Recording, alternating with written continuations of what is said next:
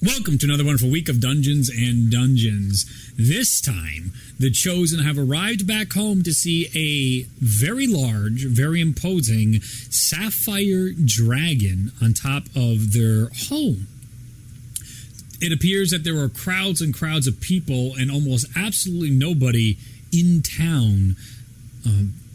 They must all be surrounding this dragon in the distance. Welcome to a wonderful week of Dungeons and Dungeons and Dungeons and Dragons. You guys are on the final stretch. We are below 7, guaranteed. Less than 7 sessions left in this campaign. That's a promise at this point.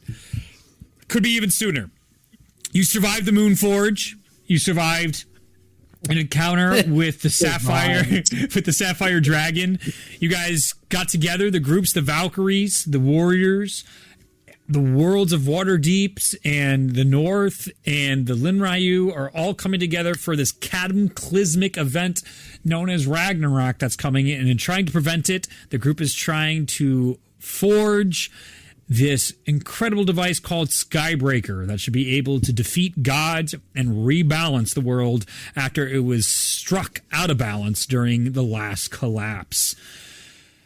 Everyone that you know is here and is aiding. You see old and familiar faces, in particular, helping in the many trenches that are being dug from this in preparation from the scouting missions that have been done of the Madness Horde that is making its way towards each of the forged locations in this world in prevention of the creation of Skybreaker.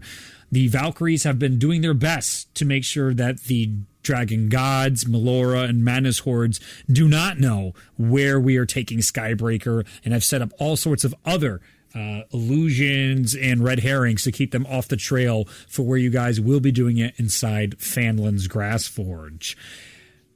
The familiar faces of Orhana, Belfina, and Zeph are also here to aid Brine, Calgary, and L'Oreal as they will try and buy as much time as possible for you guys if anything happens with the Valkyries. Mansoon is personally trying to distract Forgath, the Red Dragon, who is the arch nemesis and genocidal murderer of his race of people, the Kezerat. I believe the stage is just about set. I want to start with Cole before she leaves, talking to Shalmir about the process. Cole is one of the few other people that would be capable of forging Skybreaker. But through the training she has had with Shalmir's connection with the Mountain Lord and his exceptional growth as an adventurer and hero has led him to these capabilities.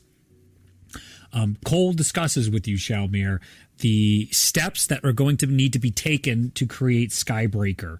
One of the most important things is as soon as it starts, either way, because you guys have to put the Grassstone back together or Skybreaker back together, you got to do both of them. It will put everybody on alert. People will find out. The dragons will be coming as soon as they can in the Madness Horde. So it's something that she even runs through with you in dry runs at the Enchanted Forge with materials that aren't the right materials and without actually hammering on the Titan Forge. The first one is to put the pearl inside the mold where you have to separate the mold. She shows you actually there is an arcane protection that was keeping the mold like completely perfectly together. And you didn't even know there was a seam on it.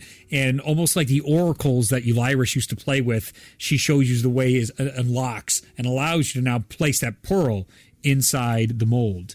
Once the pearl's inside, you close the mold back up. And then you need to melt the adamantite metal over it. To do that, you'll take the adamantite safe you guys have over the hearth, I believe it's called, inside the forge, or just one of the molten areas inside the magical forge, to melt that down. And then once you melt it down, you need to pour that liquid into the mold. It'll take some time for it to cool.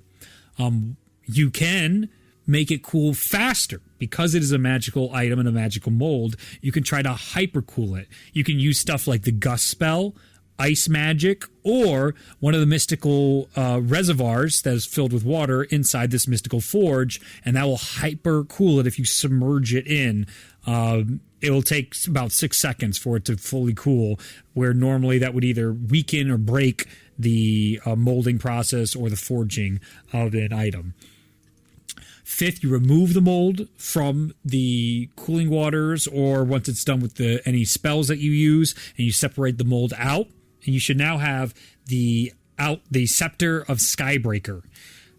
From there, you need to return to the forge and attach 7 items to it.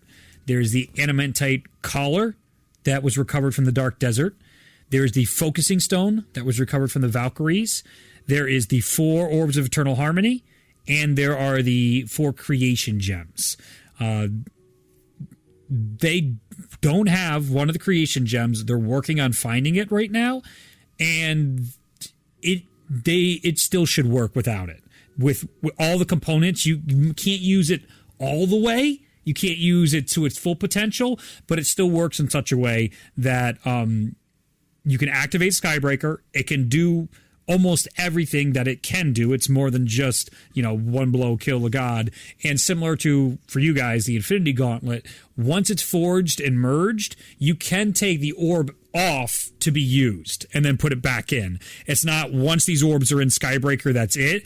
It's just more or less like an activation and syncing function. And then once that's done, you can be used interchangeably as needed for Skybreaker. And then you also need the failsafe to not be immediately obliterate the entire Phandalin for using it. That she instills in you over the course of 2 or 3 days of training. You have magical weapons that also help improve these checks that you will have to face when actually doing it for the real one, but you feel very confident in your ability to come through during these couple days. You guys take a break because the Waterdeep crew walked in and everyone's like, let's go, and they were like, no, pushing faces aside, and we're not going to talk to anybody for like at least 24 hours. Also, funny enough, Luke's character again, Ralia, spends time during that working with Pemeras to learn the ancient spell channeled through the champions and divinities of the Raven Queen that works in such a way that you can target up to three different creatures, and you can barter spell slot levels, all the way up the damage for damage dice, for again meta wise, but to make it more powerful, immersion wise, to make it more powerful, and then you can actually start taking your own vitality away, but you don't want to take more than your own life because that will result in a irreversible death. There you go. I believe that covers that. That covers that. There's one more thing that I actually got reminded of, but I don't remember. So, is there anything else you guys want to do prior to starting the grass forge of bringing the grass stone together and to bringing Skybreaker to life? Oh, I remember. And Mansoon shows Tyrion the dust to dust 10th level spell that is used for he will implant, if there is any problems, he will then draw the circles inside the forge, and if all 4 of you guys stay in, you have to keep at least a 9th level spell open to cast dust to dust with him. There is only 4 level 9 casters in here, which makes it really important that Ralia stays up. Is Ralia cast 9th level? Yeah, Ralia stays up, Tyrion stays up, and Ulazal stays up. That's something to prioritize.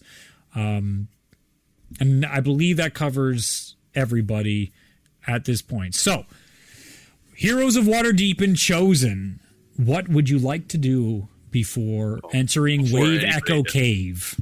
Before anybody does anything, Shalmir's going to turn to everybody and say, friends, heroes, we've come together to this final pinnacle of what we've all come together for. Enemies we've faced heroes we've befriended, things we've done, things we have yet to do. We will move together. We will move forward. And together, we will be successful. Come now, follow me. And there is nothing that can face us. Come forward. And give everybody 23 extra temporary hit points. Ooh, it's 23 now. It gets the blood rushing of the beautiful speech by Shalmir, inspiring not only you guys, but also the many, many troops and leaders around. Brine gives her best to the group, and especially to Mosnell. She takes time to give you the good old forearm greeting and departure, as the North will be doing their very best to contribute to the defense. There is a sense of camaraderie and conviction among all the people here, from the many different races, cultures, and ways of life, even the people from Minna, and their contributions to the fellowship. They are all here together to try and not only get back at this madness that has been taking their friends, families, loved ones, and homes away from them, but to stand up to that darkness that dares threaten the future of this world. And their support is all behind each and every one of you. They believe in you. They champion you. Some people don't like you. Like, let's be real honest. Some people, not fans. You can't do anything about You're that. not Aragorn. I mean, No, you can't be him. But for the most part, your legend has grown throughout the entirety of the world of Zenya. And today is the day to change history. So, you guys have your temporary hit points, and that'll happen before you guys enter into Wave Echo Cave and get into the Forge area. Is there anything else even days prior you want to do, or anything prepping before you get into the fight? Take your sword out, do a call, whatever it might be. Is L'Oreal present? L'Oreal. Yeah, definitely. Yep. Tyrion would probably take some time to sit down and talk with her. Yep. And basically, we don't need to role play the full conversation, but basically give the gist that Tyrion was training with Blackstaff. Mm-hmm. Priority, if we survive this fucking thing, is going to be to locate the Blackstaff, and then Tyrion kind of asking if it doesn't work out to revive Vera herself. Then to kind of take up the mantle himself and looking for her blessing almost. Okay. You get a sense that this is a difficult conversation. As you remember, there was tension when Blackstaff and Vera took it over because her husband was the late Blackstaff before her.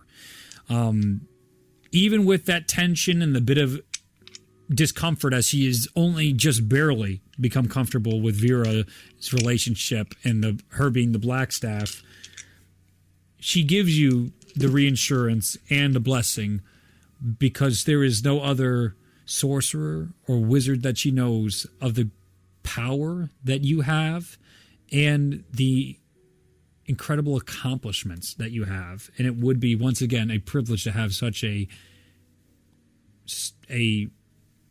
seasoned and talented wizard take up that mantle.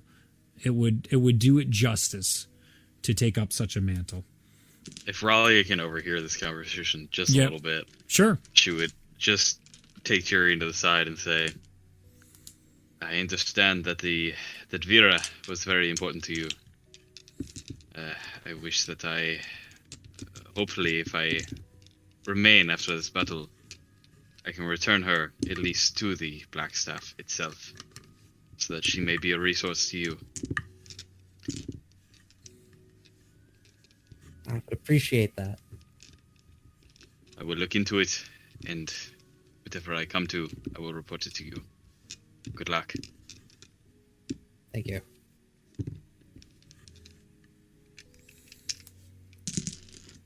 Is there anything else? Over the course of the few days that Shalmir is being trained, I'm going to take the opportunity to cast a hollow spell on the city of Vanillin.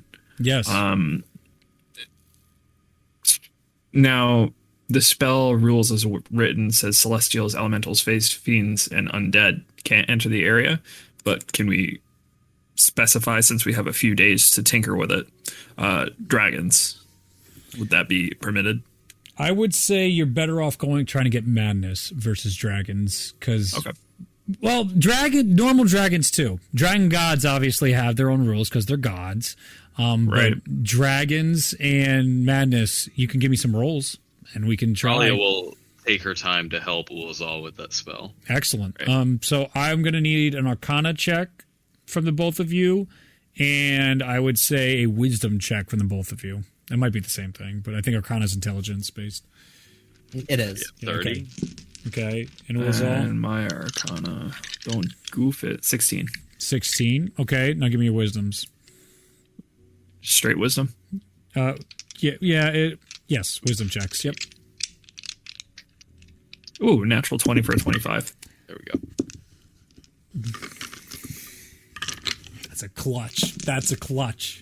You guys were on the bubble there. That was great. All right, so Hallow yes. excludes these specific types of creatures from the area initially, unless they make a charisma save mechanically. Anyone who's in there can't be charmed, frightened, possessed, or anything like that by any of those types of creatures if they come in. And also, I'm choosing to bind the extra effect of courage to this area so they cannot be frightened. Awesome. Our allies can't be frightened while they're in the area. Okay. Both Ralia's brilliance and the arcane nature helps you start adding these extra runes to the magical spells and circles that you have to undertake to encapsulate the entirety of the city. But it's with that extra bit of connection, knowing it's a feeling from the heart of how to keep those safe and bring balance into this area. You can feel the direct pull of Tyr just making it work, just getting it through. Ralia had brought the needed book smarts to it, and you came through with the needed human aspect. And it works. And the city sees at once this beautiful, almost like you're inside one of the orbs of Tyr, and then it fades and dissipates, and it just looks normal, translucent, but like it was never there. But you can feel the spell still active and keeping the city of Fanlin much safer than it once was.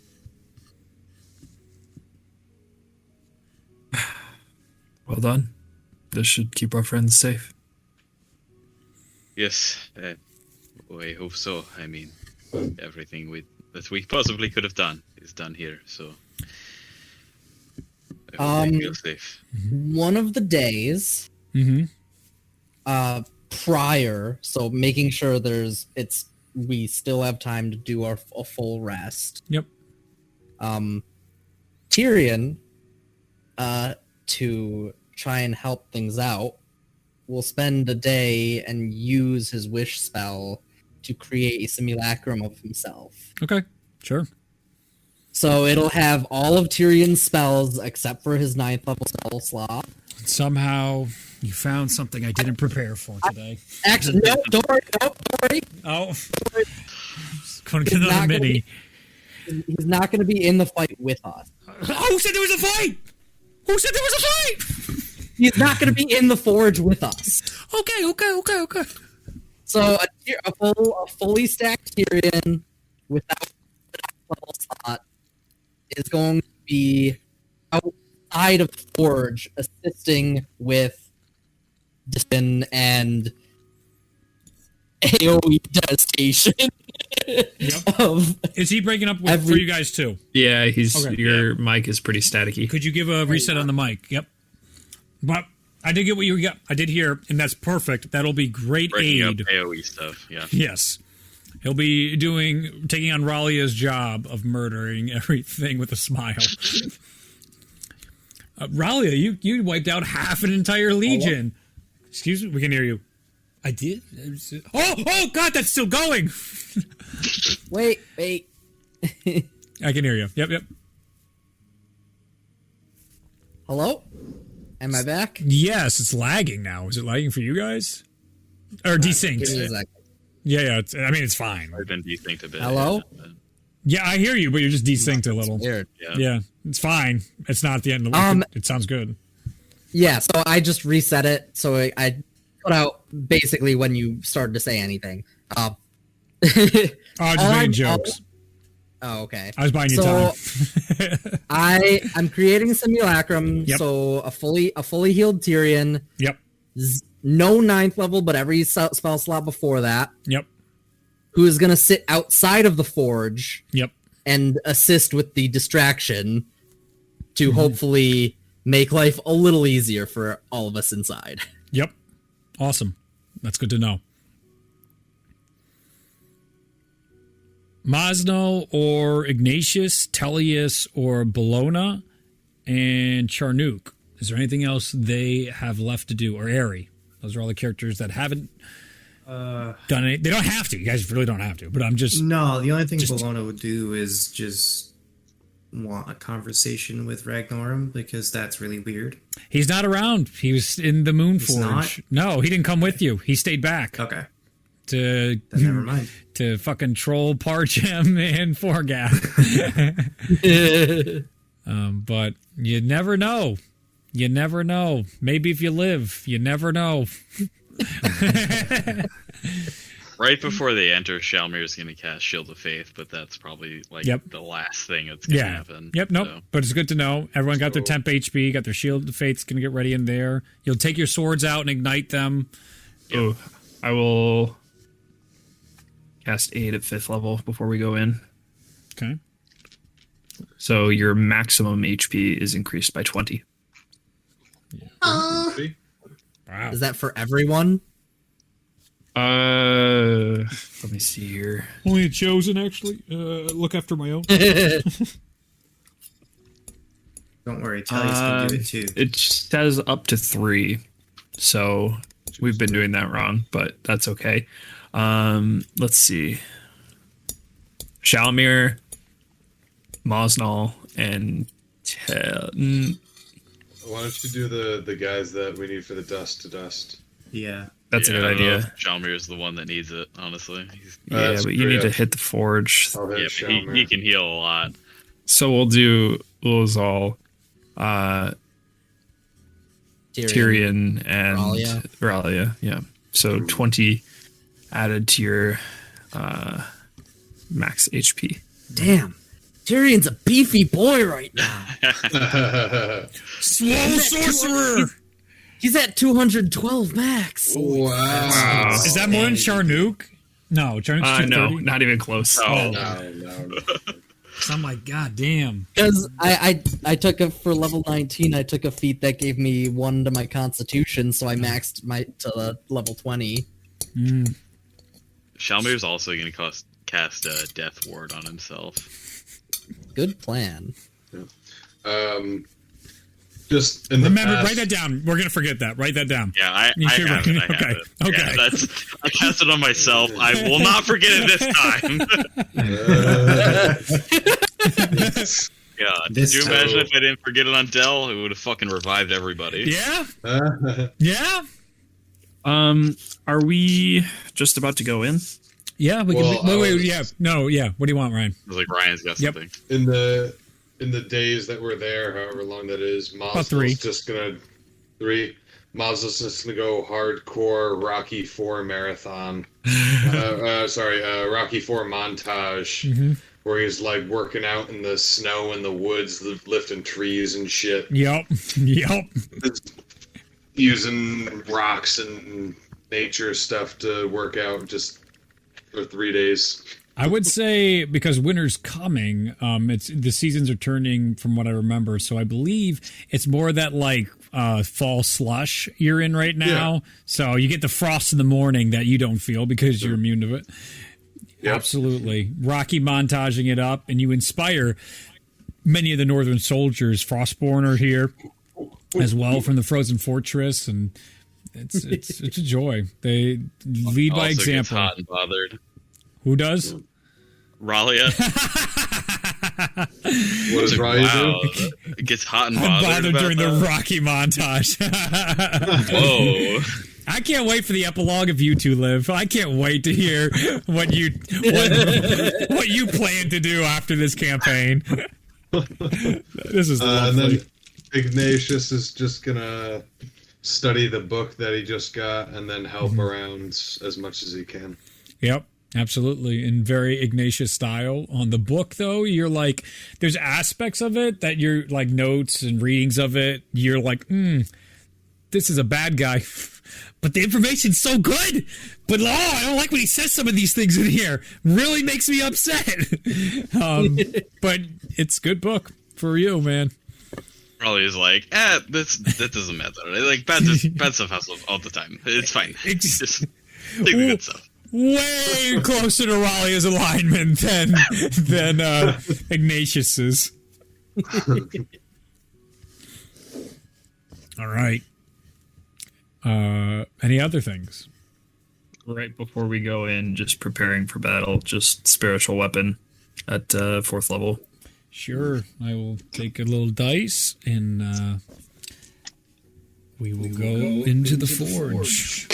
Death ward reminder is falling off my computer. Go ahead and fix that. They gave us the free sword igniting, right? Yes, so you guys can take your weapons out as Shalnir. Can't take it back. Can't take it back. Let me go get. Oh, so Mosnell is gonna use his new sword. Yes, the sword of Escott Grandier called. Yeah. What is it? I think. The Fang of the Cobalt Wolf. Yep. Yeah.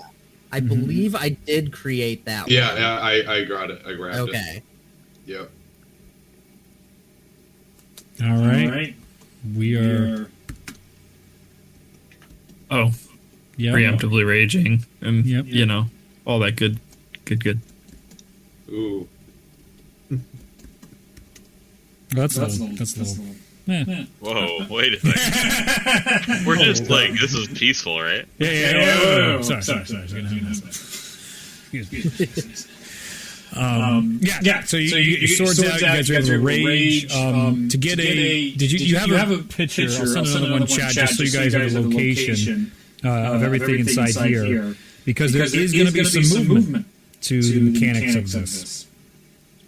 There are mechanics as well to the fight that you can find out on your own if you're interested. Whoa, spoilers. Wait, you're not going to tell us? Oh my god. Nope. Is there a bar over in the corner? That looks like a Why little do we have restaurant. to find out on our own? Yeah. So, in the picture, the top of it, I guess, would be, it's literally a compass rose right now. The top of it is an area that is, has a, it's not, okay, so actually I'll start from the bottom. Be easier that way. The bottom of the place has, this is the hearth, or the basically molten heating source to melt the adamantite. You guys have brought the adamantite safe that is in here. It's already been moved in here. Here is one of the super furnace, thank you. Super cooling waters are right next to it. There are books on the shelves here and a place to workbenches here, books there. There is the enchanted book that, remember, catalogs anything you make on the forge. That is in this area as well, inside one of the book cabinets. Another forging area is down inside here, and there is fires going on in both fireplaces, which would be to the west on the compass rose I just sent you guys in there of this.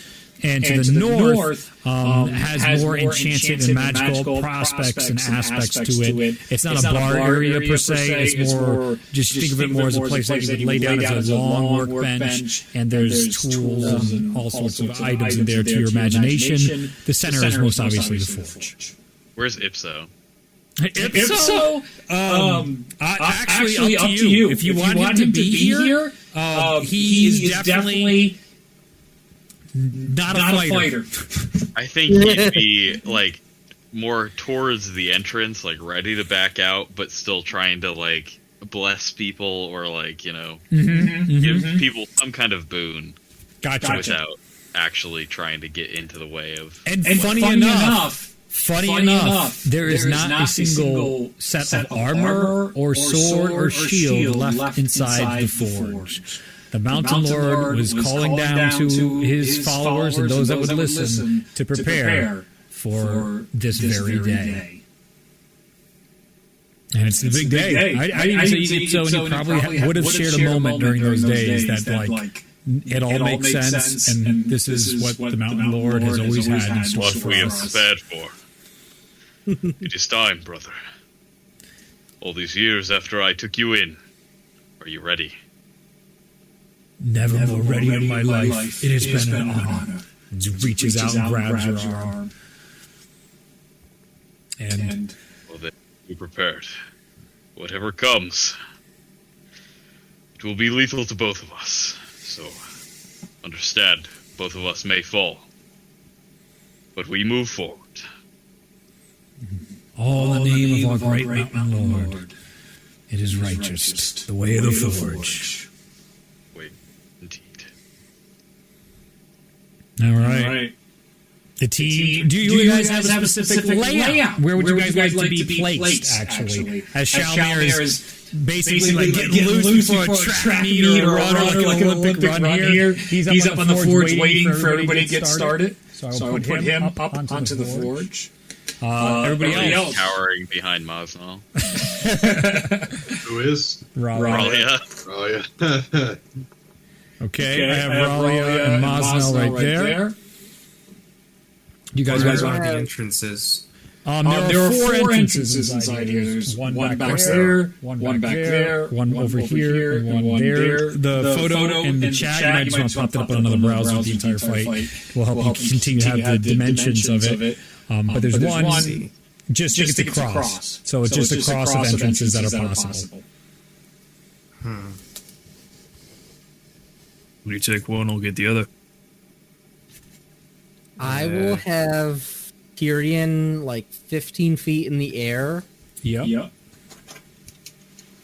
Right next to the forge, but in the corner closest to the bookshelves. Yeah, so right about there, maybe a little closer to the forge. Yeah. I can actually put you on a thinner one right now. I'll put you on the thinner one. Okay. Is music happening right now? No, I paused it. We're now in the... We're from the sentiment. Now it's the tension. Just the quiet before the storm. All right. I think I'm gonna have Ari sit in. Let me pull up the picture again. Mm-hmm. Is it north, south, east, west, based on the camera's perspective? Yep. North is over here on the camera. For where you guys I took at an angle. That would be north if we overlaid it on the compass. And I'll try and keep it that way. Picture. Yep. I think I will have Ari in that corner, sort of. Like right at the edge of the desk, so that he's got a view on the two doors on each side. So we're talking north corner? Yes, but on the side of that desk. Closer to the fireplace. Gotcha. Right about there. Yeah. It'll be out of focus because the f-stop's so low, but we got a good idea. With a nice little ambush place to get an assassinate on. Hidden boys. Yep. All right. Ignatius, Tellius, Charnook. Tellius just wants to be in range of as many people as possible within 30 feet. Okay. So, like, as clumped as possible, I suppose. Okay. Probably towards the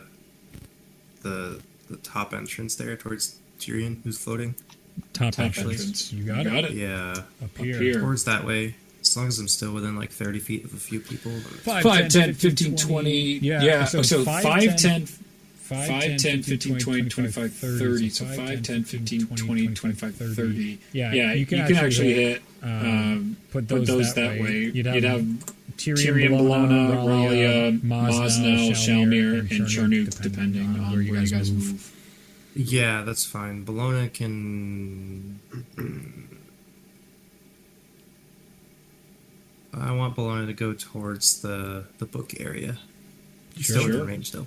Still within range. 5, 10, 15, 20. You can actually go back here for cover. And still be within range of Tellius. 5, 10, 15, 20, 25. Yep. Oh yeah. Yep. Oh yeah. Uzal, where do you want your die here? I will post the spiritual weapon by. Is there any entrance that's currently unguarded?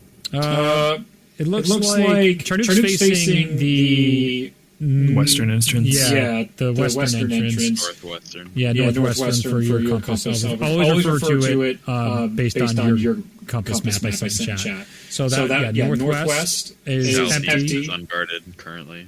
And southeast. Yep. We'll cover the southeast. I was gonna put Ignatius in the southeast. You got it. So both of them can be near the southeast one. How far, Ignatius? Like, do you want yours right by the door? That's perfect right there. Okay. All right. Could be about 10 feet from the door. Uzal, where do you want to be? I will be on the western corner. Not like the western corner of the forge. Over in here. Western corner of the forge. Of the forge. I'm sorry. I want to stay like kind of in the middle of people so I can pop some heals if I need to. You got it. Masalia. Sweet buffs. Yeah. Raleigh is following Mosnell. Yep. And Mosnell. So where are you looking at? I was thinking about just guarding Shalmir. You got it. The two of you will stay in the middle of Shalmir. You'll stand about there. Actually, again, you'll stay there to be within range of both Shalmir and Tellius. Yeah, but he's just trying to keep stuff off Shalmir so he can do his thing. Yeah. Before getting started, after hearing stories of the other Forge events, because we didn't really have, because the Chosen didn't really have the experience of the Forge. You guys tried crafting the Forge. Was fucking dumb. Yeah. Waterdeep kept doing it for you. So, hearing that, Ari would try to do a once around with the room to try and scope out any landmarks with his vision. Okay. Landmarks, how so? Specifically, what are you looking for? Like call-outs or... Because he had heard, like, with the most recent one, there were these graves with spirits that seemed to benefit Shalamir. Try and identify possible points of interest. Give me an investigation and an intelligence check. Shalmir's So like, two separate roles, you don't investigation and trust my intelligence. skill. Yeah. Investigation and an intelligence check. Okay. You gotta find it and process it. Oh, that is cool.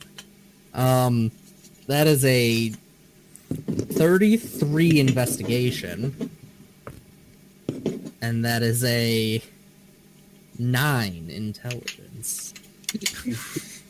Well, Ares seems to find each of these corners is a mystical forge, and of the many different things inside this mystical forge, there is probably boons and benefits hidden throughout this area. And anything glowing is probably a good guess besides the normal glowing cauldrons out here that ignite the room normally. It seems all these different sections have areas specifically for crafting enchanted and magical blades. That could serve some benefit, but damn if Ari knows what the hell that is, what it might be. How long would that take? Where I want to approach? Difficult to say, but there's probably more than just serving Shalmir's purposes in here. Things that could aid you guys. So I'll talk to the group and just say, keep an eye out for anything that catches your attention. It might benefit us like it did in the last place for you guys. Let's solve the mechanic before the fight even starts. More man. You almost got it. Roll a little higher. Ralia says, "Did you see anything specific?" Fuck you guys. You don't get any more. I mean, it's a pretty good hit that each corner of the room is probably going to contain something. Potentially. We'll see. Yes, I assume that as well. Play to find out. Are you boys ready? You know, there could have been red herrings. Some of the corners of the room might not have had anything. True. But now we have a pretty solid idea that they probably do have. No, something. it's not a waste. I like it. Just like, all right, but like, how about you try telling us, Reed? If it glows, we will touch it. Be more creative, Reed. So I'm not asking you to tell me, I'm just asking you to be better at your job. You need to just be better at your job, is what I'm saying. Yeah. All right. Anybody else got anything? All right. Shoutmere. Cole suggests you start with the grass, stone / gem. Do that first because it should be the quickest, and then work on the Skybreaker. It's still your priority to choose which you would like to start with. So, given that Cole's telling me that, I'm gonna start with what she told me, though Okay, I great. do have some inclination of starting with the Skybreaker, because I have worked with trying to forge Skybreaker before. You have. And it didn't alert anything. Mm-hmm. And I did have pretty good experience with that. She did say now that things have been gathered and things are aware, working on Skybreaker will equally have the same effect as the gem. So I don't want to mislead you that way either. So, yeah. So, if that's what she has told me, that makes more sense to make the gem. Mm-hmm. Okay. I need you to roll a d6. We'll see. That's a 3. Are you feeling particularly inspired? Not at the moment. Okay. Before dude, you got a second. No? All right. So Hold on. Go. Before we actually get started, Yes. go to the bathroom real quick before we start. Yes. There's probably not going to be a break now. Oh, here we go. I use inspiration on my roll. For my D6 roll, I got a 9. I got natural 20. I got natural 20. It's like, What does that mean? it means you roll a D4. What? I'm another natural 20. Another natural 20. What are you? You look over the D4 every time you're looking at it, it's 1, 2, 3, 4, but then you drop it and it has like the crit D20 at the top. You're like, what the? You pick it up and it's gone again. What the? You drop D20. What the fuck? You roll it again, it's a 20. These are magical dice. You flip a coin, turns from a heads to a 20. Oh, fuck!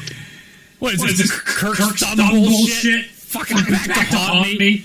Ryan's coin flipping Magic the Gathering deck is so much fun and also absolutely insane. He has to add that card, that fucking treasure token? flip card, yeah. It's like a common for 20 cents. Cool. It blows my mind. It's like literally like one of the most valuable cards you could have in that deck. It's basically like flip extra coins. That's all it says. Basically. So we were joking that it was like, oh, like who has coin flips in their deck? This is useless. Exactly. Meanwhile, this is everything. like in draft, it's like, this doesn't help at all for Brian. He goes like a giant cathedral opens up behind him, dubs are flying out, a bright light is behind him. The deck is near perfect. It's such a weird deck that like cards like that are like, oh, this is useless. He's done for me. He's done 20 to 30 coin flips in a single turn, which would be 20 to 30 mana, extra treasure tokens. And so I have all these cards that I flip until I lose. And then I have like Krark's Thumb where I can flip twice and ignore one of them. Basically, you have a 75% chance to keep going. Yep. Yeah, and then I have this other card that copies artifacts. So I can copy Krark's thumb, and then I can flip 4 times. And basically, I have to flip, like, one flip has to work out out of 4. I think it's Nutto, and it was basically a race of I had Golos on the field, and it was like how fast can he get Golos off the field so he can one-hit KO me because he doesn't have any trample? And mine was how quickly can I keep cheating the monsters onto the field to get them immediately obliterated until I get a win condition? It's all fun until you guys play against Winter Orb. That's really the... Winter Orb? What is that? Winter Orb is you only untap... Yeah, you only untap 1 land per turn. Well, that's kind of like what's his name? I love that. I love that deck. It's so fun. Vorinclex, the original. Similar. But yeah. What? Fuck. So the other thing I'm adding to my deck is I'm going to add 2 gear artifacts that give trample. Because my commander is one of those cards where I flip until I lose, and every time I win a flip, his strength and Power toughness goes up. Doubles. It doubles. So it goes. He's at 3/3. So I win a coin flip 6/6. I win a coin flip 12/12. I win a coin flip 24/24. He's almost always above what he needs for decent KO commander damage. You just need so that's when you hold a lightning bolt in your hand and it hits the multiplier, and then you just fucking shock his ass. You need 20 damage with your commander to KO somebody. So I could just put slap trample on my commander. And then just one-hit people. And he has another card. I'm the other red, blue. Red, blue. Yeah. I was going to say you go Rhythm. Rhythm's pretty good. He has a card that also can redirect damage too, so he can knock out 2 people at once. Yeah. So it's I forget, it's like Kedris or something like that, and it's whenever your commander does damage, it does equal damage to another player. So I could do 20 damage to him and 20 damage to him and be like, bye-bye, you're both gone. Everybody roll initiative. And then you get decked in the next turn by the other player. Yeah, exactly. It's commander. I mean, you can still get decked. There's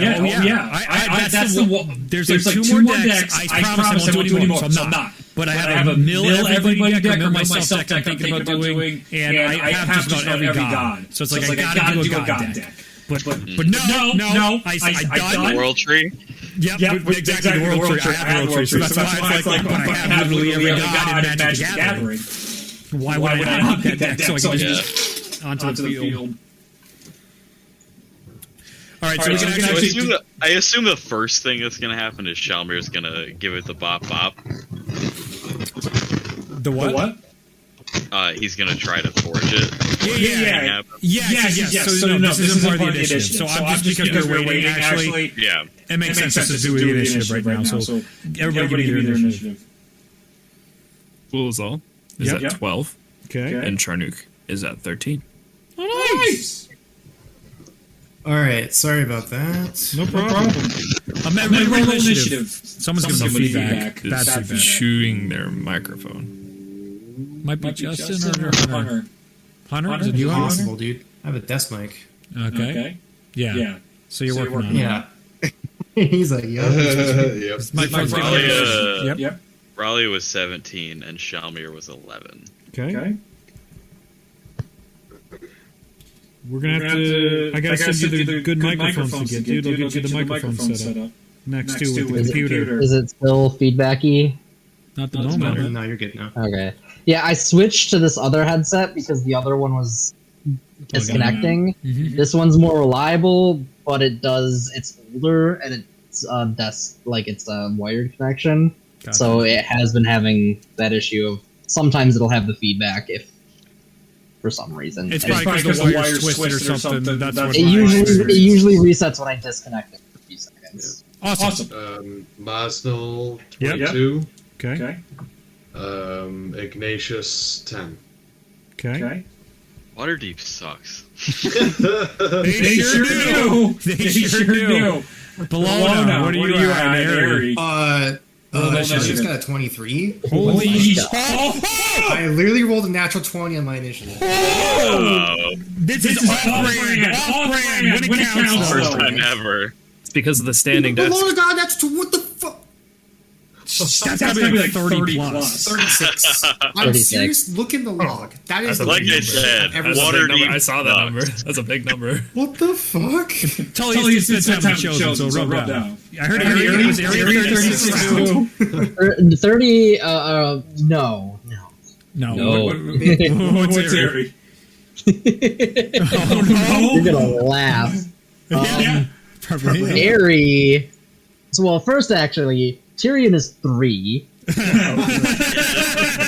brand. Waterdeep? I'm just imagining Waterdeep just kind of like shuffling their feet while the Chosen's in the Harry. The Waterdeep are like, we just did this. Do we really want to? Harry has his fancy thing for the first turn of the initiative. Oh, right. Yep. Where he gets the 2 initiatives. He does. Yep. Oh, right. Oh, So my for the God. first turn Yeah. is initiative 12, Okay. and then 2. That is funny. I was really hoping Aaron would go twice before anybody Waterdeep went once. Because that would be fucking hilarious. That would be amazing. He's going again? Plus 10! Dude, Waterdeep just so like I'm sore, man. All right, got lactic acid built up. You know, it's not my fault. It's not my fault. All right, that's terrific. Okay. That sounds good to me. All right, we have your initiatives. Now we are everybody's set, and we're ready for the Grass Forge. That's definitely not a fighting encounter. Xiaomi, what you rolled a 3, right? 11 11 total? for the initiative. Oh, for the initiative. Yeah. So now you rolled a D6, you rolled a 3, and then you guys were like, boy, I could use some inspiration. 1, 2, 3, 4, 5, 6, 7, 8, 9, 10, 11. How do I have 11 characters here? What the fuck? 1, 2, 3, 4, 5, 6, 7, 8. Oh, Aries on twice. Yes. Just for the first turn. I'm fucking stupid. All right, so Telly, are you going to give your friend an inspiration as they've been like bargaining, asking you for the past 10 minutes? Friends. Xiaomi who's trying to forge the grass stone together. You don't have to. Yes, I guess he's got a good speech this morning. I guess. All right, Good speech. I mean, we're all ready. Yeah, I mean, yeah. You're worth it. You owe it to me. I mean, come on. Oh, I don't love that. Who else is looking good today? You know what, Lizal? As much as I like to trash Altier, he's done a lot of good in this world. And we are bringing balance to the world. And I think you deserve some inspiration as well today. Well, I appreciate that. Yeah, well, I mean, my god died, so Oh, I got nothing else to do, so I guess I better be nice to all the other ones so I can find a new one, you know? That's rough, buddy. Yeah. That's All right. So Xiaomi, go ahead and give me a Constitution check. Love that. Yeah, that's a 15 for now. Okay. That D10, which is an 8, so a 23. 23. As you begin to push the gem together and the forge heats up, similar to the Moon Forge. But instead of like the circular plate, this one more is diagonal, reflecting that of the grass stone itself. And it's almost like it fits in like a puzzle piece onto this one. Each forge seems to have its own idiosyncrasies and uniqueness. Just doesn't hit right. And that's going to start the music. As Xiaomir tries to put the grasp together, and the first ping goes out. You can feel the entirety of Wave Echo Cave shake, and you can hear the billowing roars of creatures in the Madness Horde begin to thunder. Thankfully, you have friends buying you time. Shalmir, I need you to roll a D6. As everybody, you can hear the clanking of the armor. You guys are trying to stay loose. Ari, you have the bow ready. Bologna, everyone's at their positions. You can feel you're smelling the leather of your gloves and the sweat on your brows inside. You're hot from all the different forges and fires going on. Shalmir, what did you roll on your D6? A 6. A 6? I need you to give me a strength check. Probably not going to be high enough. Oh, that's bad. 5. 5. As you go, you feel the lag from the last forge hit you hard. There's that I felt good. I had a good lifting day basically, but all of a sudden you push and the muscles are just not there on this go. They're like, too soon, buddy. You need recovery time. And you're like, I got magic, and while that battle's going on, one of the doors starts. The one at the for you guys northeast corner. You start to feel bunts and presses on the door. Top of the order, Bologna. What are you doing? I actually just want to look around this corner, see if there's anything interesting. Around in this corner? Go ahead and make an investigation check. Go on, man. Yep. Harry did tell her. It was an 18, and then it fell, and it's a 10. Tragic. You start looking around, and you kind of peek in one book, and there's all sorts of arcana and spells in this one. You're like, okay, I don't really have time. It's taking your attention away. You're like, okay. Move around a little bit, get a little better positioning on the door to make sure, okay, what's coming. It looks like something that would take some time to understand, to maybe be a benefit of. You're out of focus, you're in hunter mode right now. That's fine. Anything else you would like to do? I'll just do a bonus action and cast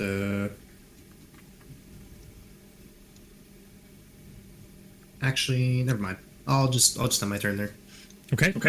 Tullius, well, this is great. You get to go back to back. That's so weird. Good pacing. Definitely. Tullius, you can see the door in front of you bending on the way in. It looks like it is going to break soon if nothing is done. I don't know that Tullius can do anything about that. But what he can do is cast 30 feet. Mm-hmm. Yeah, I can cast a Guardian of Faith right in front of the door, so when it does break and stuff starts walking through, it gets wrecked. You guys remember the Guardian of Faith, will you? I'm going to give you a white sheet of paper on the floor to remind you. Thank you. Guardian of Faith. That's as good as it's going to get from me. A white sheet of paper? All this expensive shit. That's what You reach out, Tullius, and with you're still a magical ability, still a connection to Halal. You're able to summon down your Guardian of Faith and prep it before the door. Mazdel, it is your turn. Okay. Mazdel will go into a rage. You got it. The ice goes out. I believe that gives a benefit to anyone near you at the end of your turn. Yeah. So Ralia will get that benefit. It's 4 temporary hit points for everyone within 10 feet. That is also going to be Shalmir. And Shalmir. 5. Reminder, temporary hit points do not stack. They don't stack. So it'll be really handy for topping us off, though. While you're within that aura, you also have resistance to cold. Mm-hmm. Nice.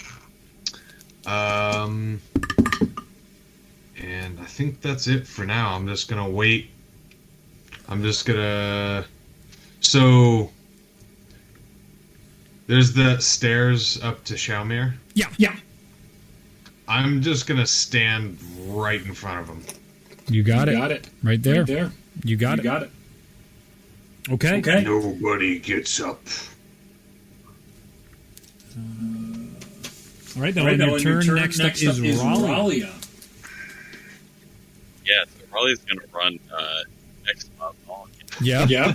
5, 10. Yeah. And as a 9th level spell, she's going to cast Prismatic Wall diagonally across the northeast entrance and the southeast entrance, allowing all of her companions to be able to move through it freely, but nothing can come in and out of the entrance. It's a 90-foot wall, so she can block off both entrances. Okay. 9th level? Very tactical. Yep. Okay. All right. So this is We are not going to be able to side? use dust to dust. Yeah. What about dust to dust? Oh, he's got calculations. Don't worry. That'll be okay. Yeah. I'm like, Luke wouldn't do this without. Yeah. Okay. Yeah. Just making sure. That'll be okay. Which way was it again? North. Which way? Northeast and southeast. Southeast. Gotcha. now. Yeah, so it goes all the way across diagonally. Yep. So they're just gonna be trapped in. So be it below. Guardian Oh wait, Faith? but you can allies can move freely through. Allies can move freely through it, yes. Wait, so they're just gonna be trapped in that Guardian of Faith? That's pretty hilarious. The door bursts open. Oh shit. Okay.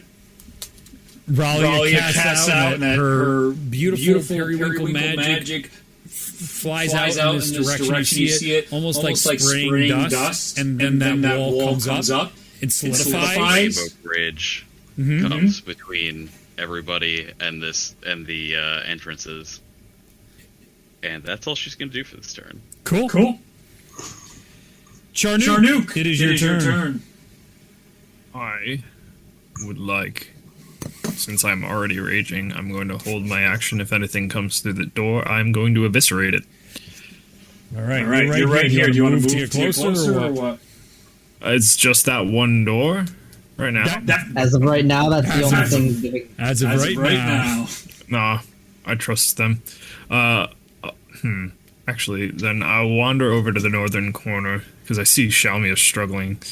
Can I look for anything that might help him?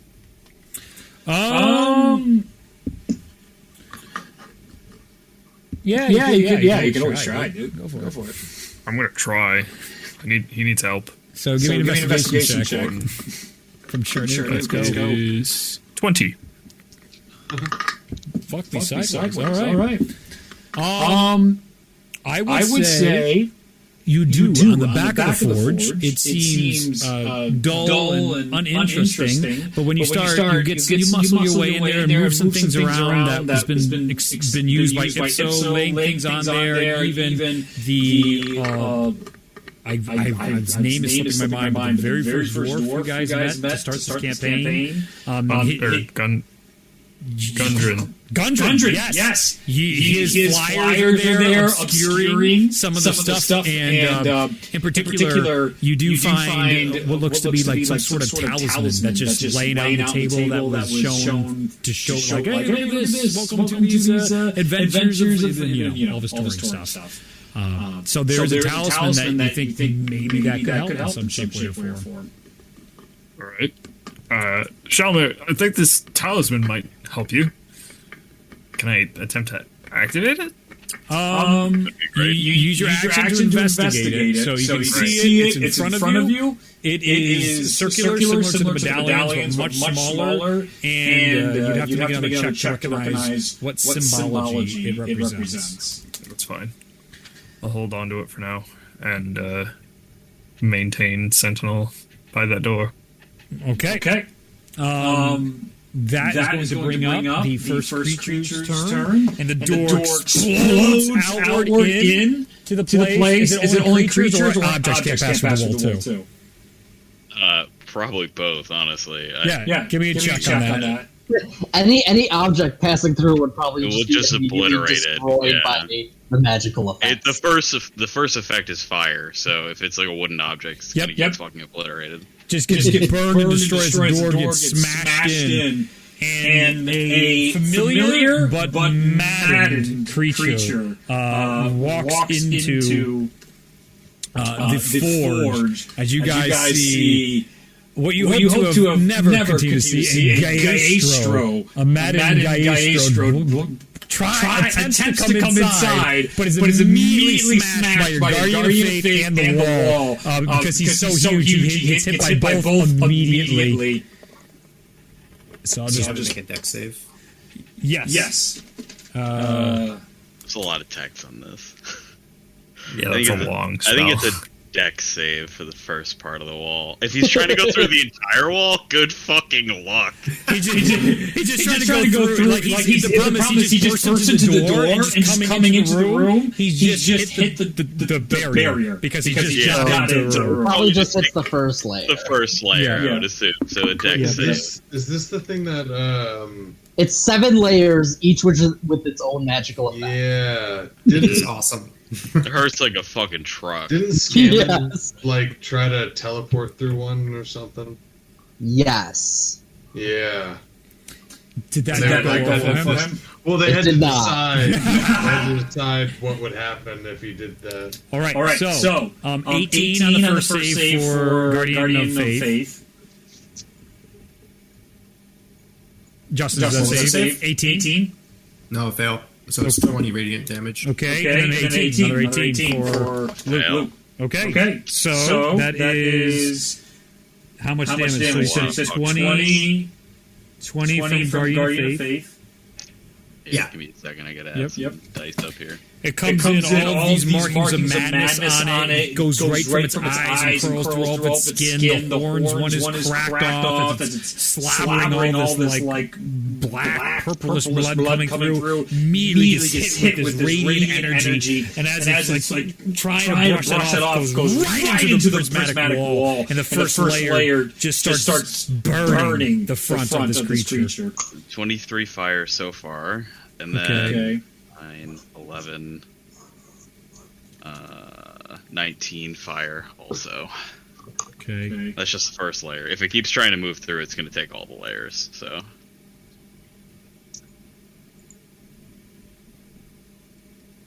One second. I just got to do damage calculation on that.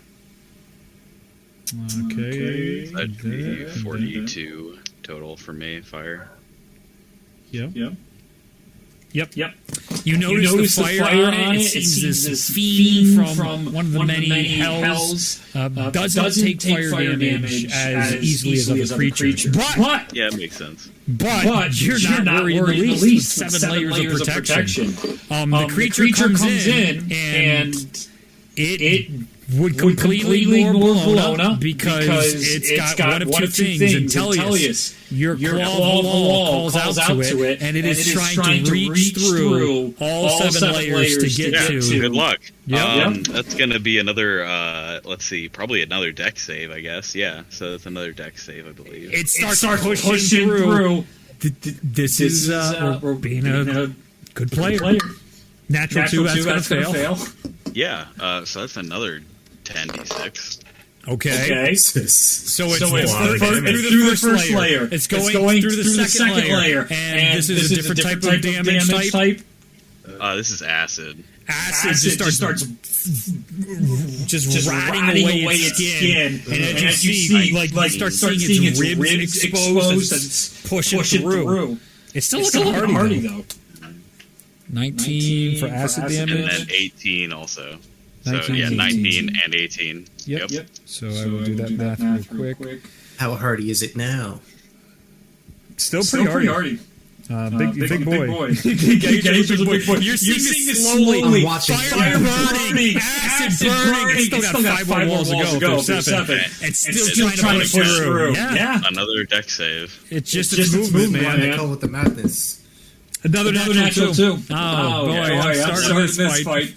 56 lightning damage. Okay. The lightning starts striking. Ignatius, you can smell the familiar.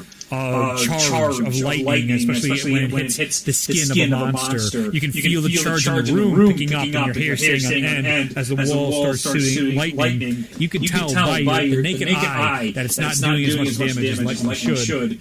You probably gather he's also resistant to lightning. 40 total lightning. You got it. That would put him at...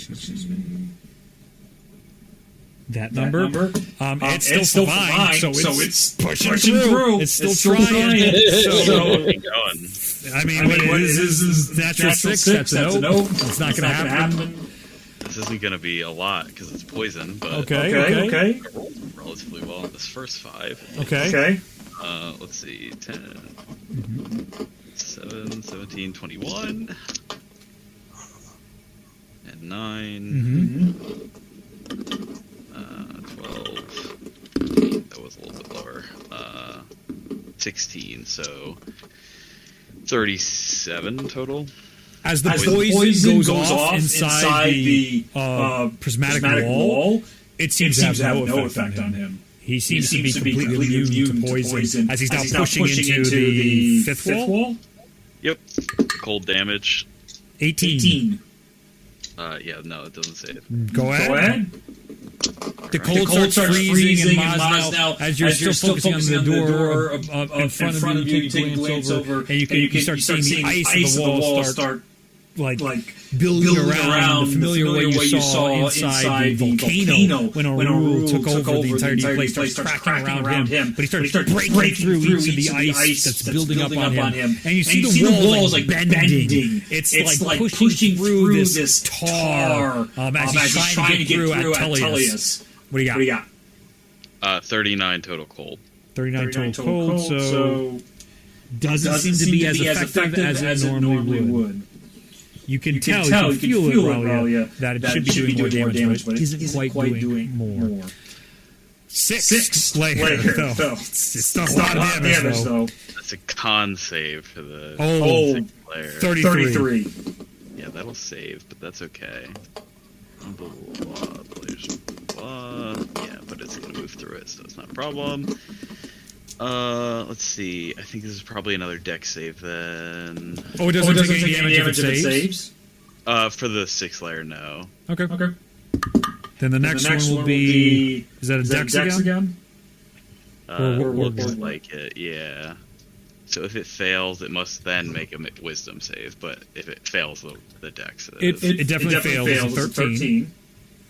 And so now it needs to make a wisdom save? Okay, so it is blinded. It sure is. And then at the end of my next turn, it must then make a wisdom saving throw at the start of your next turn. Blah blah blah blah blah. Blinded. Creature. There's so many fucking things on this. You chose it. You're like, this is gonna be some big move. Big move. It's been like fucking 3-4 weeks since I chose this. Okay. It's a big boom spell. I'm gonna be big brain. Oh god! Oh no! I gotta be responsible for it. Fuck! Okay, yeah, sure. So it's just blinded right now, but we'll see what happens next turn. Okay. So it can't pass through, or it can pass through now because it went through. It can pass through, yeah. It just got damaged. Okay. So it passes through. But it is blind also. So it is going to where last saw. Tellius, it's going to go make attacks against Tellius. It is going. Yes, indeed. Yeah. I got you. You earned it. Good play. It's going to make 3 attacks at disadvantage against you, Tellius. First one. 17 to hit. Miss. Second one. That is a 21 to hit. Miss. These disadvantages is saving your life right now. I bet. 22 to hit. Hits. Okay, got one off. It is going to do... It tries to attack you with its hoof and its fist. The fist, you move out of the hoof and one of the fists, but then one actually gets a clock on you, and that is going to do this much damage. grab the dice. That is. Oh my god, almost max damage. 1 damage.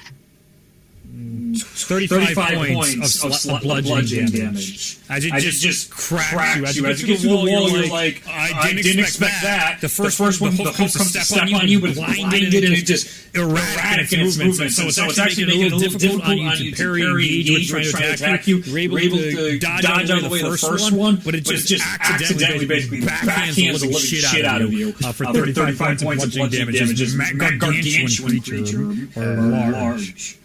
That's why they call it the madness. Yeah, just walked right through that wall.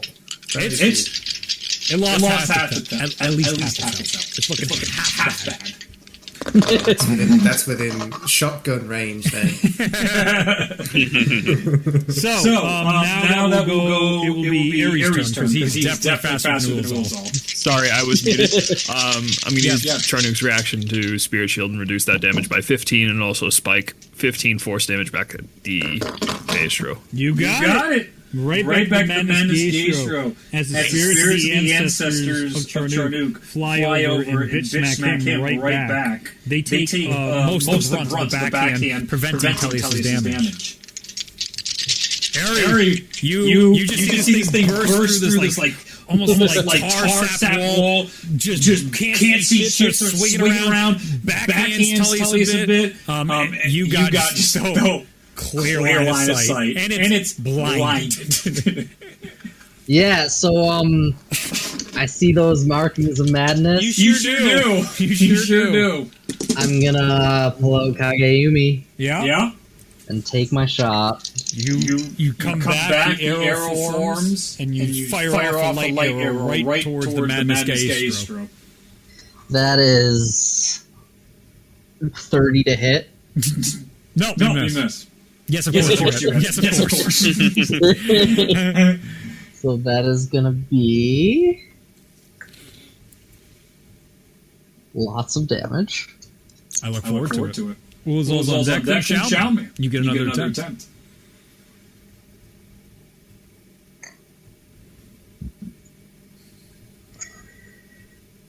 Uh, 25, 28.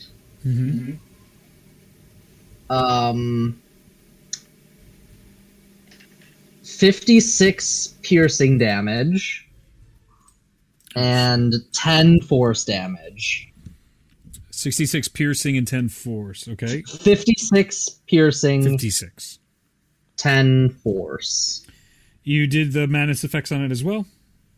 Yeah, that's doubled. Okay. 56, 10 force. So let me get that in. Okay. And then that would be that number. Oh, wait, actually add 16 to the piercing damage. Gotcha. So that'll be another... so that would be... Oh, that makes it actually easier on my math. The arrow goes right through its head, still standing, but one of its eyes is just literally goes right out of its socket. The one Madden eye is still living. Parts of its brain matter comes out on the other side, but this is a Madden creature that has long foregone the mortal bounds of body functions and use. Movement.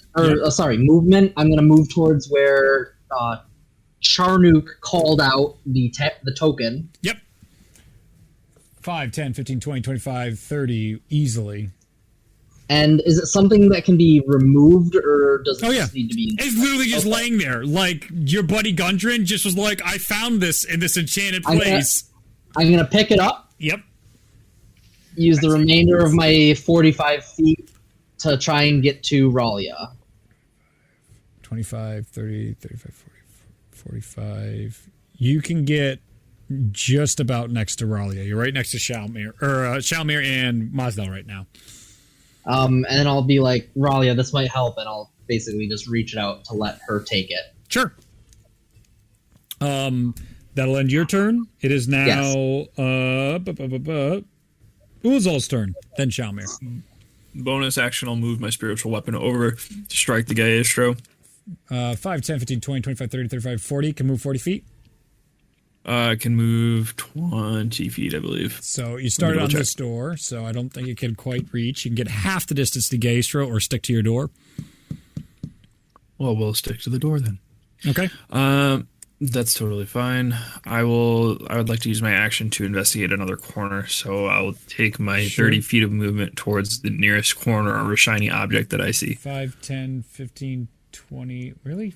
Diagonal's broken. 5, 10, 15, 20. Oh, yeah. Yeah, go ahead and give me an investigation check. All right.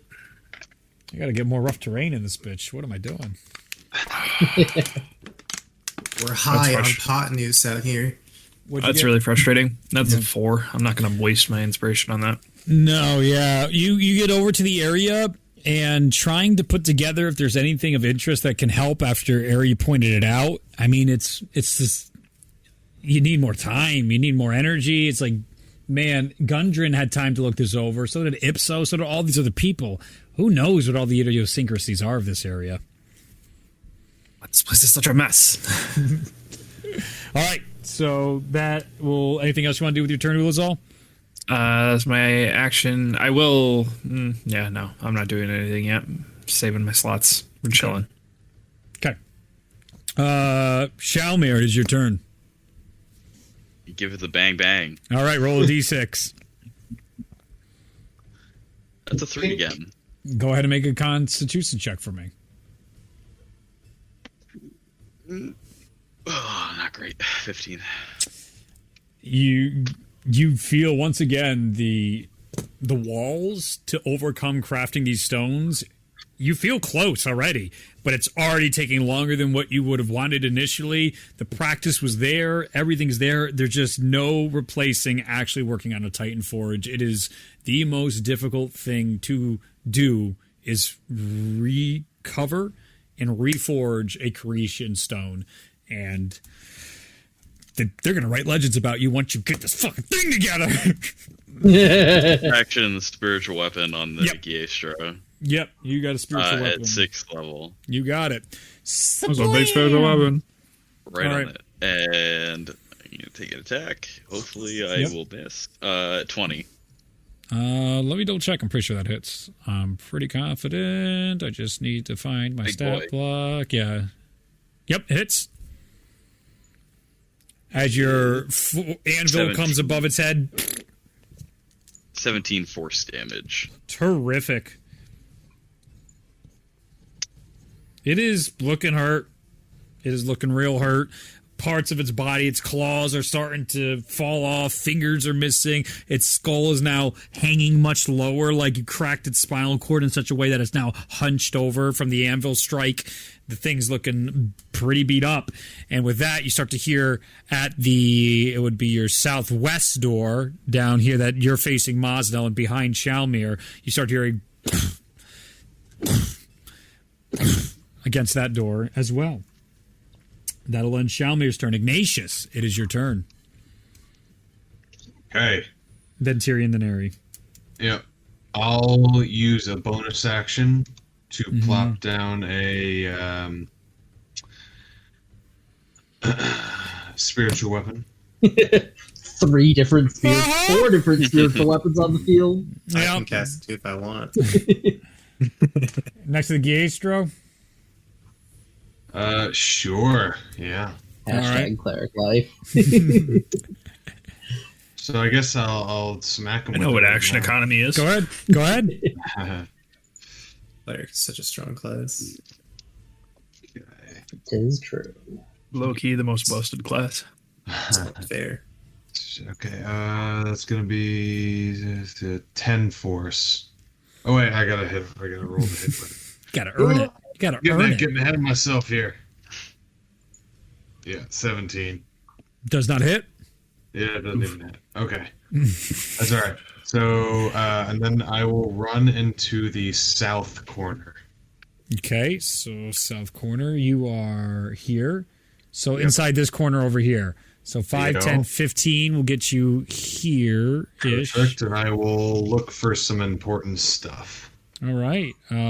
Go ahead and make an investigation check. I'll put you for the sake of here, just so you're on Because camera. I'm so good at those. guys learned your lessons. It's like you guys learned your lesson, but you didn't. You sent all the boys that are fucking shit at investigating. Nora's got a good investigation. She just rolled a I know. 2. I know. This is unbelievable. Everyone, the group, for some reason, Magic. not connecting here. I mean, it's magical stuff, magical circumstances. The prismatic wall is very distracting. It's beautiful. It's rainbow, but it's also a madness Gaestro. That's distracting. Shalmir botching the first 3 attempts at it. Not so great. That's distracting. There's a bit of that anxiety building up in everybody. Like, okay, we had a plan. It's already not a great start. Not a great start. Distracting each and every one of you, and you're almost, when you're investigating, each and every one of you are trying to make it happen instead of looking for it, instead of trying to take it in the moment and solve the problem. You're just trying to get through it. You're just, and that's why no one's figuring it out. Okay. Anything else for you, Ignatius? You done. You did your bonus action. Tyrion, it is your turn, flying boy, as there's this giant Gaestro that is blinded, punching around. Anvil hits him, and then a Legionnaire spiritual weapon misses him just because he's going all around in the air right now. Nowhere to be. You're flying there with your wings extended about 10 feet away from him. So I'm going to channel 2 sorcery points to cast a spell as a bonus action. Oh, you fucking would. And absurd. Pointing at, I believe it would be the northwest door? Yes. Over here. Yes. Yep. So pointing at that, kind of right at the top of the threshold, so not the door itself, but the threshold. Yes. I'm going to cast a 7th level delayed blast fireball. Okay. And it is going to, the bead is just going to sit right at the top of that doorway. Okay. So if it opens, it'll hit the bead, is the idea? No, so it'll be above the doorway. Above it. Okay. Catch everything in a 20-foot radius at the entrance of the doorway. Gotcha. Should he choose to explode it. Okay. And then, as his action, he's going to channel 5 sorcery points. Okay. Wings extended. Yep. This magical aura of flame and fire just bursts out. Okay. As I cast Draconic Presence. Oh, look at this guy. So as a feature, as an action, in a 60-foot aura around me. Yep. Each hostile creature for 1 minute or until I lose concentration. Yep. Or actually, I may not want to do that then. Oh, but you said it, so you're screwed now, boyo. It's so vivid. Yep, too late. Too late. You gotta fall through. Anyways. Yep. Each creature that starts its turn within 60 feet of Tyrion. Yep. I choose the fear choice. I can use awe or fear. So has to make a wisdom saving throw. On a failure against my against my spellcasting DC, they become frightened until the aura ends. Awesome. When you cast that and the aura goes out and you feel that draconic bloodline inside you, you feel a tug in another direction in the world, far away, a connection that you may have connected to by mistake. Oops. Dad? You got the cigarettes? All right. Aerie, it is your second turn after Tyrion. Oh my god. I guess I'll take this device, move slightly closer to Just 5 Ralia. feet. Yep, it's 5 feet. You literally can place it in her hand. Oh, and Ralia, was it your turn? He has to roll a save against the blindness? No, I think he's just blind for a minute. Don't check that. It's a 9th level I spell. don't think That he is can true. save. Okay. Okay, so Aerie, what are you doing? You walk over 5 feet to Ralia? I guess I will just try to inspect the item. It has to make a wisdom save at the start of my next turn. That's what it is. But it's Okay. not for the blindness save. And, it's for and try to something figure else. out how to use whatever this is. Go ahead and give me an Arcana check. Not good. But I rolled well. 19. 19. As you're fiddling with it, it actually is a pretty simple rune, and Ralia literally just points out to you, like, just do that right there. And you're like, oh, no, I got this. And the cringe in Ralia seeing you try this. But with a 19 is just enough for a success on this to activate the talisman that will give a bonus on his next attempt. You just have to get it on him. You feel a sense that it's empowering you, and you're like, oh, no, it needs to empower Shalmir. But it is now activated, and he will get a bonus I to his next. will walk up to Shalmir. Another place 5 it feet. around him. Yep. Just sort of put a talisman on Shalmir. Since you have cunning action stuff with rogue abilities, I'd say that's Use a use bonus an object action. as a bonus action. Yeah. So you can place it on him as a bonus action. Cool. Nice hands. Let's see, was that my action and my bonus action, I think? Yes. So then what I'm going to do is I'm going to position myself with the remainder of 45 feet that I haven't used in the western corner so that I can set 45 myself feet? up to... Yeah. Oh, yeah. Easily. I used like 10 feet to move around there, so... You race into the corner, slide behind the table, and get ready. As you see Ulazal looking through these massive fireplaces, he's just like, he's touching stones, and some of them go in a little, and he's like, oh, well, and then just comes down, he's like, oh, it's just bad, it's falling apart, and looking through more stuff, trying to make heads or tails of it all. And that is it for Aerie. All right. Turn. Top of the order. You guys all hear a telepathic message. You guys having trouble in there? Things are coming quick. I'll supervise from a distance. Oh shit, they're fucking it up. As you hear Pemoras talk to the lot of you right now. Okay, top of the order is going to be Bologna. Oh, and the door... Wait.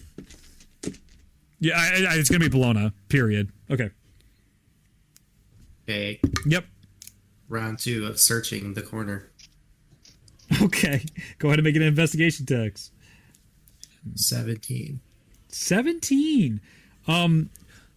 Now having a second to breathe and ignoring the beast, you put your crossbows to your sides and you start flipping through the books. And as you look through one and the other, the books themselves, there's a lot of them, and they each seem to have enchanted benefits, stuff that Ipso himself didn't even know he was making. Through the power of the Mountain Lord, let me just check. You feel those fires, those beautiful orange fires from Shalmir start washing over your mind and body. Instead of pain, you feel elation. I am And quite elated at this news, yes.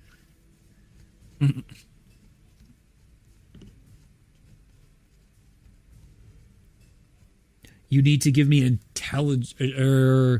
wisdom. It's a wisdom check to see if you can retain what the Mountain Lord is trying to give you. What'd you roll? 1? 8. 8. It's just not enough. You can feel the power slipping for you. Maybe it's because you don't follow the faith. Maybe it's just because there's so much going on you can't focus on it, but you just lose that fire. It's snuffed out in your mind's eye. These books have power to them.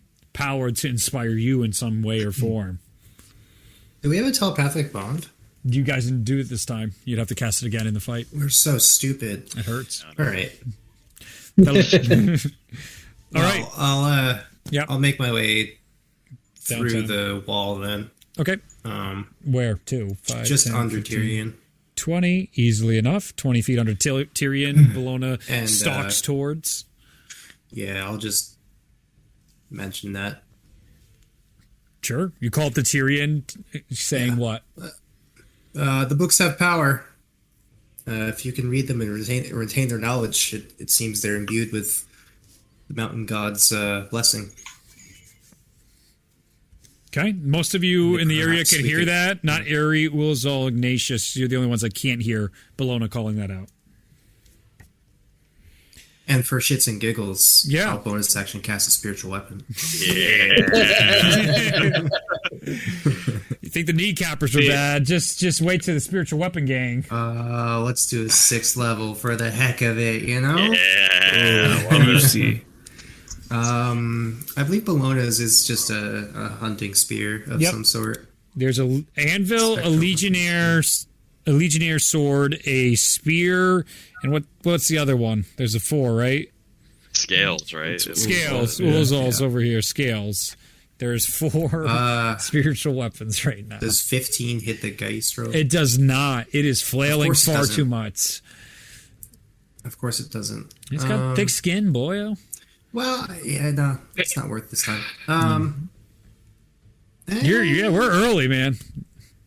Yeah, That wall there's was like juicier 7 targets. turns. Yeah, it's just your targets. That'll be that for now. Okay. It's fine. Tellius, it is your turn. I think I know what I have to do. Yeah, go for it. Don't even have to say it. All right, 32 to hit Yeah, it hits. and a natural 1. Oof. For what? Why? 15. For For the damage? second hit, I assume. For the Oh, second for the strike. second. second strike. Oh, automatically fails. A natural 1. Gotcha. Yeah. So Yeah. the first one goes. So go ahead and roll damage on the first one. Yeah. Oh, we're doing that. If you weren't aware, we're doing a nice divine schmite. I would hope so. As you start channeling, reaching out to Halal, you can feel a faint echo of whatever or wherever she is imbue Or you with crystallized strength. form. And as the sword is empowered by the spirit of Halal, you stab into the Giestro, up into the gonads, and frost begins to come out. Because of how tall you are, you're basically it's right there. It's easy. That's the place to hit. That right there. Right there. How much damage? Still calculating. Okay, have fun with that. On deck is Mosno, then Ralia, just as an FYI. I'm gonna bonus action give Shalmir the whatchamacallit, another inspiration. Shalmir, we need to hurry it up, lad. Really, you heard the message, right? Yes. I'm trying here. And then you can go on as I calculate damage. Sure. Then it'll be up to Mosnell next. What do you want to do for your turn, Mosnell? Muted. You guys are the best. How far away is Geistro? 5, 10, 15, 20, 25, 30 feet. If you go diagonals. Okay. Might be dead though. 126 damage to the Geistro. So the reason you roll the natural 1 on your second one is you go, "Nah!" and you go to turn and hit it, and it's just as you go to swing, it's already crystalled out to the ice and shatters as Halal's magic eviscerates madness creatures to the ground. And you're like, "Yeah." And you have a little awkward. I knew that. Got it. Knew I got him Yep. the first time. Yep. Wasn't scared at all. And the Giestro is defeated. Deleted and defeated. Nice I got job. him. Sorry, Mosno. I know you wanted some action. Mosno. Oh, you're about to turn and make a run for it as it just falls to the ground destroyed. His weapon droops to the side in disappointment. Ew, it's flaccid. I'm so sorry. I did most of that, really. I'm sorry. Next one I will stay for you. I guess I'll stay here then. Look at these walls. Surely something's coming.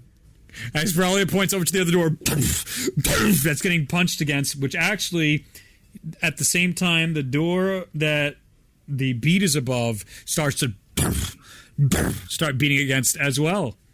Oh, finally. So Mosnell will hold his ground. Okay. Stay at his post. You got it. Ralia, it is your turn. Ralia is gonna cast Storm Sphere between the two doors, so kind of like 3 diagonals from the forge, in between those two, So, at 8th level. over here? Yes, it's a 20-foot radius sphere, Let's see, I'll back it up a little more. so it should be able to reach both doors. 20 radius sphere. Oof. Yes. I don't have a sphere marker, do I? I have my AoE, but that's too big. So it should be 4 diagonals. It should be 4 at least in front of each door. You could do... What is it? 20... Say it again to me? 20-foot radius, so it should be 4 diagonals if it's 5 feet each diagonal. Yep. So that would be 5, 10, 15, 20, 25, 30, 35, 40. Yeah, is that should the be right. Radian. So I can just... radian's just 20 feet. What's that actually called? Diameter? Diameter. The is 40 diameter feet. would be 40, yeah. Yes. Diameter's all the way across. Thank you. Yeah. So I will then represent that with something else. So it won't actually hit the doors, but it'll hit like right in front of the doors. Yeah, I'll use these cages to represent the line. Of the Huge. diameter, yeah. Yeah, that's a huge spell. Yeah, it's pretty big. So there we go. We can use that visually to aid us. Raleigh's really going for crowd control in this. You're not kidding. scenario. That's terrific. Doing Can a I good pass job. through that? You should be able to. I believe she targets people with this. Sweet. Double check that for my own fun. And the beginning of your turn, oh, it's dead, so it doesn't matter. So the first effect, you have to make a strength saving throw. Well, he's dead. Take He's gone. Damage. Well, I'm just saying for Yeah, everybody. If you're in that, you have to take a strength saving throw or take some bludgeoning damage. But the actual damage of it is the targeted bonus action damage, which I'm not going to target any of you. Okay. So then that would be Eri and Ulazal would be in that range then, and they would take. They'd have to make those throws for bludgeoning damage. Okay. Yeah. Good. But they are also within Shalmir's range, so they should get +4. 5, 10, 15, 20, 25, 30. Ulazal's exactly. Eri is 5 feet out of Shalmir's range. Is Eri within? I thought Eri was right next to Shalmir. Didn't he just give him the tablet? And then he ran away to the corner. Then I ran into the corner. Oh, okay. He's way over there. Yeah, Actually, let's see. For the sake of your viewing angle, I'll take these down.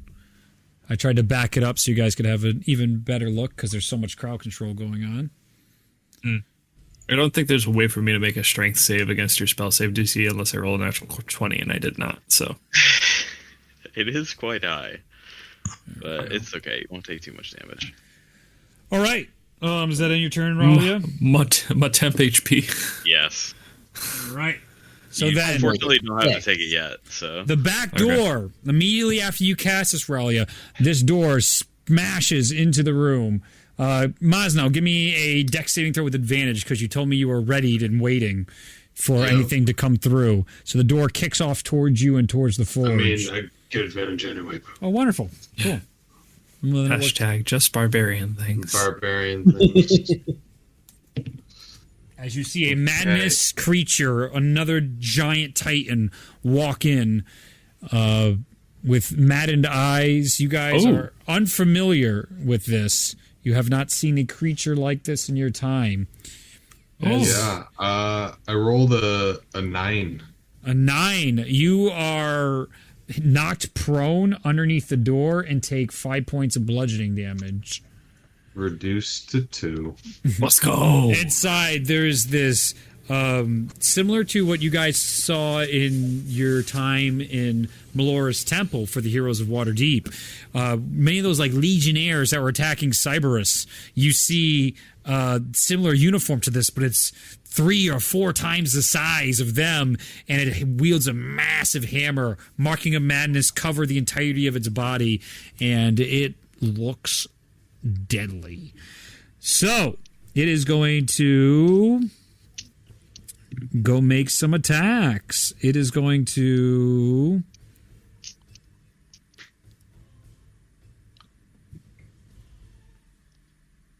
take its maul, and the closest person it sees, let's see, it's probably going to go, as it looks around and it sees Tullius with the Claw of Halal and Shalmir working on the forge, is going to try and stop Shalmir, so he'll cross through this. Ralia, does anything happen as he enters the area and crosses through the wall here? That'll be when it ends its turn there. Well, first, does it start its turn within 60 feet of Tyrion? Within 60 feet. 5, 10, 15, 20, 25, 30, 35, 40, 45, 50. Yes. Wisdom save. Okay. Oh, dear.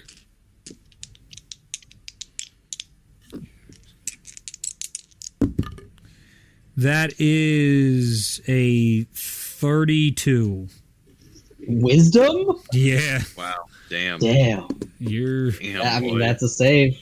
This is a serious creature with a very high challenge rating that's also maddened. Fun fact, this particular creature was a patron for one of my characters in my other campaign, so that's just a little scope. So it is going to come up and it's going to try and maul Shalmir and try and knock him off the forge. He's going to attack. That is funny. Dice gods are on your side, dude. That's a 20 to hit. Miss.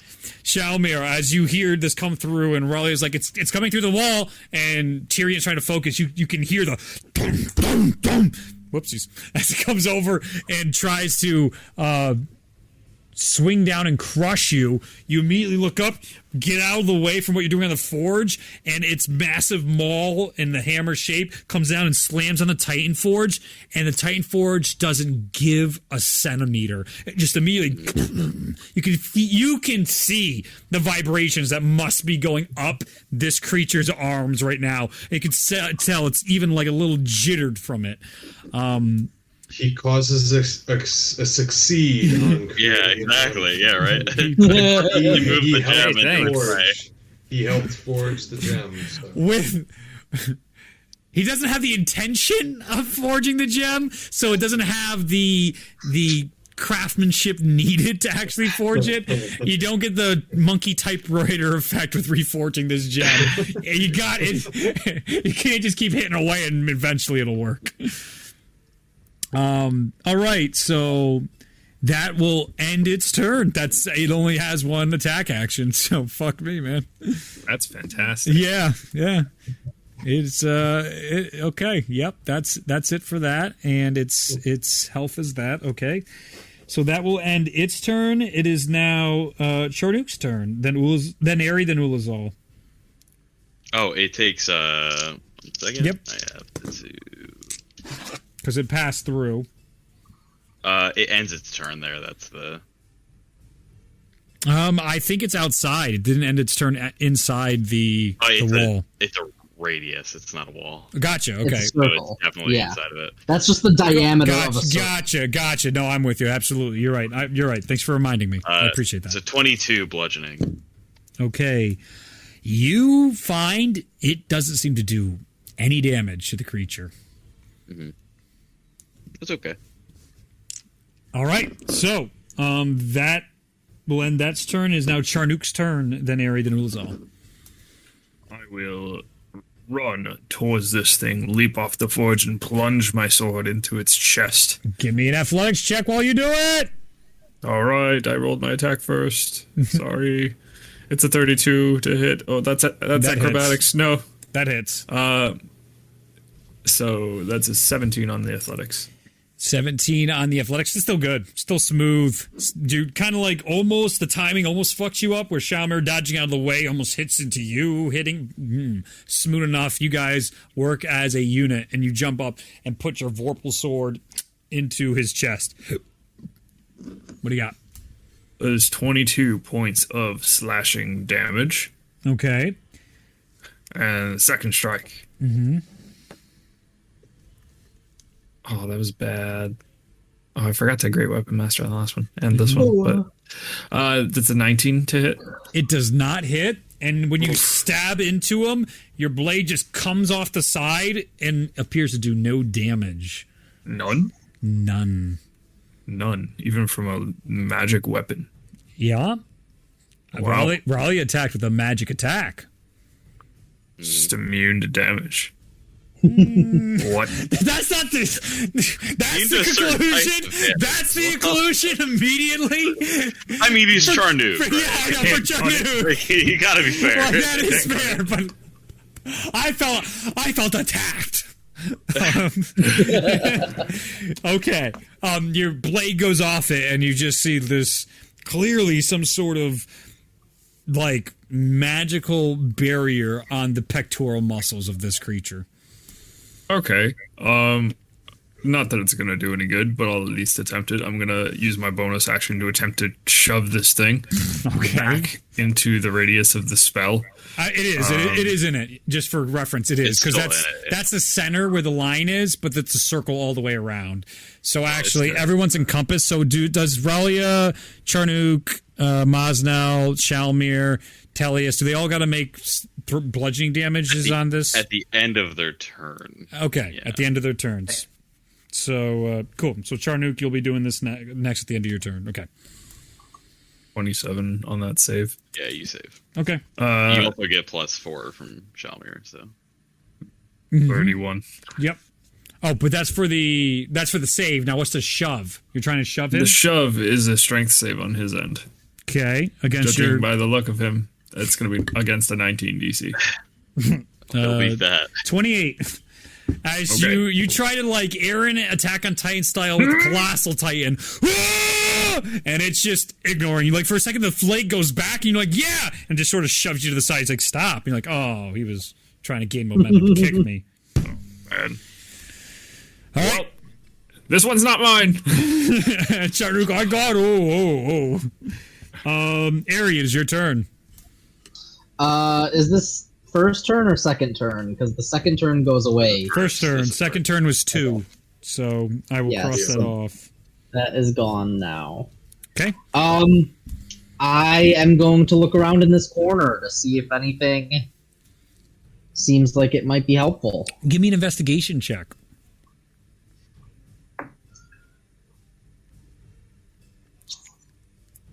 Total 20. You start looking through as Ulzal's looking, and he's checked so many places already and trying to understand. Bologna said something over there, and it looked like there was some agreement that she must have figured out what's going on over there. You just sort of look around for a second, take a step back, and you're like, well, it's a magic forge, and you lean towards one of the big fireplaces here, and you take Kageyume, and you have one of your ethereal arrows, light arrows come, and you make it form, and you put it near the tip of the fireplace, and as you lean into it, I need you to give me a Constitution saving throw.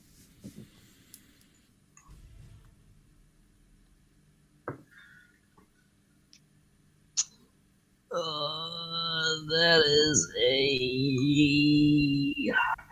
18. It's just too hot. These are not normal fires. These are magical fires. So you will take 30 points of fire damage. But as you come out, the tip of your arrows has this fire burning on it still. It feels imbued with power. Okay.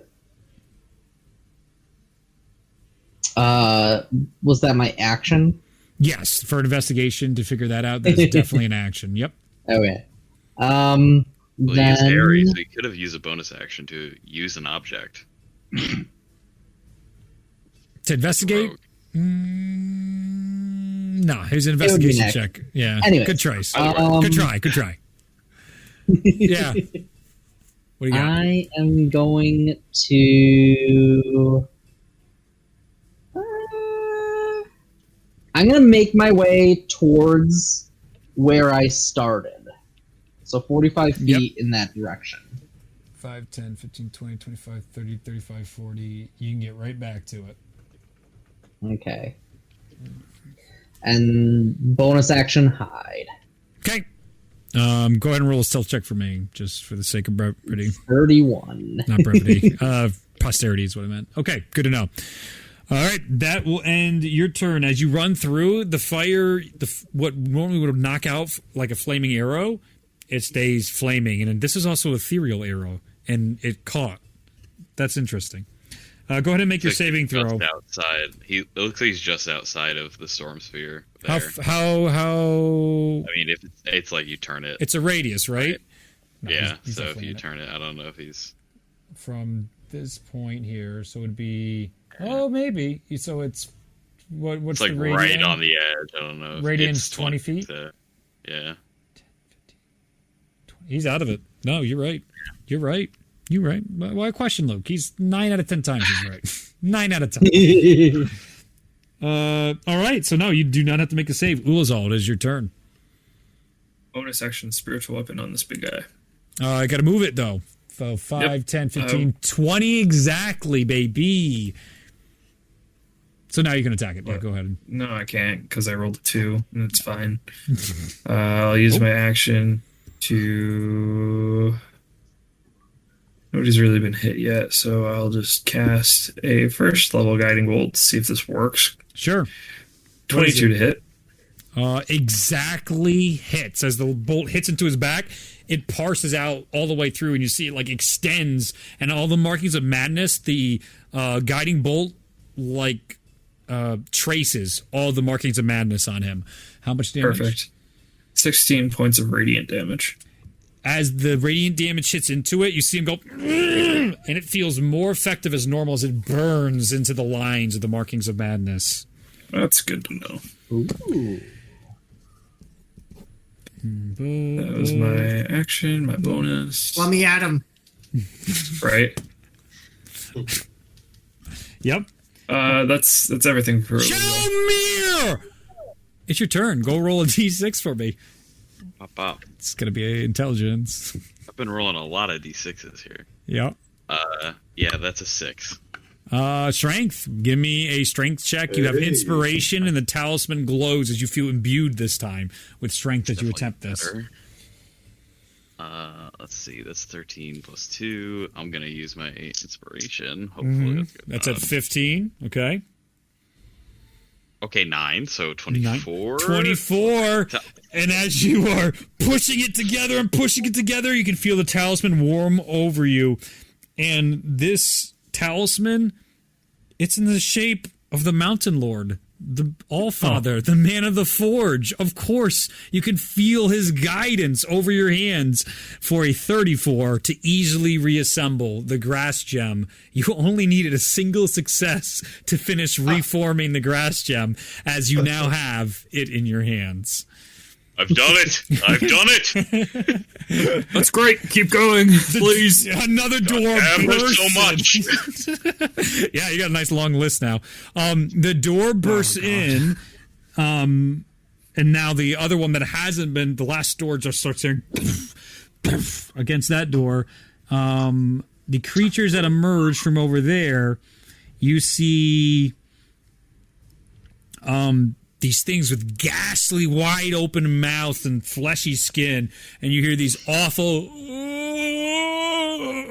but the mouths are like hanging down toward where their nips would be, or their pectorals. Jaws should not bend that far. These are not good creatures of normal means as they walk. All I can say is ew. It's a big ew. And 3 of these things walk into the area. It will be. Actually, they will. They end their turn there. Yeah. Let's. Oh wait. No, they burst through the door. What's the initiative order? They don't. They kick in the door, but they're not walking in through yet. Excuse me. It's not. Wasn't Tyrion's fireball there? No, it's above the door. He has to activate it. Okay. But they are coming in soon. Once they walk through. Yep. Okay. That ends that. So that will now bring up Ignatius. It is now Ignatius's turn. Okay. I will move my spiritual weapon over to smack Big Dude. All right, yours is here. So 5, 10, 15, 20. Thank God for diagonals. Shalmir also will not make it, but he'll move it towards there. It's not going to make 5, it there. 10, 15, 20. Yep, you're right about there. It's right next to you on the forge. It's like 5 feet away, yeah. Yep, this guy 28. For the sake of seeing your characters, I'm going to move him over a bit. 28 does hit. Mm-hmm.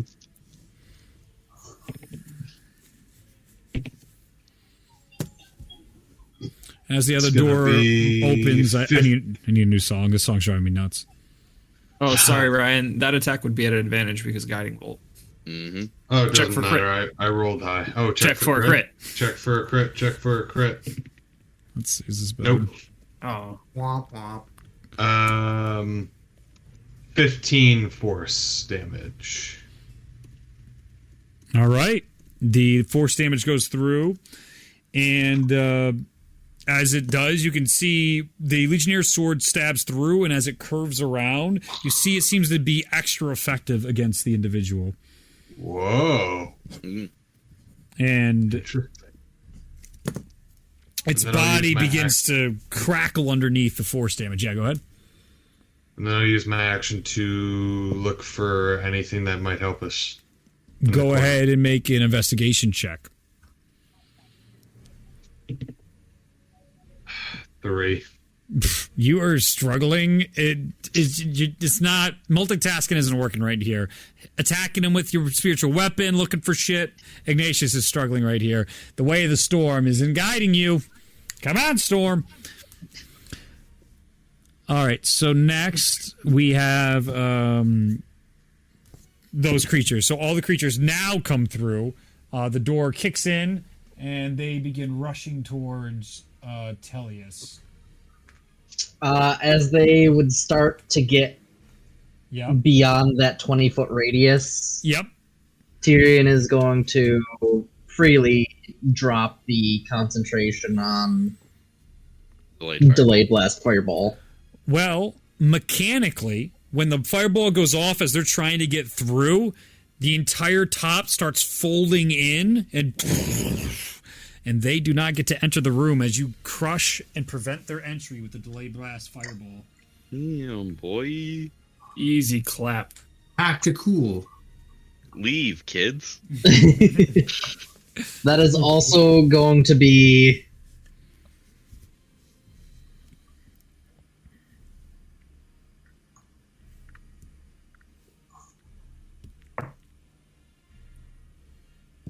Prepare for a big number. Mm-hmm. It's also a reasonable. It's also a reasonable number. Tyrion's turn's up now too, anyway. So just roll right into your turn.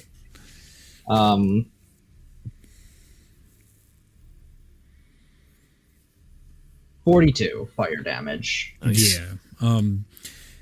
They're not. You can feel that they're sent. They don't fall behind the rubble, but they are now completely cut off from the forge as the wall has been collapsed in. It is now your turn, Tyrion. What would you like to do? I am going to. Let's see. I'm gonna take a look at this thick boy Yeah. and channel 3 sorcery points Mhm. to give disadvantage on the saving throw. Okay. A bold And choice. I'm gonna need thick boy to give me a dexterity saving throw. Sure. Hey, Zach, was all gone? Yeah, he did. Did you make a strength saving throw? I'm doing it. And Ignatius. No, he doesn't. Ignatius is fine. He's out No, of it it. doesn't. Yeah. How much damage do you do? A lot, probably. Wait, for what? You're in my storm sphere. So I just can't be in that corner anymore. Okay. You can go to the corner as long as you go to the corner. It is a Go in the corner and don't come out. a 20 bludgeoning. a 21 deck save. So At sorry. disadvantage? Yeah. That's fine. He also has advantage Damn. on magicals, which is a straight roll. Oh. This could be a campaign-ending boss I'm throwing at you as a grunt. I also gave you that 23 free. So yeah, my disintegrate spell misses. Oh, just goes offline and burns into the back. You see all these stones start just disintegrating in the forge, revealing the hard rock and cavern that you were used to. It's seeing inside here the Chosen when you first came in to Wave Echo Cave. Someday it'll hit. Someday. One You guys- one day I'll hit a disintegrate. And it's going to feel great. It's going to feel earned.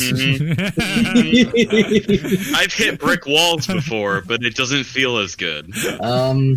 I think that'll be it for Tyrion's turn. All right. At the end of this round, you hear, "Oh shit! One of them's here." At the end of the round, the layer begins to shake, and you start to feel the ceiling start, and something is ripping up the ceiling of Wave Echo Caves, is digging down towards you guys right now. You can hear it towards the end. All right, who didn't do their fucking job? As his message cuts off. Top of the order is Bologna, and the other door is being banged on as we speak. It's a southeastern door. Yep, the very last door over here is being banged on. What would you like to do, Bologna?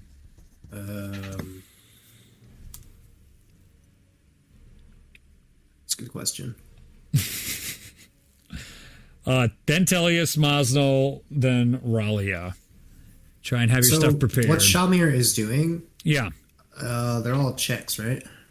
Yes, and now he has to start melting the adamantite safe that's near this area with Ignatius. So there's movement involved. There's stuff going on. You could maybe try helping out with that. That's an option. There's a lot of checks. There's a lot of busy things to do. He has to cast the actual Skybreaker now. physical thing. Yeah. From what I know about forging, which is not a lot, Yeah.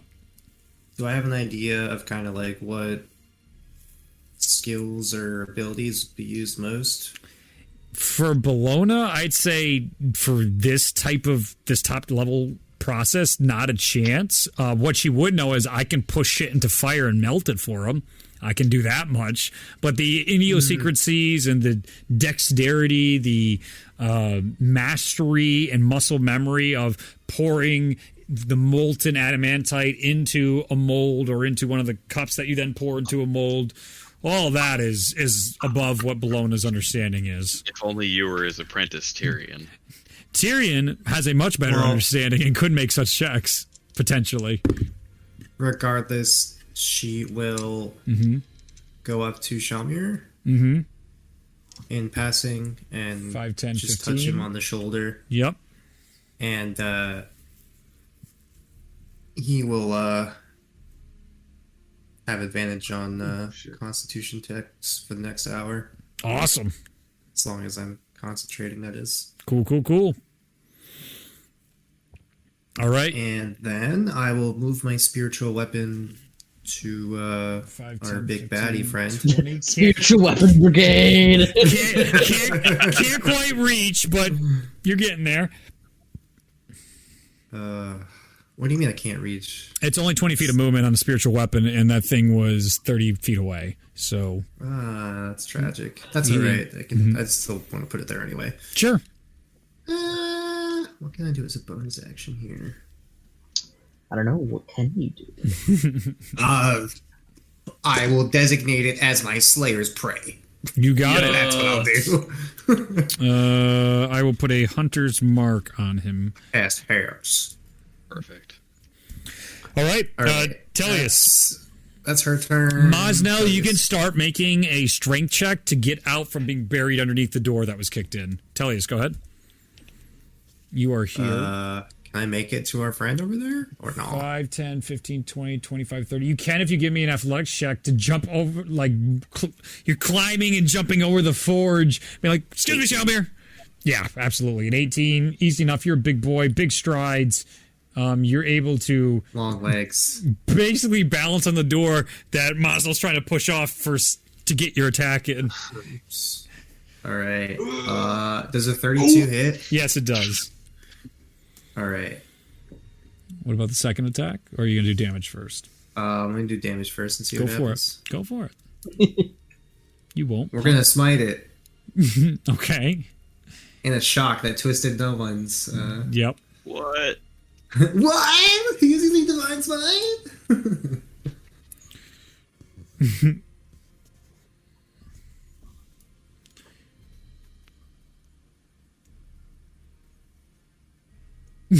Okay, Luke told me that much.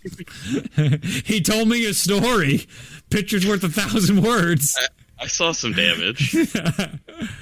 Okay. Yeah, I got some solid rolls on those die. Mm-hmm.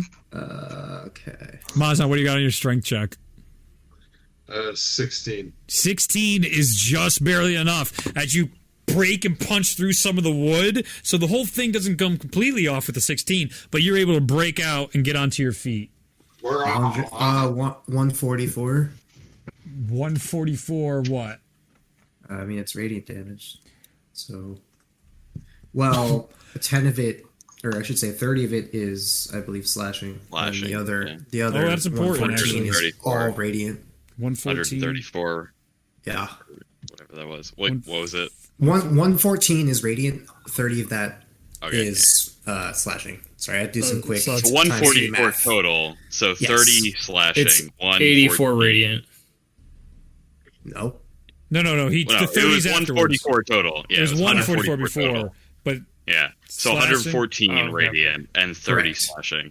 Correct. Yes. Okay. That makes sense with the numbers that I saw. Yes. Yeah. Yeah.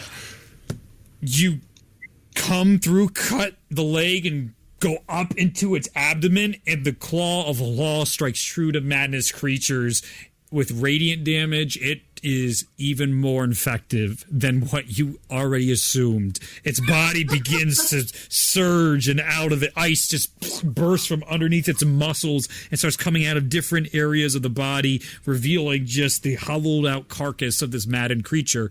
It is on its last legs. It is Where's the barely carcass? alive. Where's the carcass? Yeah. It's not on the ground yet. It's still standing. Barely. I'm gonna stab straight at the carcass then. Okay. As it's revealed, you can see this like blackened heart inside it. Yeah. Does a 29 hit? Yeah, it hits. It's probably fucking dead. I'm not even gonna smite it. Okay. It's beating at like a slow rhythm, but the heart is like the size of your head, and it's easy enough not to miss as you thrust the sword into its heart. Oh my god. Those are some good rolls. Even without buffs, it's 34 times 3 is 102. Yeah, it's huge. So I As would you- like to think it does. You stab it into the heart, and the ice comes up through its head, and the head pops off, and the thing just falls backwards and Like- is consumed by the ice. Yeah, for flavor, you know how like in Mm-hmm. a lot of fantasy things they whip the blade to like wipe the blood and ichor Yes. off of it. Yep. Well, I'll do that, but instead of it like wiping off, it'll be like a freeze over, Mm-hmm. and then I just like shake the ice like crystallization off. Yeah, I love it. Beautiful. Beautiful. Yeah, That's clutch. all the day's work, lads. Mosnell, you get up on your turn. Nothing's here to fight again. Ha! Wow. Again. I'm sorry, mate. This is my niche now. I probably won't be useful after the madness is over. So, if that's any consolation, this is the only thing I can do. The only thing I'm good at. His words, you're angry, and he's making you angrier now. There's nothing to hit, and not great. Not great. You can punch me if you're mad. Me, if you can, please. That's fair. So what do you want to do with And your I'll turn? bonus action and give Shalmir an inspiration. Okay. Dope. Beautiful. What do you want to do, Maz, now? There's no creatures, and Shalmir does ask for help. There's the safe that needs to be Yes. melted, right? Yes. It's right over here in the corner. We'll do that, or try to. What's your 30, 35 feet? What's your range? 40. Oh, yeah, easily. Even with rough terrain, you're able to get 40. there. You get right up to it, and it's ready to be put into the forge. Give me a strength check to shove that shit in there. Okay. You're raging, so you have advantage. Yes, I'm aware. You guys can feel just the heat picking up inside here. Okay, 18. 18. It is exactly the TC. This is heavy. This is adamantite. Oh, you throw it into the fire. It'll take at least a round for it to melt in the supercharged, heated forge. As it begins to melt into their Terminator style, it burns. But it's burning in such a way that it's gathering. Inside there is what was placed in earlier, a cup of sorts that Shalmir could put tongs in to gather the liquid and just... Crucible. Yes, crucible. Exactly. Where you want to work. It's perfect. All right, sorry. That is your turn, Maz, now. Ralia, it is now your turn. First of all, I'm going to ask Tellius and Maznal to make strength saves, because they kind of have to. Yeah, they're still in it. Yep. Strength safe. I can do that. That's Such a 23. big sphere. Maznal gets +5 off that. Because It is 23. huge. Is this a magical effect? Wait. you're good. 23 is good. Yeah, I know. How Yes, it much is a do I? magical. How much do I get? Plus Plus 5. 5 and advantage. So if you fail, you're bad. Yeah. 35. Yeah, you're good. Yeah. There's no way you fail this. So, as a bonus action, Ralia is going to use her Storm Sphere to strike lightning at the melting adamantite hoping to quicken it before Shalmir's turn. So she's just going to attack it with the lightning from the Storm Sphere. Shocking. Give me an attack roll. It's an 8th level spell. Add your attack modifier. Straight die and 16. yeah, your magic modifier. 30. 30. Lightning's very hot. I'm well aware with my fantasy elemental book. I am very aware. It can get as hot as the sun or hotter, I believe. Lightning strikes. It is shit. Unreal. Ignatius, you feel the excitement. There's actually awesome science to that. You feel the excitement, and because it's so quick. I'm sorry. That's not fair. Probably a channel the storm knowledge into this thing, and you just see something that rivals the deity that you worship just pull out of this storm sphere, strike this adamantite. This thing gets so hot. To be fair, Ignatius, it's probably less the deity you worship, more like, look at the storm just showed up some more, because it's not it is the embodiment of Probably the storm. likes to think that. Yes. Storm is the storm. It's perfect Where's your dynamic. God now. Literally right there. That's exactly. Where do you think you got that? Come on. Who wrote those runes that you just fucking recited? Come on, obviously. I love it. This is going great, man. You're doing great. So that was her bonus action. Yes. So as her action, Yeah. Raleigh's going to use her 7th level spell slot and cast teleport. Okay. And she's going to teleport to her tower. There it is. Aha. And she's going to use her tower's action to restore all of her spell slots. Roll me initiative for your tower action, motherfucker. So you might have to wait for it, but still awesome and clever and excellent. 15. 15, so goes next. Good timing, very clutch. Perfect. Very fucking clutch. Awesome job, dude. Great. Ralia has been exceptional. All right. tower will restore your spells, and then that will now bring Charnook. As you come back into your tower, you can feel all that energy coming into you, and you can hear outside the cawing of crows as well as it comes in. And in the basement, you can hear, huh? Ah. That seems the wrong time, but very muted. Okay, so it'll bring up Charnook's turn, then Eri, then Ulazal. Right. By the way, do you lose the storm sphere because you teleported it miles away? I do not. Because it's just a concentration? Yes. Okay, cool beans. So, go ahead, cool. Charnook. Right, there's nothing to punch. I just saw a safe get shoved in as that crucible ready to be lifted out and brought over to Jalmir. It probably has to go a little while more, but it is happening far quicker than before. Right, okay. I might as well try and look around and find something that will help him more. So, is there an area that hasn't been rifled through yet? I'd say there's the place near Eri and this forge over here. You haven't really figured out any of the tricks to those two places, but you have found out those two and the forge, so you've done those 3 locations. It could be worth a look around to see if anything here is helpful.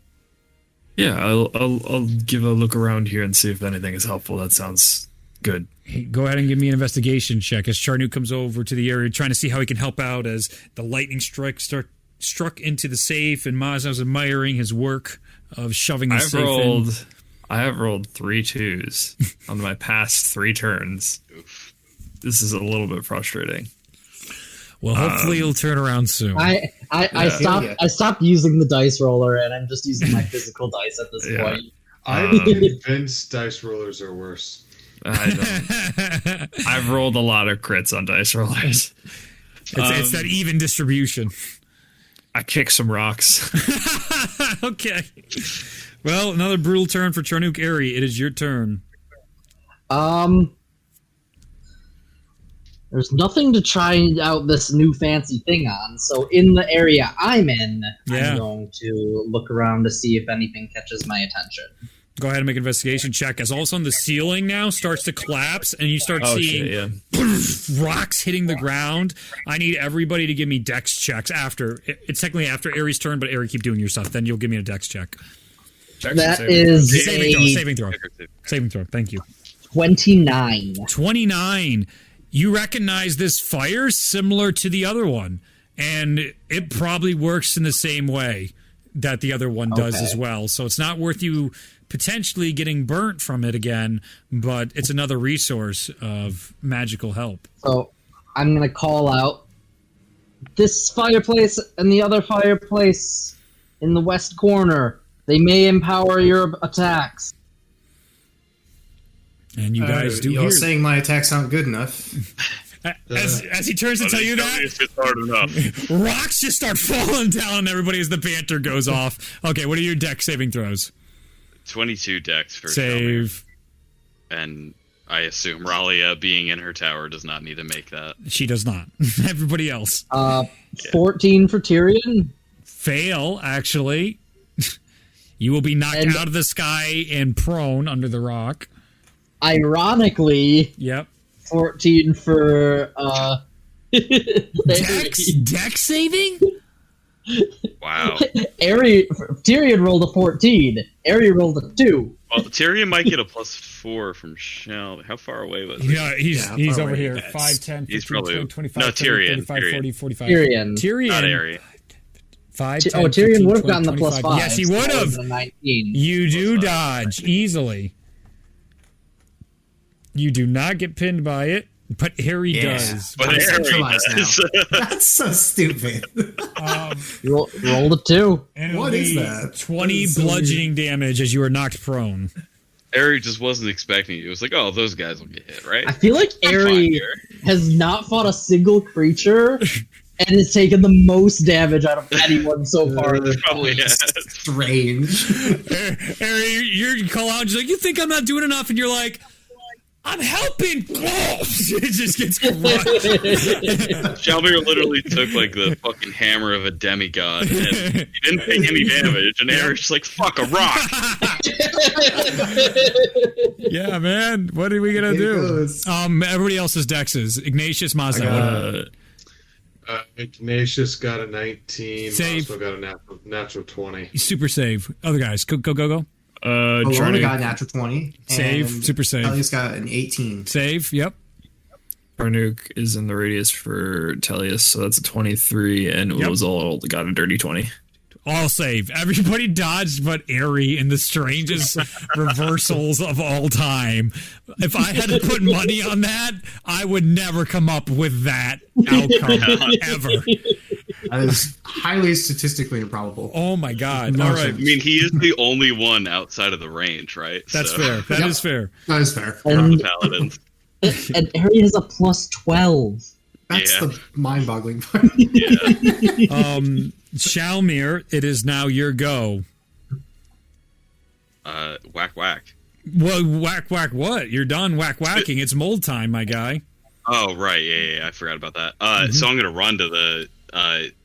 I assume 5, it's 10, molten 15, at the 20, point of my 25. turn. Is that right?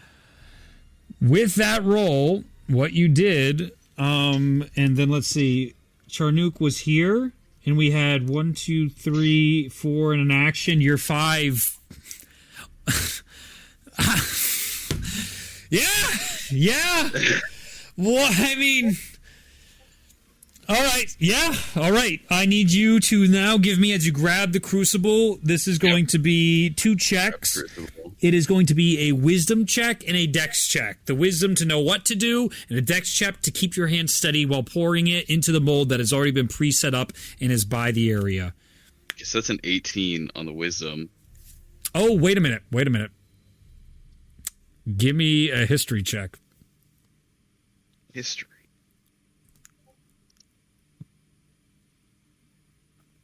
I'm going to use my inspiration for that one, because that's low. Roll the 10, so 22. Before you can pour in the mold, you need to put the pearl inside the mold. Do I have the pearl on me? You do. It is on you. So as you go to reach for the crucible, you're like, oh, wait. The first thing needs to go in, and then the metal goes in. Okay, So go ahead and give me a strength check to split the mold, as you were able to hit the arcane lockster on it, but you still got to fucking man up and open it up. So 17. Easy enough. You can still get that open. You crack it open, and you place inside the pearl in the globe of the scepter's head, and you put that back together. It is primed and ready for mold to now be poured into it, so you won't have it shatter like you experienced so many times previously. I will hold it just ready, like, if somebody wants to try to pour it. Yep. I'm like, ready, just pour it. It's really easy. It's not anything complicated. There's a hole here, you tip it. That's it. You were shouting this to everybody around you while holding this at the moment. Really, guys, it's not hard. Just tip it into here. That's it. Nothing fancy. Just tip the thing as if you were pouring a cup of water. That is it. Or beer, if that is better for anybody else. Really, just into here. That's better for me. Right. Like pouring a fine. glass of water. No. Not Like for me. pouring a glass of beer. Oh. Careful. It's funny. At my interview today, they insert the molten metal through the crucible in the bottom, Yep. so that they don't form like a Air bubbles? air bubbles, yeah, Yep. essentially. Which is the same with like beer, where they there's a special technique where you enter the glass I from know the bottom, this. so you don't Yep. add like a foam like the Yo. So it's like I've seen that. it's funny that it's just like relevant to that. But Beautiful. Exactly what we're going for. I did very minor researches into folding, into molding and casting after the last time I had you do it, and I was like, yeah, an anvil's not. That doesn't make any sense. That an anvil would have literally anything to do with casting. What are you doing? yeah, So.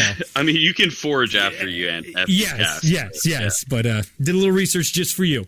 Okay, so That will end Shalmir's turn, prepping the mold. Bonus action, he'll bring his spiritual weapon just like in between himself and the forge, just so he has it to right move. there, baby. Okay. Yep. You guys continue to feel the heat building and building in here. Everyone is profusely sweating now. It is probably about 110 degrees inside this chamber right now. It is getting way hot. Ignatius, it is your turn after Shalmir has now just come up next to you and gave directions to try and pour into the mold. It is up to you what you would like to do. I'll pour. I feel like I'll have better luck with that than taking around in the corner. Give me a wisdom check and then a dexterity check. Okay. Really easy. Please, just You have the guidance of Shalmir on you, trying to show you how to do it. The heat is getting to you. The sweat is getting in all your guys' eyes, and it's stinging. And you can't. By the time you wipe, you're already sweating more inside this area right now. Wisdom is 16. Okay, and your dex. Dex. It's a sleight of hand. If you have any bonuses, to sleight of hand. Oh, sleight of hand, probably not. Shalmir and Charnook are like, this is completely normal. It's completely. I mean, warm is that's what we want. Mm-hmm. This is nice. Mm-hmm. Dex is 6. 6. You are able to get it up, but your hands are just so hot. It's slippery. It's a little shaky. Your concentration on your spiritual weapons got you scatterbrained and all over. It's not a smooth pour. And Shalmir, you immediately start seeing that it's not going to mold correctly. Stop. And he stops from that, and you're okay. The mold is still, it takes a while for it to cool too, so there's room here, but that was not a successful pour, and you only got a little bit in, but a little bit did get in. So that's good. Maybe collaboratively, that could get somewhere. I assume this mold is preheated, right? I mean... Yes. You guys, you set it all up, but it's going. All right. Ignatius, you moved it with you did that, you moved that, you tried it, that's it. The last door opens up. As it does, the door is disintegrated as you see 2 knights in a floating, what all of you from Waterdeep are familiar with, lich, walks into, or floats into the room. Are they madness? Oh yeah, of course. What are we doing? What are we doing at this point? Don't even gotta ask for everything. That's a normal creature with challenge rating under 30. All right, so yeah, it's from the southeast, right? that is in the wall, but they haven't pierced through the wall yet. They've just come through. So as they come through, I want them to make Arcana checks to see if they notice the wall. 2 of them do, 1 does it. Those are natural 19 and 18s. The other one was like a 2 on brand. So one of them is going to try and walk through the wall, and he's going to immediately get hit. So I need a dex save on him. Natural Round 1. 1 of 7. Natural 1 as it immediately gets hit by the wall fire. Damn, this was a good spell to pick up. Yeah, dude. 28 fire damage. Awesome. Let me just get their HPs on my paper. Ooh, that's hard. 28. That'll be... Give me a number. That number. Okay. It's only the first one then. The other ones, he backs off and he doesn't keep going through like the Giestro did. So both the Death Knights stop and they point towards Shalmir and everybody at the forge. And I need everybody at the forge to give me dex saving throws. I need 2 of them. Nothing happens.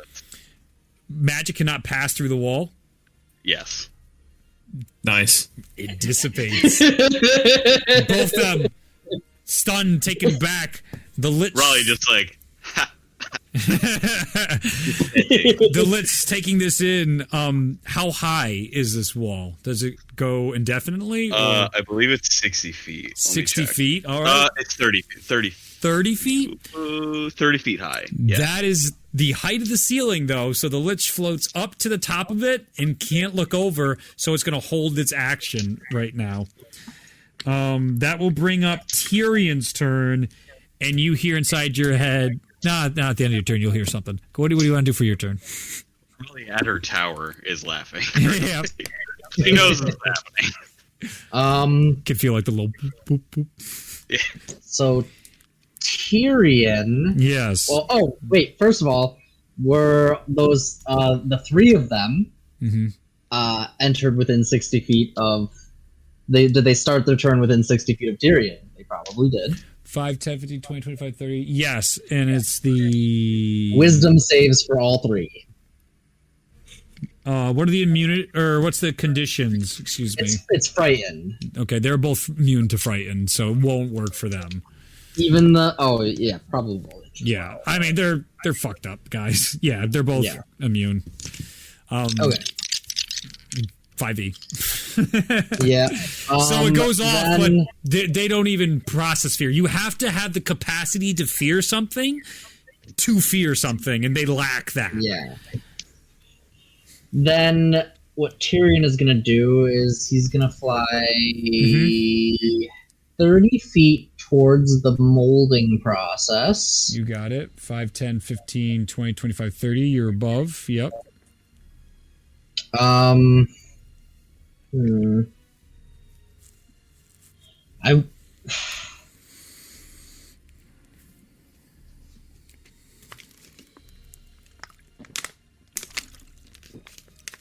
to use my bonus action to remove my wings or to close them. Yep, so you just drop. Very clever. You drop right next to Ignatius and Shalmer, right in between the two of them. Hello there. And then I'm going to use the help action to give advantage on the next roll to casting the... Absolutely. To placing the cast. Absolutely. Excellent. At the end, you hear, "What did you do?" And the ceiling finally cracks down and begins to lift up. And I need to change the music. Oh, I also forgot. Those, you said there were 2 Death Knights and a Lich. Yep. They need to make Constitution saving throws if they are 20 feet within my wall. Which wall? The prismatic wall. Oh, yeah. They definitely need to make those saves.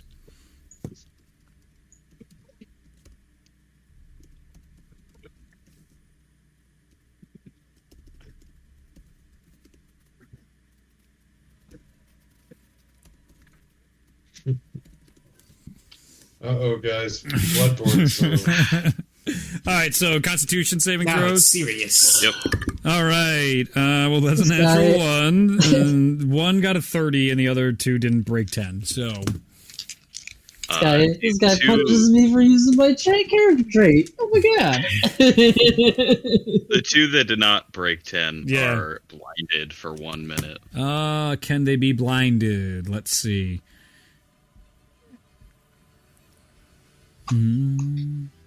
Yep, he can be blinded. Actually, yeah, both of them can be blinded. Nice. So blinded. 1, 2.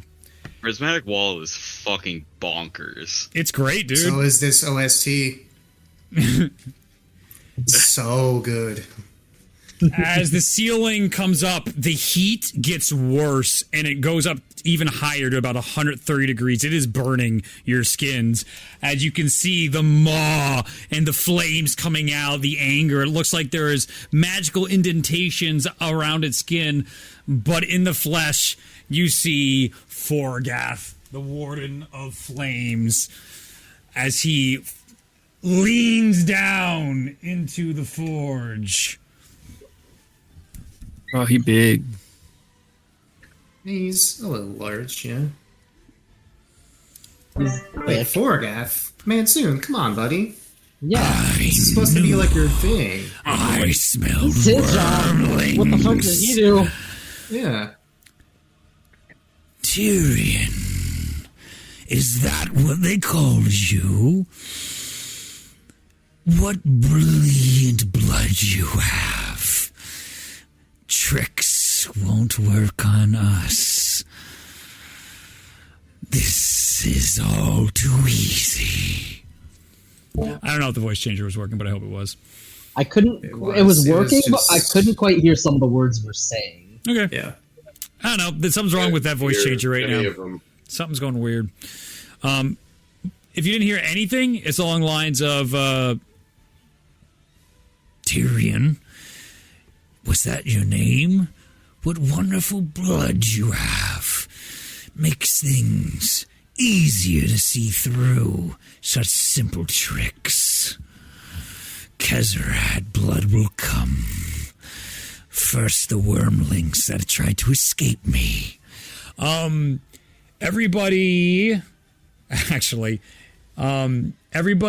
in this range, you immediately, besides the heat, you feel yourself heavier than normal. Tellius, Raleigh's not here. She's teleported away. So Tellius, Bologna, Charnuk, Shalmir, Mosnell, Tyrion, and Ignatius, you all feel heavy right now at the moment. If I look down, do I see any like noticeable weight gain or anything on me? No, but actually, Okay, that's good. all the spiritual weapons are gone. Oh, well, that's worse. Damn. Okay. So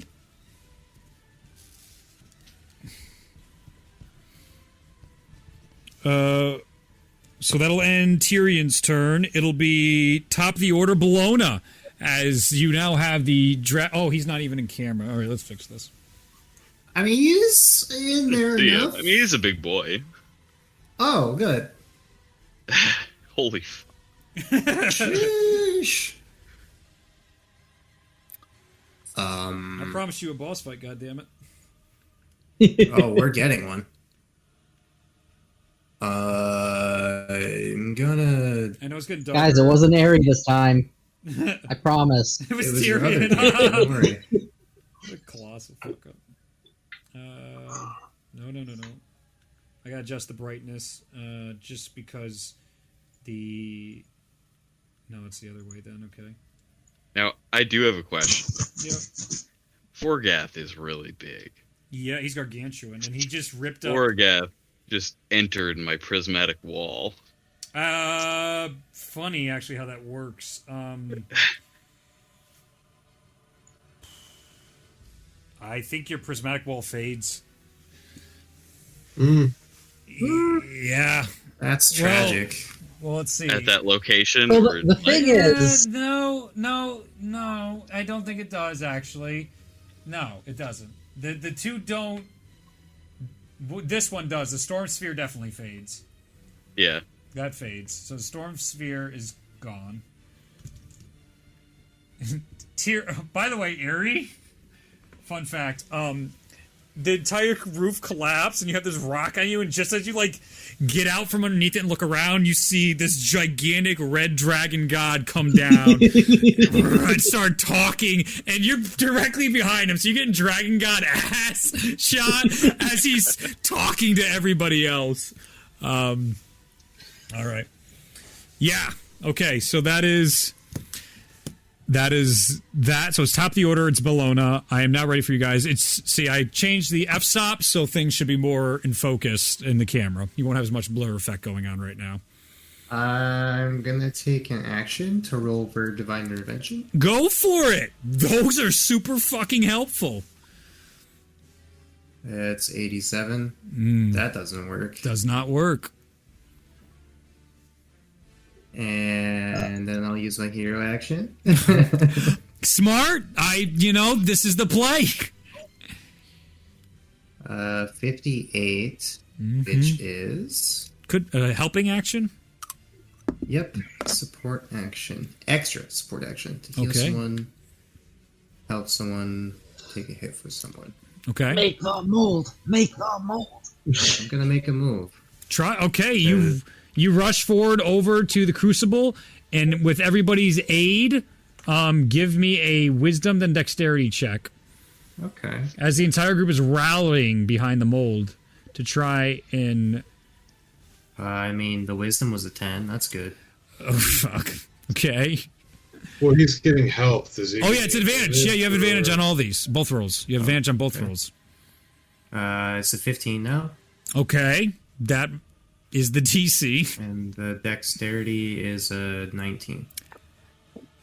Over here, coached by Shalmir, steadied by Tyrion. Almost immediately, Bellona's moving too fast, and Tyrion immediately puts his hands out and steadies, as Ignatius does the same, as that was just the last problem. And Shalmir, coaching you through, you guys are able to pour into the mold.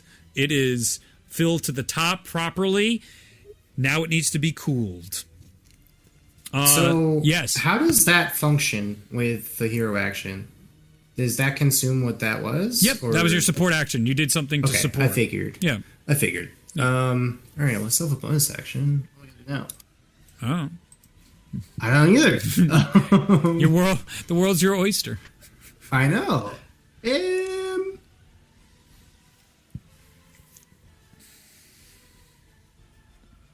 I'm gonna use my bonus action to change my prey to Forgath. Probably a good idea. By the way, can Morgath be frightened? No. Of course he can. You know, He's scared. He's scared of spiders just like everybody else. remember okay? how like you got that? It's from him though. Like literally him. That's how you can do that. It's No. literally the injustice or the invincible. Yeah. Think. Forgath is going to take his first legendary action, and where everybody is standing, he is going to, in, let's see, 3 locations, where Charnook is, where Shalmir is, and right next to Ignatius, 10-foot diameter spheres come, and all of a sudden the ground starts cracking, and lava starts pouring out towards you guys. I need Raleigh you is feeling real good right now. I'm going to get lava tiles. I need you guys to give me constitution checks. Checks or saves? Probably I saves. can't tell how close they are to myself. I assume. Are you it's- fucking kidding me? I would assume that's a save. Right? You would assume. You roll really bad, I Ulazal? rolled a natural 1. So did I, but I can't tell from within Talia's range or not. I'm gonna assume that's a save. It's getting too late for me to be this emotional. Ulazal. No, that was Charnook. Oh. Do you want Charnook to do better? You I hear mean, yeah, I rolled a natural 1, so I don't think it can really get me to a point where I'm safe. So As a reaction, Ares sees Charnook starting to stumble, and he's going to reach out, channel the power of Zahir, and cast Hope for the Hopeless. So you get to re-roll your saving throw. you feel an ethereal I like stag go around you, almost cat-style brush, and you feel the second chance. okay, that's a 22. Ryan, what the fuck are you doing? 22 plus paladin things, so that's 27 actually. Or +5, yeah. Yeah, are they in the range of Talia's? 30 feet? Definitely. Yep. Okay, sick. Well, Bellona's gonna roll again. Okay. Ooh, 24. Yeah, it's a magical effect too, so we all. Yeah, advantage. Advantage +5. Easy. Unless you're Shalmir, it's just advantage +1. Okay. Yeah, unfortunately. Ugh. That will be Only a 30. Come on. Ugh.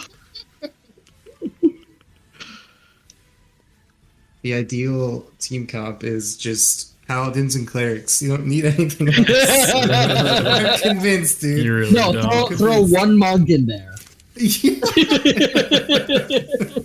it. One patsy to keep him stunned. Okay. Next level, So, Chalmer gets 2d8 extra. so what's your damage DCs? What's your every DCs?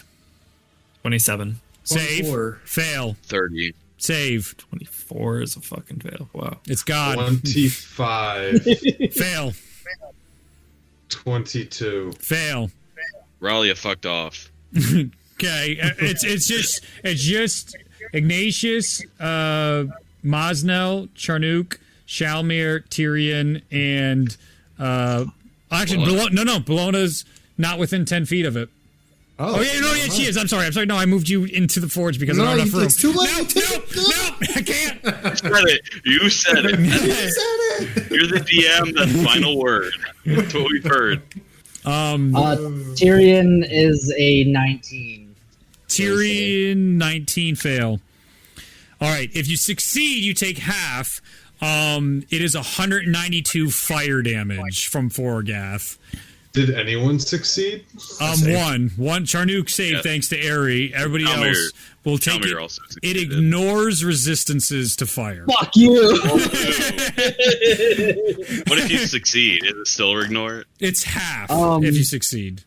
Okay. It's not 96 on half. I roll a 19 for my concentration check to maintain What's the damage? Because it's concentration. Yeah, how do you maintain that at 192 damage? If I rolled a natural 20, maybe. What? Wait, are you serious? Is this a joke? Is that how that works? I'm making a joke. Oh, okay. I'm sorry. I actually thought you hit, and I was like, I know. No, I said I rolled a 19. Gotcha. Yeah, does that save? No. I think I'm just looking okay. Okay. That didn't really. What was the damage? Tyrion 192 because it's lava. Still breathing. Everyone's still breathing, I hope. Yep. You guys are immediately getting first degree burns and worse from fucking lava. You're not actually touching the lava yet. It's coming out. And you're just, you're about to really touch lava, and it's going to fucking obliterate you. It is 130, 140 degrees. It just keeps getting hotter inside here. I need to roll another initiative. Ignatius looks really bad. Okay. Everyone looks bad who didn't save, I assume. Yeah. So that was there. So top of the order, Bellona. So now it's Tellius' turn. Yeah. I'm gonna turn into a dragon and eat his face. All right. There you go. How would you like to do that? I just do it. I said it. Do it. Well, no, that's not quite how this works. There are rules involved, but we could workshop this, maybe an illusion or something.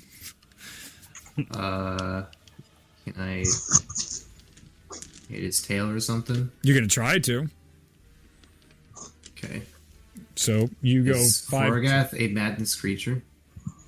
He is not. There are no markings of madness visible. He should be. Yeah, tell me about it. These are the divine children of Melora far before the madness happened. They were created. You can go up to his tail and try to make an attack against him. As you get closer, you take another 20 points of fire damage when you're within 20 feet of Forgath. If that's the case, then I don't want to attack him. Okay. Okay. I'm gonna back away in the face of such overwhelming heat. Yep. 5, 10, 15. And whereabouts you want to go? There's fine. Okay. I'll put you closer to the table, though. Maybe. No, closer to my friends, please. Oh, yeah, good call. Like, right there is fine as long as they're within range. I don't want to be right next to that Yeah, person. go over here, because there's lava. They're all slowly burning to death. Yeah. I'm gonna cast Bigby's Hand at... No. I'm gonna cast... Where is it? Mass Cure Wounds. As you go to cast Mass Cure Wounds, you can see Forgath's eyes light with red, and nothing happens. Well, I didn't cast it, so... I'm playing. Fuck you, Justin. I gave you the freebie on the 20 damage. Tricked ya. Tricked ya. That's annoying. It is. But the clue was all the spiritual weapons disappeared as soon as he faced that way. And this did happen in Skoberheim, as a young Tyrion would recall in Ignatius. I wasn't there for that session, so that's on me. Yeah, it is. All right, is that it then? No. Mazel, you're up next, then Ralia, who's sitting pretty right now. Sort of like, why It's just bother? fine. Yeah, it is. I lied. Okay, Mazel, it is your turn, then Ralia, and then the tower. What do you got, Mazel? You're currently standing in soon-to-be a complete place of lava right now. The mold has been finished, but now needs to be cooled. That is an option. Very difficult. You can see water in other areas is boiling and all, but the reservoir next to the forge, it's not boiling whatsoever. Well, there's that super cool thing, right? Yes, that's what that area is, exactly. Yeah.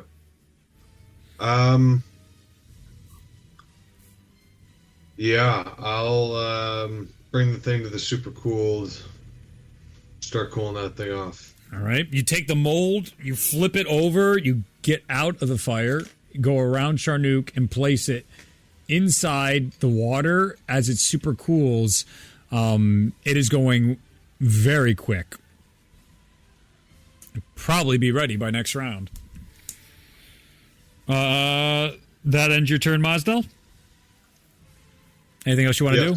Okay, Ralia, tower, then Charnook. Yep. So Raleigh's going to attempt to use her Storm Sphere first, and realizing that is no longer happening. Yep. She is expecting that her companions maybe are not faring too well. Mm-hmm. So what she's going to do is take out her cube and prepare a teleport to the Feywilds, just in case. Okay. Ready her finger to press it if it happens. Okay. And once her turn passes, she's going to use her tower to teleport back to the battlefield. Got it. You teleport exactly back where you were, though, right? Yep. So you'll come right back in, and as you come back, the first thing you see, Ralia, is the glowing eyes of Forgath in front of you, and just his... And once she sees this detrimental, absolute, possible, like, there's no way we can beat this thing, click, she's off to the Feywilds. Okay. Is that a magical item? It would be a magical use right now. So as she goes to click it, it doesn't work, but that's information on its own. You can't quite escape it yet. Okay. That'll end. Ralia's turn is now Charnook's turn. Right. So I'm going to move away from the lava, probably. Yep. Can't do anything to cool off that thing faster. I don't think I can cut this thing's head off while he's looking at me. So...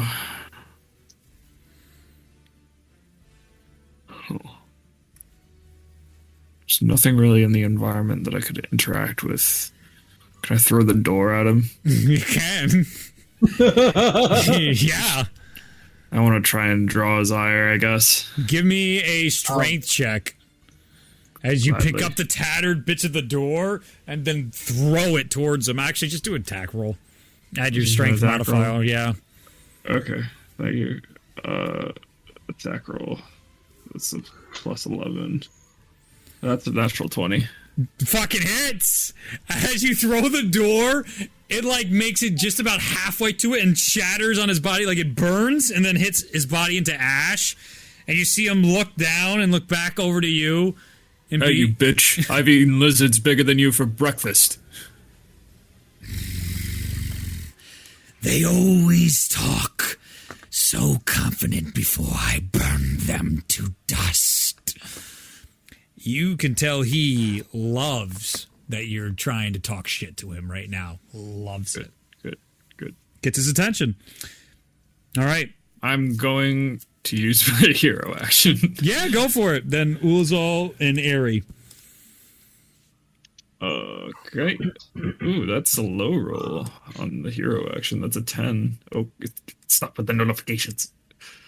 Regain all short rest abilities. Bummer. Okay. All right. You also get back. you get health points back, 2 hit points as well. And remember, you have Corlin stuff at your disposal as well, guys. All right. That's going to end Charnuk's turn. Oh boy, Ulazal and Airy. Ulazal is rolling for divine intervention. You got it. Nope. He's gonna use a 0 action. Yep. That is an 81, which is. May take another attack action or gain insight into solving the desired conflict. Do you have any way to cool the thing faster? Let me see. I don't think so. Most of my stuff's pretty hot. What do you got? Do you want to use the gain insight to the conflict or attack? I'm not going to attack because it's just a waste of resources. I will gain insight. As you focus and try and understand what's best to do in this situation, you can feel Tyr reaching out to you and maybe hastening the arrival that you see teleport at the other side of the room of a metallic arm and a charred but glowing blue around his skin Mansoon in the corner here as he immediately puts his arm out, and you can see the first circle form on the ground for the dust to dust spell. I'll use my movement to start heading over towards the circle, right? Yep, there's one over in this corner happening, so that's pretty far. Yeah. So if you is there any way to figure how he's going to orient them? How close do we have to be? Just recall back to Lin Zhao.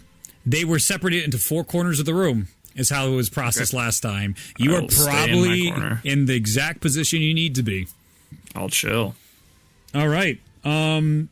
Because your hero action, what it did is help bump up Mansoon's initiative. And so Mansoon's now coming in, and he is going to teleport to behind Airy and Forgath. As he goes down, he's going to use his action to cast... Actually, he can use his... He'll teleport the bonus action, and then he'll cast another dust-to-dust circle on the ground as it forms in those foreign arcane symbols. He looks down to you, Airy, and he goes... Okay, which one of you tipped off? Doesn't matter. We're doing it now. Get up, get up. And he is going to, with his second action, because he can cast 2 spells a turn, disintegrate the stone on top of you, Airy. So you do not have to push that off of you. It is your turn, Airy. Alrighty then. What I'm going to do is I'm going to move my way towards the center of the room. Okay. How so? Like, move towards the... Forgath? Onto the Titan Forge. All right, so you go 5, 10, 15, 20, 25, 30, 35 around him. All right, you rush around the... You can literally see the stone melting around where Forgath is floating over right now. And I'm going to reach my fist in the air and use my action to use Hope Can Be Left to Chance and roll on the Hope table. Oh, buddy! Where's my Hope table? Let's go get it. Calling the power of Zahir.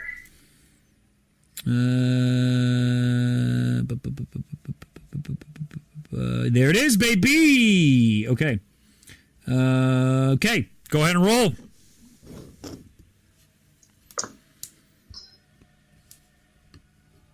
Ten. 10? 10.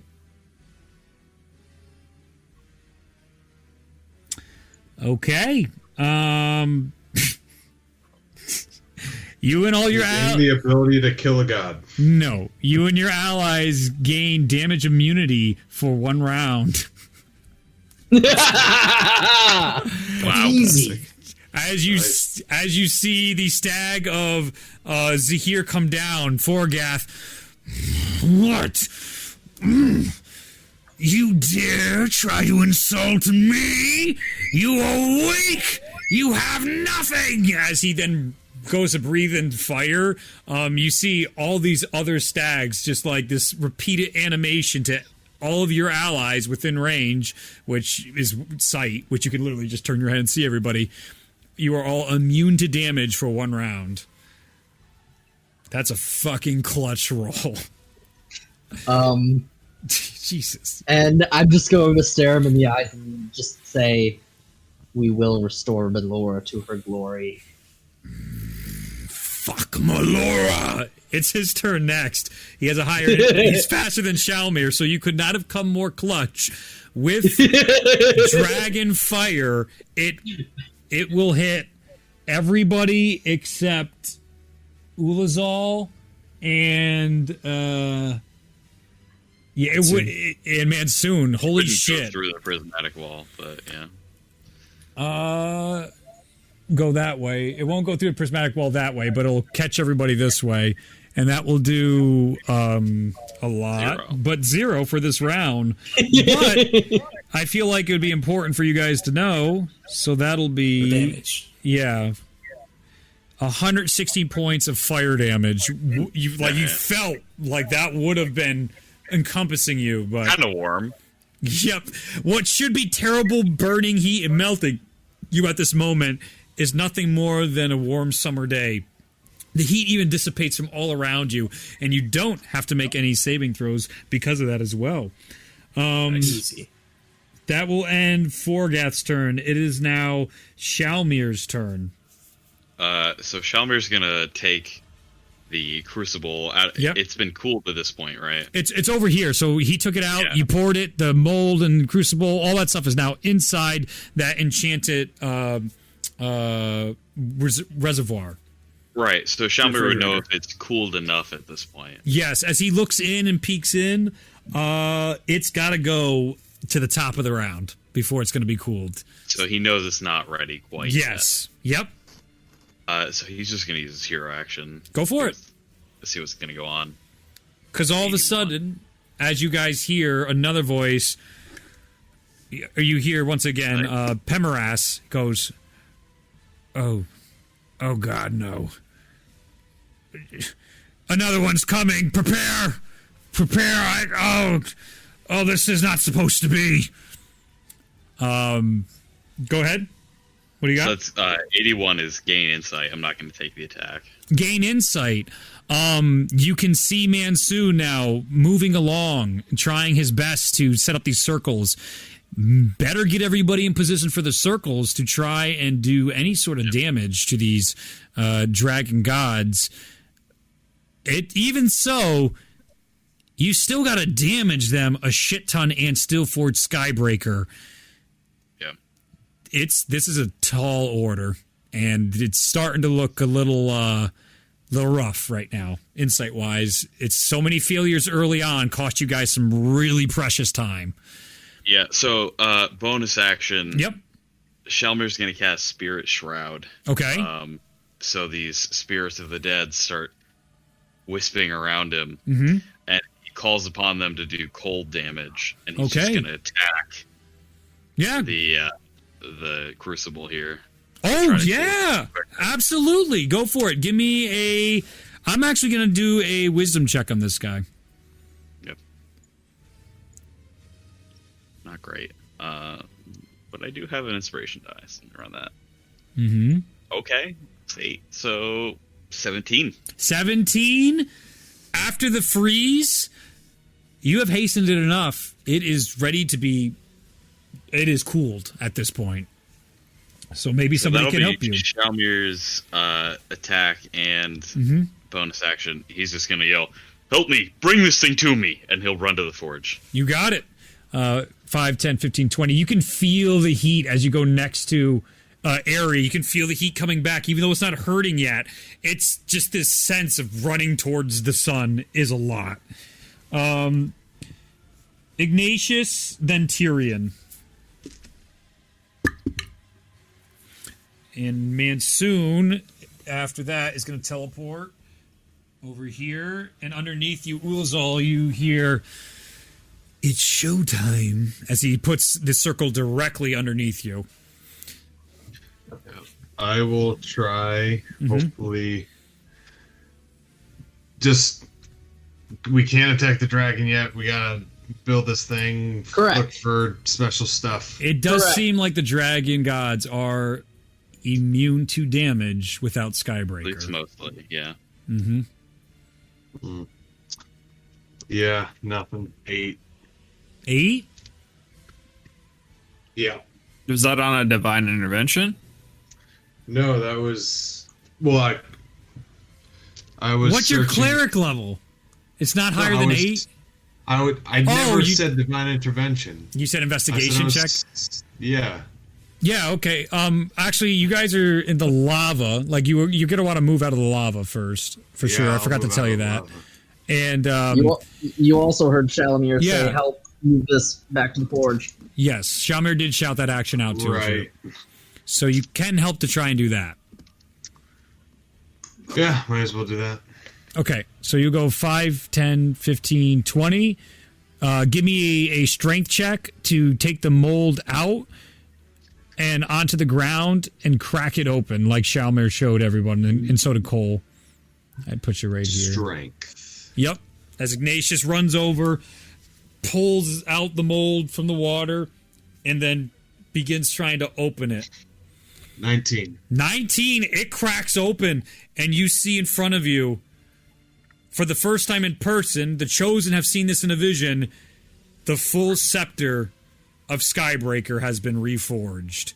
It is missing a few components, but it is in beautiful adamantite shine. Inside your hand, you can feel, you see just as you're holding it, symbols of the storm just floating ambiently off it. As it's just raw strength and power. That's 15 feet. So then 5, 10, 15, 20. It was what? 5, 10, 15, and then 5, 10, 15. You can bring that to the base of the stairs with your full movement. Okay. And it is now Tyrion's turn. Tyrion, bonus action, bring his wings out. Yep. So he's 30 above. feet, Yep. 30 feet of movement. Yep. Where do you want to go? I'm moving towards the eastern corner. Eastern. Okay, this way. Yep. Trying to spread out, and I would imagine as I'm flying up in the air and spreading out, Yep. picking up that the circle has been made over there. It has indeed. So action. How far away am I at the moment? From the circle, Yeah. 5 feet. Oh. It hurts. Then I will just action dash. Yep. And you And make dash it the and rest of the way. you hit the circle. Ulazal and Tyrion, you can just feel like the hair is sticking up. There's like a different gravitational force inside here right now. The last area is over there. So anything else? You dash and that's it for you? And that is everything. At that, you guys feel a dizziness start coming over all of you. As coming down from the top of the cracked open area, you can see the gold dragon god. The fuck? Ferris Dune, everlasting light. Tyrion, just as you get settled in, I will say it'll come for the sake of space. It pushes you over a bit. Oh boy. Oh boy, 2 dragon We're running gods. out of room here. Oh no. Move this. Their wings are so big. That's a really cool mini, though. That is a really cool mini. There we go. See, he looks so lawful good. She. I mean, There's- She that, looks so lawful good. that little jail thing is gone though, isn't it? Isn't that the Typhus. Yes, yeah, it is that's anyway. the storm fair? So Yep, Tysadune. Tysadune comes in everlasting lame. So Tysadune. Yeah. Comes in, and all you guys can feel just this extra dizziness above you. You feel off kilter, and the effects, you feel like you would be far worse if it was not for your paladin friends near you right now. As she comes down, she goes, "Stop screwing around, Forgath, and get it done." And you see "I didn't ask for you to come here. Late to the party, it's my prey." As they're fighting, as they do. Maybe they'll fight each other. Yeah, good. Top of the round, legendary action. Mansoon is going to teleport. Let's see, actually. He's going to teleport. And teleport. I'd say in this direction. And do a firebolt towards Forgath. And as it hits off his face and does no damage to him, he looks at Mansoon, changing the angle in the cone. Tullius and Bologna, you can feel another like connection. Your blood rushes again through the connection of magic. And Mansoon is going to have to wait right there as you see, "I knew you'd come, Kezerat." And you hear Mansoon, "This is where you finally die." And he is befuddled and amused at such a claim from Mansoon. Oh, if only he knew. Bologna, you are You about here. to get wombo comboed. You are here. I want to not be there. And Yeah. burning and dying. Yes. The resistant or the immunity to damage lasts all the way till Ares' next turn. So when he starts his turn. So Well, you're still immune to that's- damage right now, but where do you want to go? What do you want to do? I still have 1 health, so I'm gonna Yes. drink a potion of healing Cool. You can drink a potion. first.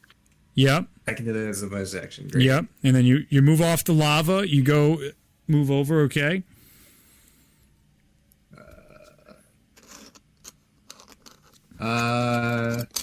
Shalmir still needs help, right?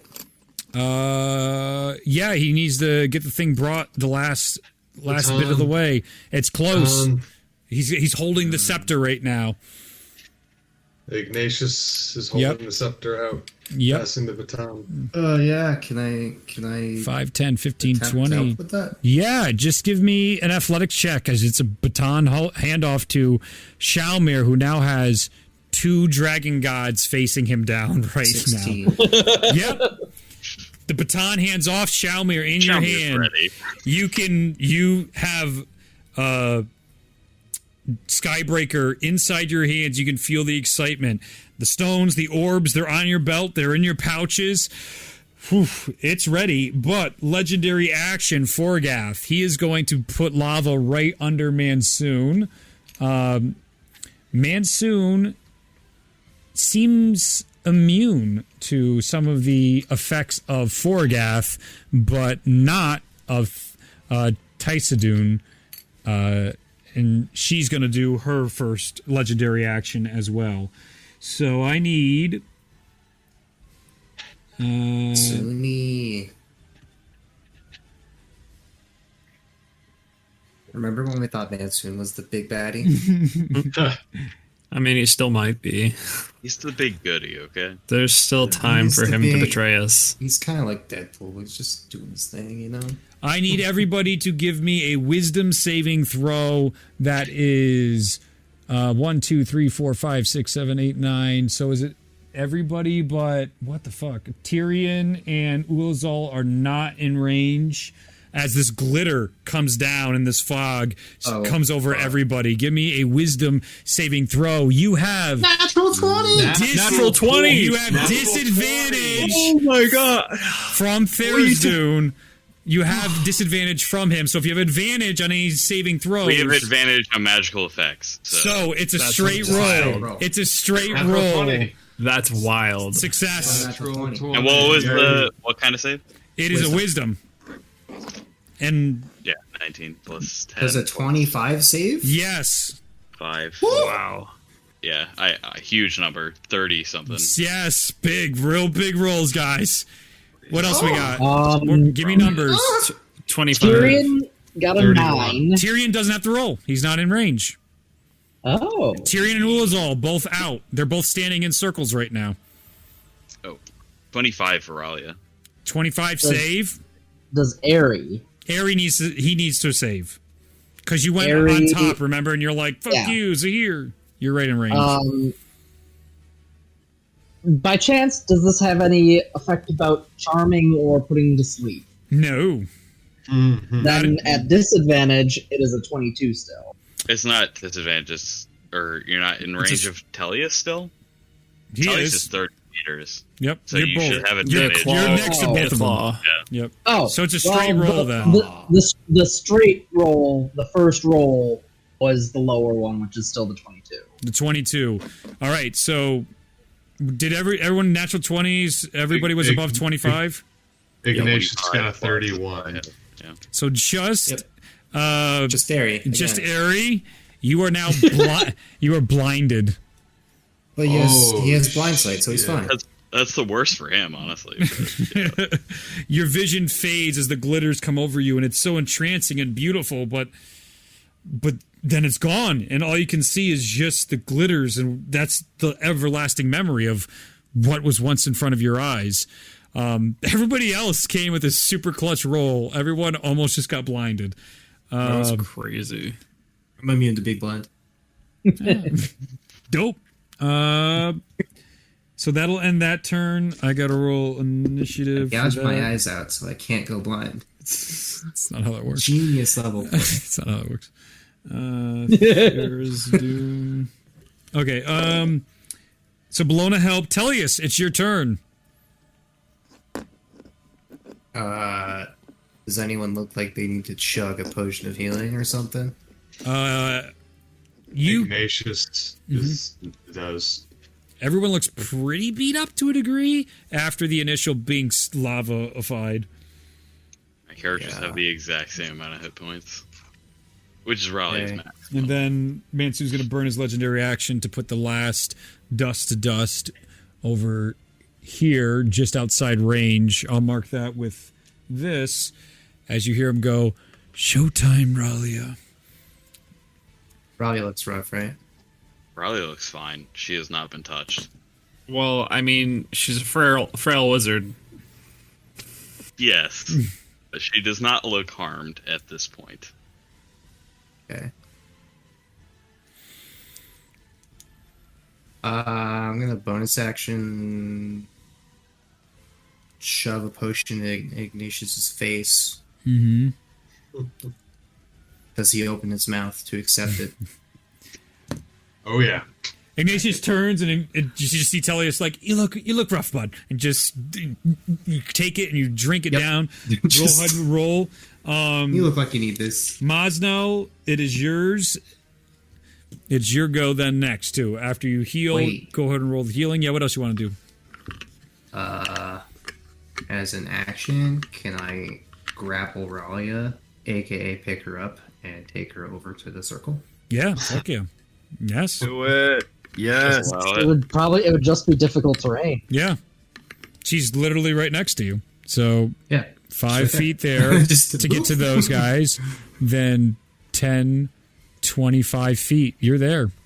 And you just put her down. Do I even have to roll? I'm pretty strong. No, and she's going to cooperate. I was going to say, that's dumb. No. Ralia, you've hit it now too. You can start feeling your hair come up as well, and you can feel the magic flowing through you. You actually can feel the connections of both Tyr and the blood of Tyrion.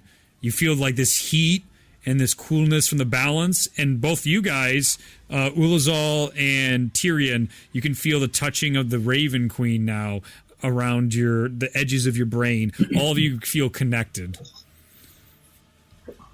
6 healing Mosno, or Ignatius, by the way. 6. Got it. Thank you. Mosno, more than what you needed. Then it is your turn. So the Skybreaker is already set. It is inside Shalmir's hands right now. Okay. I'm not sure what to do. Are there any circles? There are 3 circles full, and 1 circle's directly behind Forgath. Most likely, Mansoon's circle. Okay. You can try to find any bonuses in the area. I'll do a hero action. Go for it. Come on, come up big. Come up big, Ryan. Let's see here. You guys, this is really close to binary win-lose condition. 64. No. Hero action. Support action. Help another. You... Do I have any healing potions? You could help somebody. You could help somebody, Ryan. Does someone look like they need help? Looks Almir needs help. I can't see. Somebody. He is blind. One of my characters. Or there is there are 3 circles, and one of them is not full, and there is an individual 10 feet away from you that needs to be in a circle. That is another option that you're surveying on the field. You can help Ares' blindness, go try and help Chalmir, but he's got to start forging stuff. I'm not sure how helpful you can actually be. And there is Mansoon. You could offer to help him as well.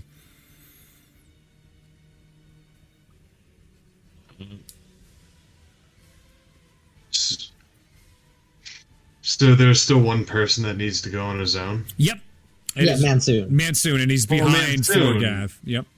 So he'll take care of that himself. Mm-hmm. He can. I'll just end my turn. Because it's a hero action, you do have insight into it. You can help anybody try and achieve a goal during their round. I know it's getting really late, so you can potentially help Mansoon do something earlier than his turn. Or you can help Aerie unblind himself maybe a little earlier than his turn. I don't know. I can't help with anybody's blindness. Okay. Mansoon, just go. Okay. I'll go. Next up is Tharizdun. So I need everybody as a what did I say last time? Yellow Wisdom glitter? save. Yeah, it was a wisdom save, yeah. You can see another orangish glitter start coming, and again, it is another wisdom save over everybody but Ulazal and Tyrion once again. Everybody else, go ahead and give me another wisdom save. I got the natural 20. Oh, those two's coming up hot. 28 and 29. Only on wisdom saves, though. If I ever want to hit anything, I can't do that. Save, okay. Ooh. What do you got?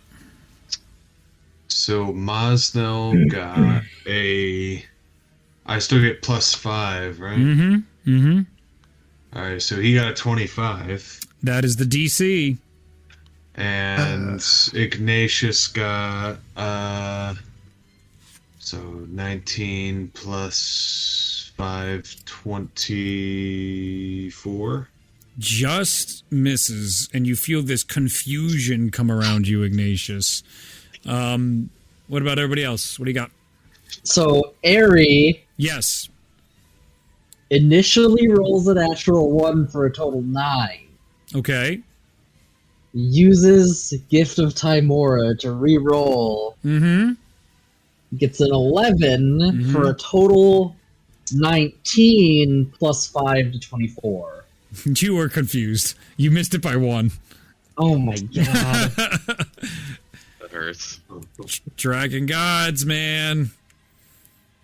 Bologna and Tellius, where were you? Oh, they both failed. Both failed, so you are I wasn't even close. confused and confused. Okay. That will end Tharizdun's turn. Now will be Ralia in the tower. Yeah. So there's one circle that is not completed at this point. It is not in. Everybody's in now, and you basically, if you just ready your action, as soon as everyone's in the circle, it's going to trigger. Yep. So I'm gonna go ahead to that and ready it and let it go, let it rip, as the Beyblades would. Charnook, then it is now your turn, and then Mansoon. Before my turn, though, Yep. I'm gonna use hero action. Yes, go for it, please. See what happens. Oh wait, that's the wrong one. I already used Shalmir's. Let me go to Ralia's. Okay.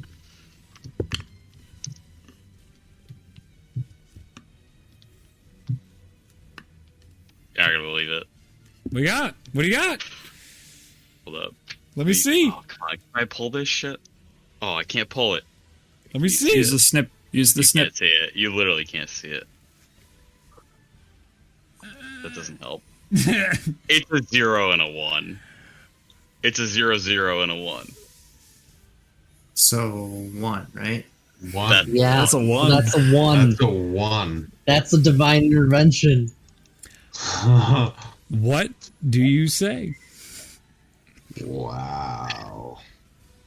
Raven Queen, relieve us of this dragon god. I need to change the music. Right, I'm reading that right. That's not a 10. No, No, if you're it's, if good, it's man.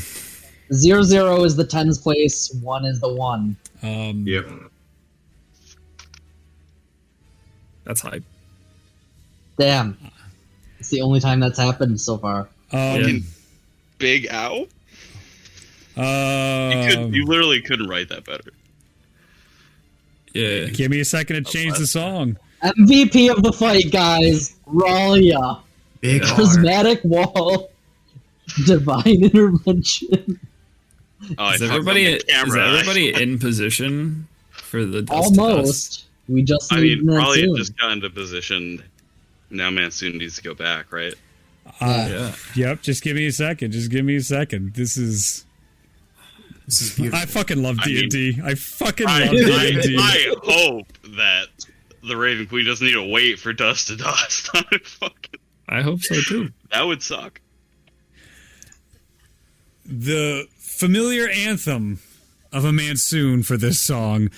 As you plead out to the Raven Queen, you hear her inside your mind going, "Your voice does not fall upon deaf ears. These dragon gods are abominations, and they will find justice."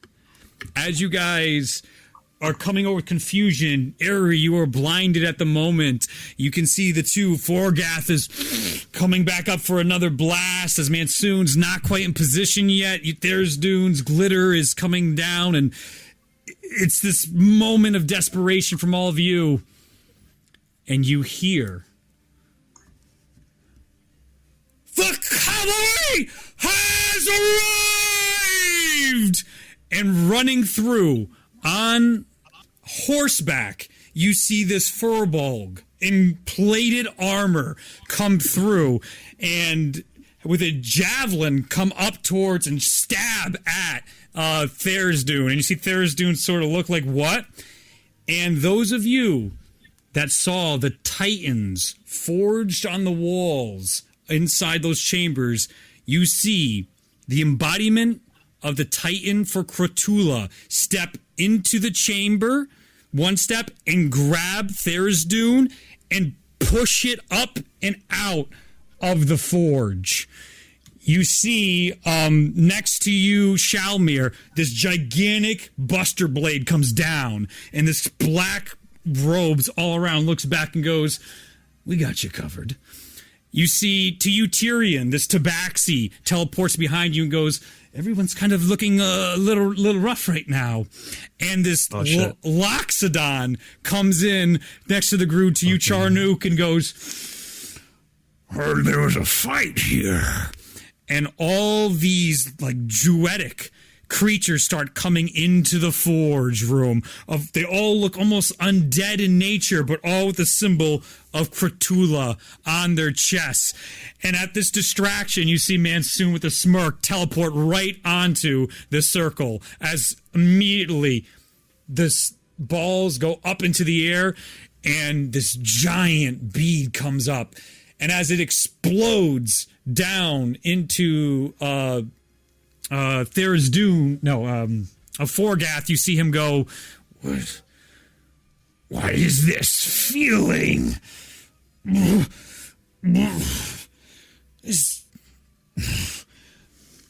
you see Mansoon, it's called pain. With a grin on his face, the Tabaxi teleports next to Shalmir and he goes, this is for you, and drops the red gem into your hands. This is the fire gem. Oh shit. Oh shit. Now all I have to do is fucking put 8 things in this shit. We got that so long ago. Yeah. Nearly 100 episodes ago. Oh my god. The From Your Dreams one-shot crew has arrived with the army of Pandemonium, and the Titan of Cthulhu has taken Tharizdun out of the picture. Shalmir, as this is happening, we are now... Who hit that just now? That was Ralia hit that? Ralia. So Ralia is there in the initiative order. Mansoon is going to use his legendary action, and he's going to do a pretty sure Dunamantic Sinkhole. Let's see. Let's 8th level Dark Star. Did we do the thing? As he's getting ready to go, Tyrion calls out, "If we can get him away from us, I have something big." So you see Forgath, like, and you see Mansoon, and goes, "For the women, children, and all the Khazarats." And a black hole forms in the middle of Tharizdun and starts doing force damage to him. It is now Charnuk's turn. You can see For what? Tharizdun was taken out. Thank you. I'm sorry. Charnuk's turn. It is Charnuk's turn. You can now see Forgath is taking damage. What do you want to do? I'm going to reckless attack him with my Vorpal Greatsword. 5, 10, 15, 20, 25, 30. You run up to him and you see he hits the ground from the weight of the gravity sinking him in and losing his immortality. Forgath is looking shocked, but trying to regain himself in the situation. But just to go back, dust to dust, does that drain us of spell slots? It does burn all your spell slots. So all of them? Yes. So from you guys, because you collaboratively cast a 10th level spell, and with that, I guess he'll have to wait on the Gravity Fisher. He will crack one of his many emergency stones, and you can see Mansoon recovering some of his spell slots. You guys are now at 0 spell slots. Tyrion, Ralia, and Ulazol at the moment. Mm-hmm. Yes. Good thing I got cantrips. The first one is going to be a 26 to hit. Just hits. Also potion of mana. Mm-hmm. The damage on that one is going to be 14, 18, 28 points of slashing damage. You got Second strike. Reckless. Oh, I gotta click the roll button. This is wild. Mm-hmm. Come on. Oh, that one sucks. That's a 22. Red 22 does not hit the dragon god. His scales are still those of a dragon god. So they do not pierce, but you do 28 points of damage, and it goes through, and he bleeds. The first time Forgath has ever bled comes the blade of Charnuk Mazewalker. Let's go. As you cut through, and you see him go, "Ooh, ooh," recoiling. What is this? It's a really nice sword that a really rich person gave me. Really? Okay, so we will then go from Charnook. It is now Airy. It is your turn. The fire's still on the tip of your sword, though you are blind and confused, I believe. Yeah, I know. So first I have to roll for the confusion. Yes, you do. What is the tens? And you make a roll at the end of your round now that Tharizdun is not in your presence. You now can save against it. I do not move or take actions this turn. Okay, go ahead and roll then to try and save against it. It is a wisdom saving throw. It is a 25. Is...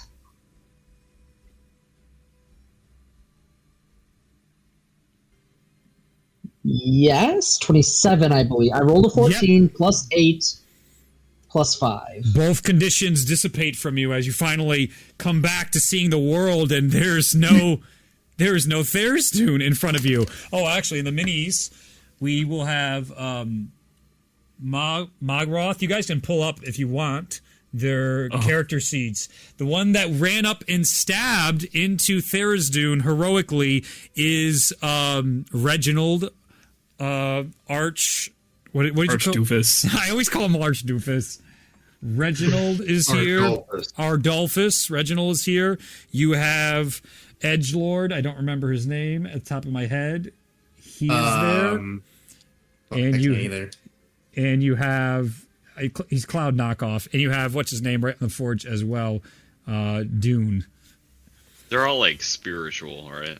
No, they're physically in person, and Yeah. these are from the one shot. They are all level 20. Yeah. Do we get to play as them? Yes, you do. Or are they just? You can. His name's Vale. His name's Vale, by the way. Vale Blackheart or something like that, Yeah. right? Yeah, there it You is. roll their initiatives. They are now in combat. Oh To shit! finish off my turn, Yes. I do want to use my hero action. Go for it. His initiative is 4. You got it. Dune got a 25 for his initiative. You got it. Yo, Oh, warlocks guys, are so this weak. is going to be big. 81. I get an extra attack action. Ooh. Oh, nice, dude. Let's do Kageyume with the empowered arrow. Do it. I will roll for Mogroth. Or do you have the stat block for him?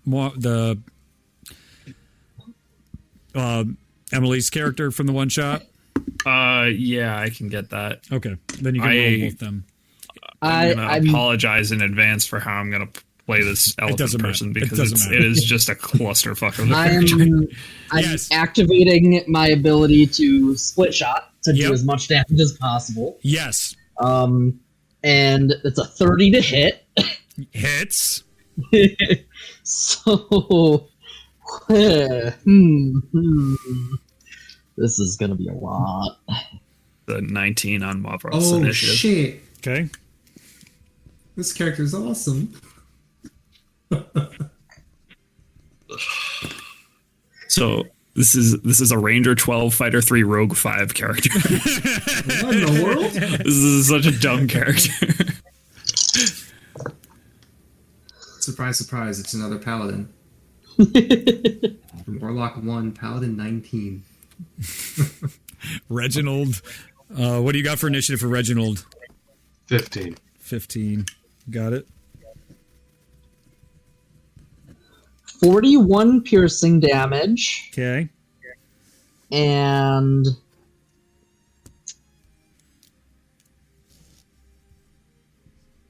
21 force damage plus whatever the fuck that arrow does. It doubles all the damage. So that'll be a total of 62 doubled to 124 points of damage. Nice. As the arrow pierces into his chest, you see him look down immediately and go, and then it explodes outward onto him, and you can see his scales buckle and char, and he goes, this is a very new sensation for him, and he fucking hates it. Bad feelings, guys. Feels bad, man. 8, that'll be 5, or no, that'll be 4, and that'll be 8, and that'll be nice. You guys are already doing some serious damage to it. You see him. He is going to. Let's see. That is Tyrion's turn. So top of the order. That was Ares' turn. Ares' turn. Thank you. Okay. Yeah. Thank you. Getting caught up in all this. All right. It is then Forgoth's turn. He is going to use his breath.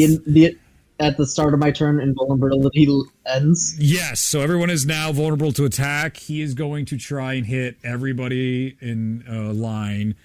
You teleported out. So it'd be Charnook, Blackheart, Dune. You guys, just for the sake of brevity, you guys also have second chance with the new characters. Nice. Shalmir, Aerie, Bologna, Ignatius, and what's her name? Telius and Ralia. All you guys have to make deck saving throws as you see him go, burn! And as he goes out, you can hear him going, I have slaughtered the greatest wizards, the greatest warriors, the greatest monsters, and today will be no different. As flames explode out of his mouth. Does he still break resistance to fire? He does. That is his domain. It's a 20 from Ralia. He rolled low on his damage. 20 fails. That is a For 23 for a deck save. Fail. For Aerie. Fail. Mavroth fails, Dune fails, and Charnook succeeds. Nice. Wait, 25 is the DC. So Yep. there you go. You rolled a 28. Yep. Okay. Going to 26. Save. 6. Fail. So it is going to be 94 points of fire damage. It was exceedingly low roll and halved if you saved. 94, you said? Yeah. So Aerie is at 1. Ares sticks up through the flames. Half of 94. 46, 47, 47. Would be half. Right. Thank you. Shalmir is next. You have an inspiration, I believe, on your dice, and you feel this extra momentum with the arrival of the Grass Titan at the Grass Titan Forge. So just bonus action. I'm going to use my spiritual weapon at 5th level. Oh, it's all gone. Remember, they all got dissipated initially. Yeah, I'm using a new one. You got it. And I'm going to attack Forgath. Go for it. Fuck me. That's an 11. No. It tries to hit him, and he's too strong. Just still a god. Yeah. Just gonna go ahead and try to forge it then. Okay. Action. Go ahead and do try to push it and one of the gems into the. Give me a 1d6 roll. Yep. Where are these 6s? There they are. That's a 6. That is going to be a charisma check. Okay. Go ahead and give me a charisma check, and you have inspiration and the Grass Titan. I'm not going to use my inspiration this time because I got a 16. A 16? That will help. The Grass Titan Forge resonating in the proximity to its creator. You start putting in each of the orbs of eternal harmony come out of your pocket, and they lock into each socket, one after the other, after the other, after the other. All the orbs of harmony are now installed into Skybreaker, and they glow. From their dull, look like they were almost like the Dragon Ball refractory period. Each one red, yellow, blue, brown. All the elements are in here. And Charnook, you feel this extra inspiration. You have advantage for the rest of this fight as the orbs of eternal harmony are activated.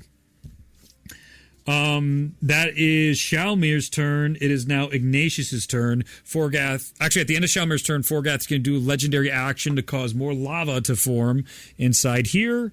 So he will do that. One on Charnook. Give me con saving throw. one on Shalmir. Just gotta make it hard. It's a fail. It's a Okay. dirty 20. Shalmir. Did a con save? Yes, one on Airy.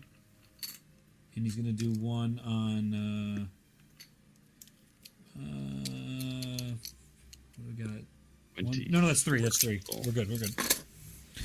Okay, so that'll be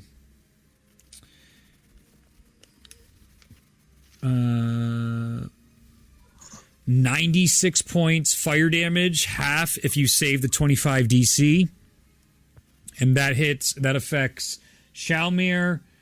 Where was I with this? Shalmir, Airy, and Charnook. Airy does save. Okay. Wow. But you're at However, he's at 1, Hurt. so he goes down. one. Okay. Airy's down. I don't have any spell slots. Mana potion. Do I have one? I gave you one long ago. He did. Long ago. Charnook, did you save? No, I did Okay. not. So you'll take the full 94. Are you down to 1 or back up? I still. No, Still good? I gave it to Shalmir. Okay, Tyrion I'm gave still it good. to Shalmir. I have. Well, I'm not good, but I'm not dead yet. Cool. And Shalmir, you still up? He's at 21, yes. Okay. Just making sure. Okay. That will end his legendary action. It is now Ignatius's turn. Ignatius, then Blackheart, then Tyrion. Okay, Ignatius. So, You have confusion. Roll for confusion. all right. Sorry. Yeah, so roll for on the confusion table first. So I think it's a 1d10. 1.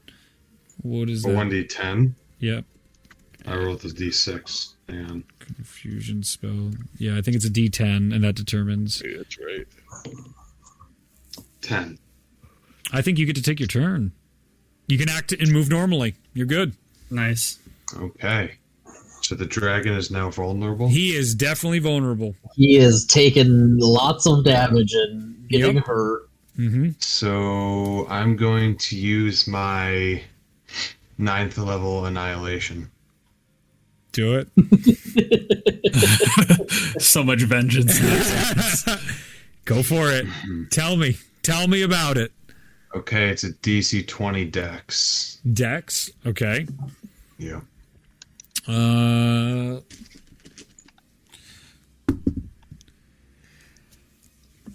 That is an 18. That's not going to make it.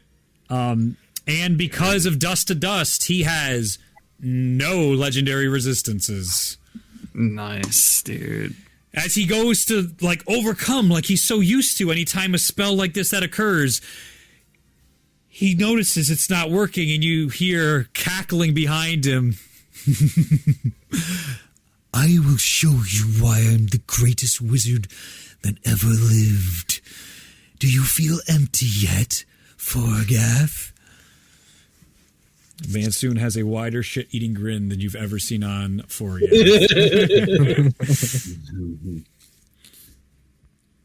So, what are you doing? So he fails and Yeah. takes 96 damage. Ignatius, you reach out up to the heavens, Cole McGrath style, and bring down the lightning. As it strikes into him, it courses through the dragon's body, and because it is a 9th level spell, it does double damage against dragon gods. Good note for the future. So that will do, what, 96 times 2, you said? Yep. They are... Yeah. That's good. Chalk. That's a big boy. 192. God damn. 192. He is suffering damage. He is, again, a dragon god, but he is... Oh, he is actually... Whoa! With that, you put the lightning down, you see there's like... one lightning bolt goes through a wing, and you see a hole in the fucking wing. And you see him looking... Scales are starting to come off, and you see him... This is impossible! Wormlings! as he's shouting out, you just feel this exhaustion come over you from the amount of power you just channeled through the storm. But you are emboldened. Oh, it's also, isn't it? No, it's right. Okay, cool. You cast Annihilation. That's terrific. We're good. Okay, so that is it for that turn. It is now Blackheart's turn. Yeah. Vale is going to... How far away is he from... 5, 10, 15 away. Oh, and put him Charnook, you ended your turn near him, so you will take 20 points fire damage. All right. Who's after me? Tyrion. And then it's top of the order. Okay. He's gonna... Hexblade's Curse as a bonus action on Fair Health. You got it.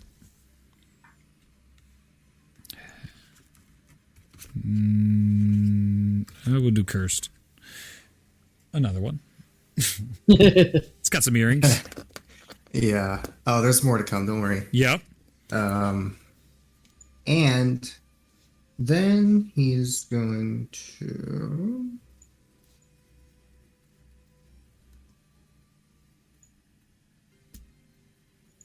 make 2 attacks against Baragoth with You got it. using Great Weapon Master. However, he has advantage because of Hexblade's Curse. Okay, go for it. As Vale takes out his gigantic Buster Sword, he drives it up into Forgoth. What you got, boy? Okay. 20 to hit. Doesn't it? And these are some trash rolls. Oh. 21. No. Both miss. Just not being able to pierce through the scales of his arms right now, and the bottom here, it seems like it's really reinforced as you're cutting at it. No dice. That's all right. I just wanted to create. I think that's all I can do on this turn. Okay, he'll take 20 points of fire damage being that close to Forgoth. That's fine. Tyrion. Fuck. Tyrion, it is your turn. Wings out 30 Yep. feet into the air. I want to try Yep. and move like kind of diagonally to be away from people, but still within 60 feet of Forgoth. Away from people within 60 feet of him. Okay. By the way, the Liches and Death Knights were totally fucked by the Dragon Gods coming back, so don't worry about them. 5, 10, 15, 20, 25, 30, 35, 40, 45, 50. Okay, 60. So you can go, so you want to get where? Away from your friends? No, so I want to do a 30 feet of movement. Yep. Which I way? want to be away from my friends, Okay.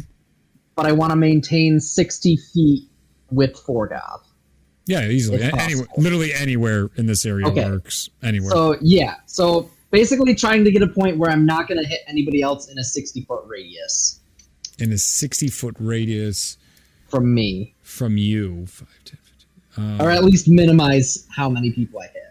Go then directly in this corner. 5, 10, 15, 20, 25, 30, 35, 40, 45, 50, 55.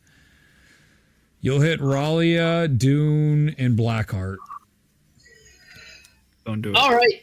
Well, hold tight, guys. I'm going to twist my hands into the staff of Thunder and Lightning, Yep. activating the Thunder and Lightning trait using both abilities. So Okay. first, a lightning bolt leaps from the tip, jumping straight into Vorgoth's chest. Yep. It's a DC 17 Dex save. That's a natural 5. It does not make it. Oh shit! A lightning bolt goes into him. Oh! So that is 9d6. Get rolling. That is going to be 37 total. Not okay. How much did you say? 37 lightning damage, You got it. as well as the lightning bolt shoots out, a massive thunderclap shakes from the staff. Audible for 600 feet out.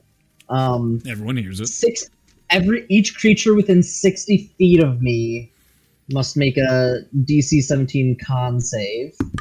Oh, he's going to easily make that. That's a 35. Oh, dude, roll a natural 20. Nice. Hey! And Ralia has to make that con save in Blackheart as well. 25 with Tellius. Yep. Yeah, you're right next to him. Where were all these natural 20s earlier? I like to think that the Lich and the Death Knight went to the prismatic wall, got blinded, and they're like, "Oh yeah, it's this way. Yeah, we'll go this way," and they went the wrong way down the hallway. Fine by And me. all that is They weren't an getting through extra- that wall. If you succeeded on the save, it's 5 thunder damage. 5 If thunder. if you failed, it's 10, and you become deafened. Gotcha. Nope, he'll just take the damage. 60 feet of you? Yeah. Within 60 feet of Tyrion. Yep. Bologna goes down? No, Bologna's not there.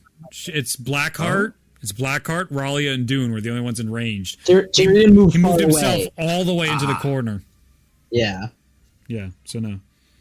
Okay. Mansoon's go. Now that he recovered his spell, he's now going to hit the Dunamancy spell. All the teachings of my people live through me, and they will live through the ages I have chronicled. All this time you've tried to erase the Great Crest Kezerat name, but you will know the one Kezerat that defeated you, the Kezerat that continued their legacy. You die today, wormling. And Mansoon casts This was good. This was good. at 8th level. Dark Star. He needs to make. Is there no save? There is. He is going to have to make a Constitution saving throw, but Mansoon is going to burn, similar to your sorcery points, his inherent Kezerat trait to give him disadvantage. He'll burn 4 of those. Forgath, that's a natural 20 for like a 45. Something ridiculous. That's disgusting. But the other one is a 7 at disadvantage. So that is going to do 8d10 force damage. It's a lot of d10s. 8d10s. That is not a great roll, but okay. That'll be 51. Okay. And at that, you see the flame on Forgath, you know, at 20 feet of distance, it completely fades. And now there is no burning within his AoE. And you can see panic in his eyes as this black hole fills in the center of his stomach. And it looks like Forgath is starting to try and find a way out. He is getting really, really scared at this point. Another emotion he has never felt and understood. Since it's the end of the round, top of the order, you get another message inside here. Who would be? I'm not sure. Everybody give me a perception check just with a character. You guys hear... Can I do it with Ari? Yes. Yeah. Oh, he's down. No, I'm sorry. No. You hear a Natural one. Ulazal rolled a 14. Okay. 9. No. 16. Hey, okay, yeah. 19. Nice. Okay, you two notice behind Forgath, near Mansoon, another cloaked figure appears, and you can actually see the mouth moving in tandem with what you're hearing in your mind. Oh, he's weak enough. Finish Skybreaker as soon as possible. Finish it. You need Dragon God fire for it to work. You gotta get the Skybreaker to burn. Top of the order, Bologna. It is your turn. Can I think of a discernible way to get Skybreaker to burn? You can try goading Forgath in some shape, way, or form. I don't think I'd want to do that. Yep. As weak as I am right now. Okay. Oh, you also have a condition on you. Give me a confusion roll, I believe. Yep. I do, you're right. Thank you. What is it? DC 25 wisdom. Okay. Nope. Okay, so you're confused, roll D10. Impale yourself on someone else. 7? It uses its action to make a melee attack against a randomly determined creature within its reach. If there's no creature within its reach, this creature does nothing this turn. Within your reach would be Ignatius. Close enough, right? Yep. Ignatius is Fight the me, you closest, or you can kill Airy. My unarmed strike is... Oh, I got a 28 to hit. Never mind. That hits. Kill Airy, you coward. So you punch.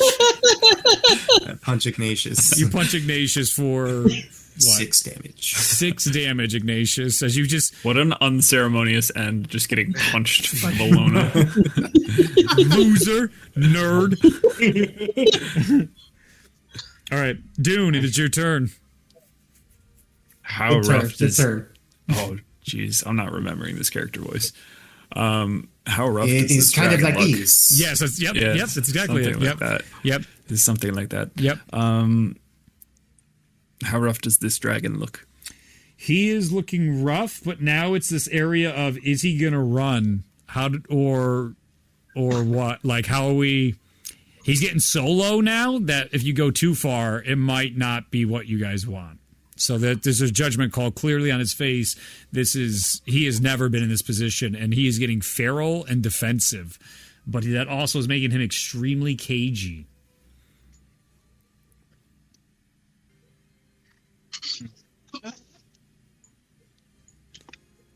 What do you want to do, Dune? I'm debating between two options. Sure, Tellius, while we're at it, roll your wisdom save to try and get out of confusion on your turn, or roll a d10 because you're up next. Is it at advantage now or no? Yeah, she's not here, yeah. It didn't help. 14. Okay, so then I got roll. 1 and a 3. You got a 1 on your d10 roll? Roll d10. I got a... Dune's 5. going to hold his action until Skybreaker's lit. Okay. You don't move or make any actions this turn, so the confusion for Tellius, you lose your turn. sorry. Okay. Sorry. Cool, yeah, anything else, Dune? Both my characters lost their turn. It's fine. Yeah, he's holding a spell until Skybreaker's lit. He's going to try and move to the side so he's not in fire breath range. Sure, 5, 10, 15, 20. He'll probably go the other way without the wall. 5, 10, 15, 20. Yeah. He'll go next to, you see him go next to Wilzel. He slides over holding a spell. Oh, hello. Hi. That'll now bring up Mosno, then Mogroff, then there's Doom. Oh, God. This freaking stupid character. Yep. What are you doing, boyo? Well, Mazl's gonna try to get to the dragon. Go for it, Mosno. Finally hit something. 5, 10, 15, 20, 25, 30, 35. He's run right by you. He hasn't hit a thing all night. Don't even try. Here we go, Mosno. Dragon God with a cobalt sword. What do you got? Let's find out. Okay. That's going to be a 25. Exactly his armor class as you come over and cut into him on the ground now. That's going to be a 16 slashing. Nice. His blood itself is like magma as it's cutting, but you're dipping and dodging off the cuts as it's burning through the stonework floor. Yeah. And then the second one misses. It's Okay. 22. All right. That'll be that. So then we'll go to Mogroth's turn, then Tharizdun.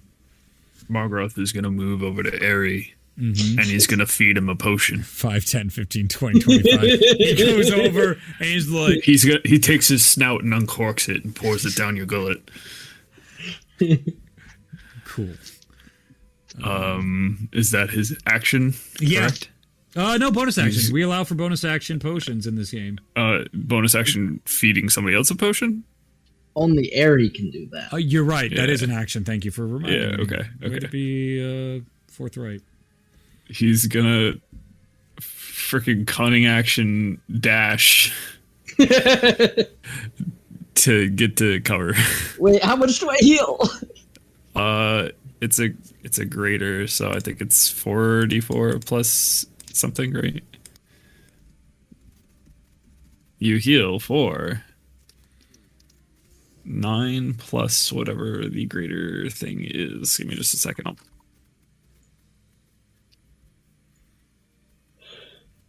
Potion of greater healing. 44 plus 4, so that's 13 points of healing. That is what I need. Anytime, brother. All right, that ends your turn. It brings up Tharizdun's turn. And he is in a state of desperation, and you see him look around. I will not be bested by worms! And I need everybody to give me a con saving throw, every character. The entirety of the forge erupts in flames. Not Dragon God flames, though. That's got to come out of the mouth. Mansoon I saves. assume this is a magical effect. This is a magical effect, but not in the sense that it's an ability. So you can't counterspell this. I was just asking about save advantage, really. Yeah, it is inherently magical that he can summon all the inherent heat energy in an area and cause pillars of fire to erupt. Wow, these rolls 4 are fails. trash. Tyrion was a 24. Mm-hmm.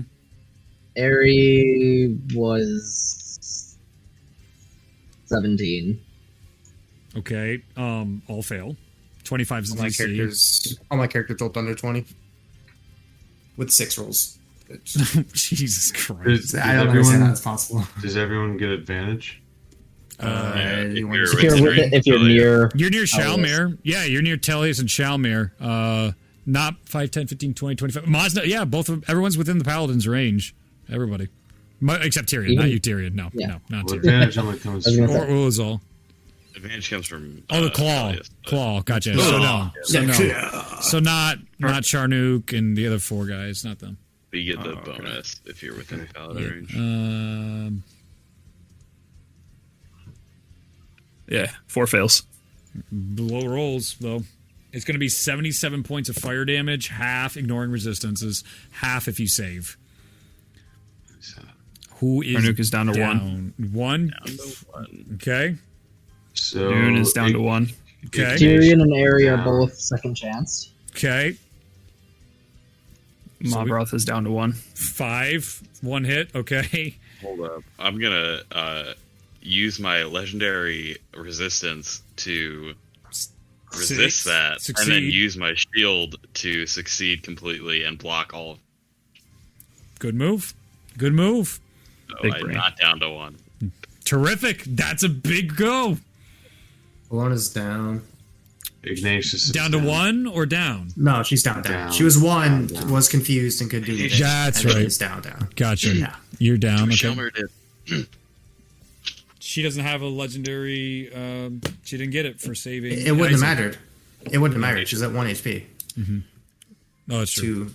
Too big. Yep.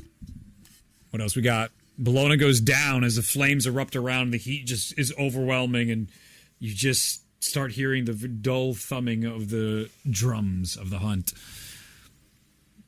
What do we got? Everybody else? Did your damage on all your characters? Is everybody at 1 or greater than 1? Nobody else is down? Ulazal's doing pretty good. Okay. Airy and Tyrion are both just 1 now. Okay. Ralia and Shalmir. Shalmir took none. Calmer's fine. Well, fine. Yeah. And Raleigh's at 1. Okay. Fail is Ignatius, okay. Ignatius and Mosnell. Ignatius is down. Down. He didn't have more than one. Correct. Okay. Do they lose the conditions? Yes, they do. You're absolutely right. Yep. Nice. Yes, those do not carry. Silver lining. All Yep. part of my plan. Okay. Down. Ooh, this is rough.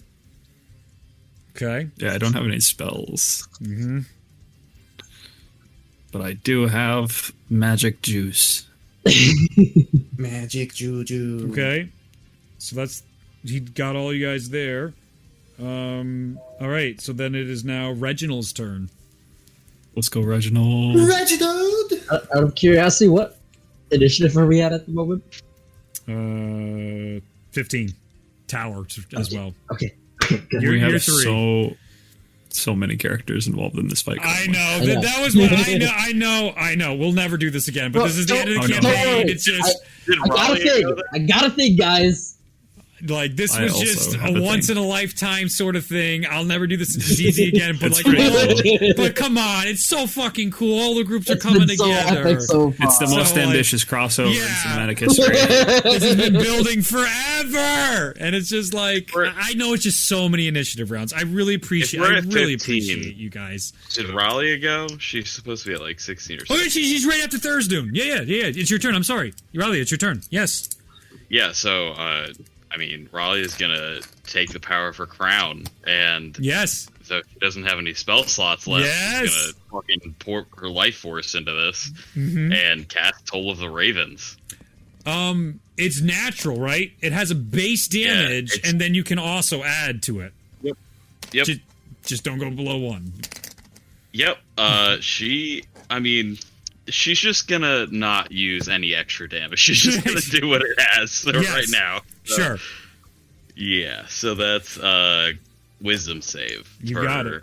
Forgoth. Forgat. 19. That's a fail. He's rolling real low and doesn't have his resistances, doesn't have his advantages. He takes 50 force damage and 25 necrotic damage. He's looking like a mere mortal now. Raleigh is like, fucking ow. Raleigh- She tries to get some kind of cover. Yeah, you can go through your wall of force or this one here and go through. Wall doesn't seem to be having the effect on him throughout this entire time. It's just part of. Oh, but he is in the range of the white piece of paper. No one did that. Well, probably would have kept hitting him. Guardian doing it. Faith. Yeah, probably Guardian it would have been Faith. gone anyway. It doesn't matter. All right. So you hear all these ravens call out, and as Raleigh's eyes glow with the periwinkle, and then it comes over to that blackness of the Raven Queen you saw when she took on that form. And from her hands, there is this beautiful periwinkle, black and green twisting of colors that smash into Forgath and start rotting away. And you can actually see above him this, like, ethereal, the large avatar of the Raven Queen putting her hands out and around Forgath's neck before the image dissipates and does a significant amount of damage to him. Time for you to go. You can see as he hears that, you can't be standing! All right, that'll end your turn. It is now Reginald's turn. The Paladin of Morphus, making his way from the depths of Vinna all the way across the seas of the world for a most courageous and righteous battle. Okay. How many people are down right now? Almost half, at least. There is 1, 2, 3 people down, and 1, 2, 3, 4, 5, 6, 7, 8 people at 1. 9 people at 1. So everyone's about to be killed. Mass cure wounds would be clutch. And what are we at? Initiative. Yeah.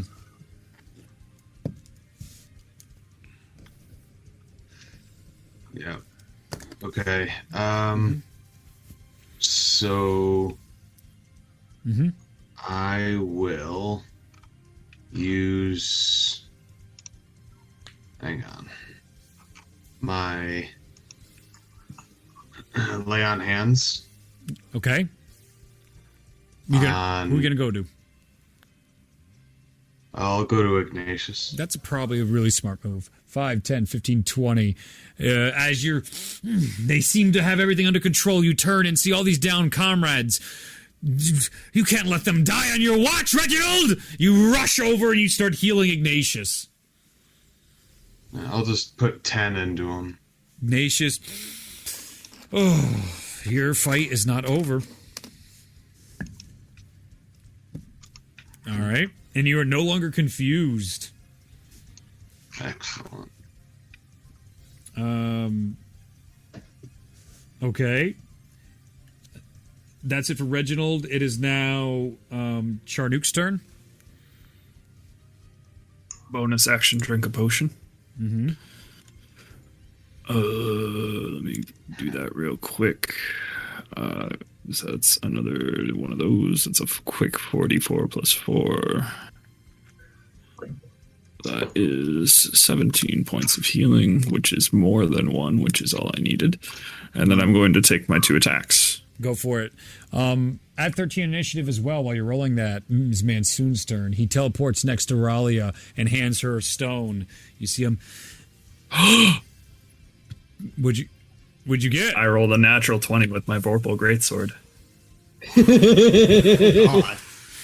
Now, he is Big gargantuan. damage. He is gargantuan, so you will not off. be taking his head off. But I But could big though. damage. But also, a dragon god cannot be killed by mortal means. There is only one way. Even though he has lost his immortality, there is only one way to be rid of him for good. So base damage is 23 plus 4 is 27 plus 10 is 37 base, and then another 68. Okay. Another 33 points of damage on top of that. That's just with the first strike. Nice. 70. One more. Holy shit. That's 25 points. 25 to hit. Hits. That's his armor class. And that's going to be a measly 34 points of damage. Holy shit. He's falling apart. He's getting... he's going to hit his legendary action after you for doing that. He is cagey and animalistic, but stubborn. He's going to do a Dragonfire Breath. I need everybody. So, Mosnell, Charnuk, and Blackheart, Shalmir, fucking Christ. So many characters. Tellius. Is that Tellius? Tellius, Reginald, Ignatius, Mazroth, Bologna is going to fail. Ari, you got a potion, right? So you as well as a dex check. Bologna will take 2 deaths, 2 failed death saves. As fire burns out towards everybody, but the is not activated yet. Skybreaker is not ready, so it does not get absorbed into it. So everybody give me dex checks. Aries at Shalmir 1, so 1. Okay. Malvroth is down. Okay. Malvroth goes Aries down. will be down. Aries back to down. Charnuk, I'm just assuming, is at 1. Ignatius is at 1. Yeah, Ignatius is at 1. And Reginald, was he greater than 1 before that? Yeah. So he's at 1. Shalmir, were you at 1? No, He was not at 1, Yeah. but now he is. He's at 1 now. Okay. Reginald was at 167. Oh, dude, Reginald's killing it. So that would be 87 points of fire damage just to keep up with Reginald, who won't be knocked down. If you saved a DC 25 Dex, it's halved. Was Tyrion caught in the dragon fire? No, you're fucking off Yeah, all the I'm way way over up. there. You're not Yeah, even okay. Yeah, you're I'm next to just saying. Ralia, which is like a protection from magical spells anyway. So magical effects. Yep. Behind the wall. Yep, you're over here. Ralia is not in the way. Ulazal and Dune is not in the way either. Reed, Tellius is down. Okay, Tellius is down. You are no longer confused. You're just unconscious. Pretty sure that means my buff is down too. Pretty sure I have to be conscious for that. Which buff is that? Oh, yeah, for the sword and stuff to work? Yeah. Mm-hmm. Okay. Where's Ignatius in the order? Ignatius is at 10, and we just finished 13. It is now Aerie. Yep. Aerie, Ulazal, Shalmir. Oh no, it's gonna be Forgath soon again too. Wait, Before did Ignatius. I use a hero action as Aerie? No, you use the tables, I believe. I don't believe you used hero actions.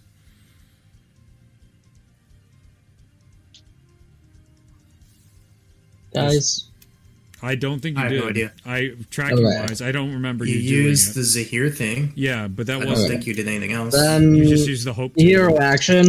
hmm Hoping for the.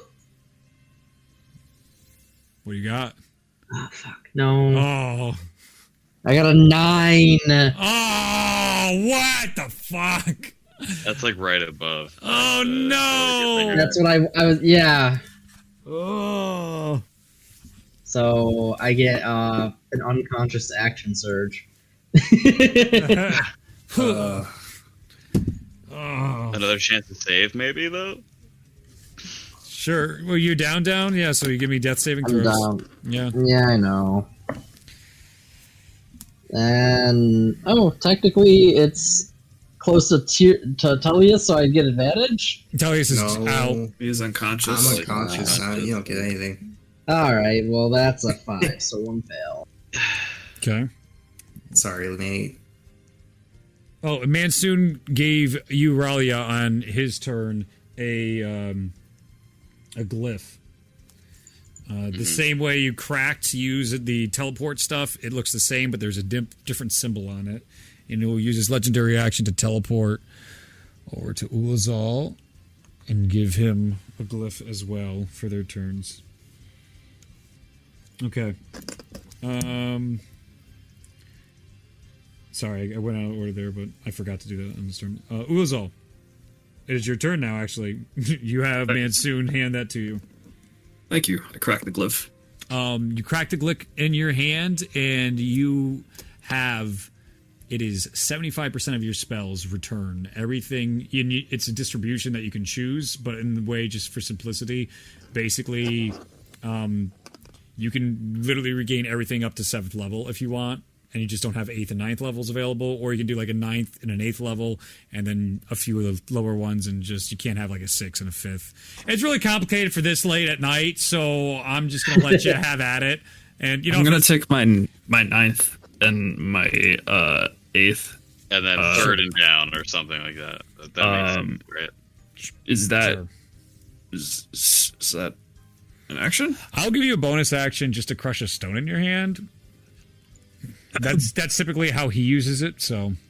I cast a 9th level mass heal and restore 70 health to everyone. Ulazal cracking this Easy. turns, and the orbs come out once again like at Yin Yang, flowing into everyone he can see. Life breathes into the group, restoring you all up to 70 hit points, allowing you to take damage, thankfully. 70 plus. Everybody heals. Mansoon Nasun goes, It's time we finish this. Agreed. As the music is peaking.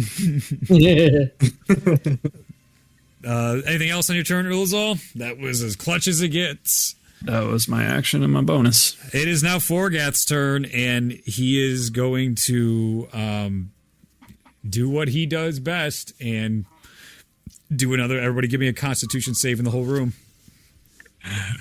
Everyone except Tyrion and Ralia? No, it's another one. He's in desperation mode. He's trying to melt all of you, and he keeps going, burn, burn, burn, Kezerat!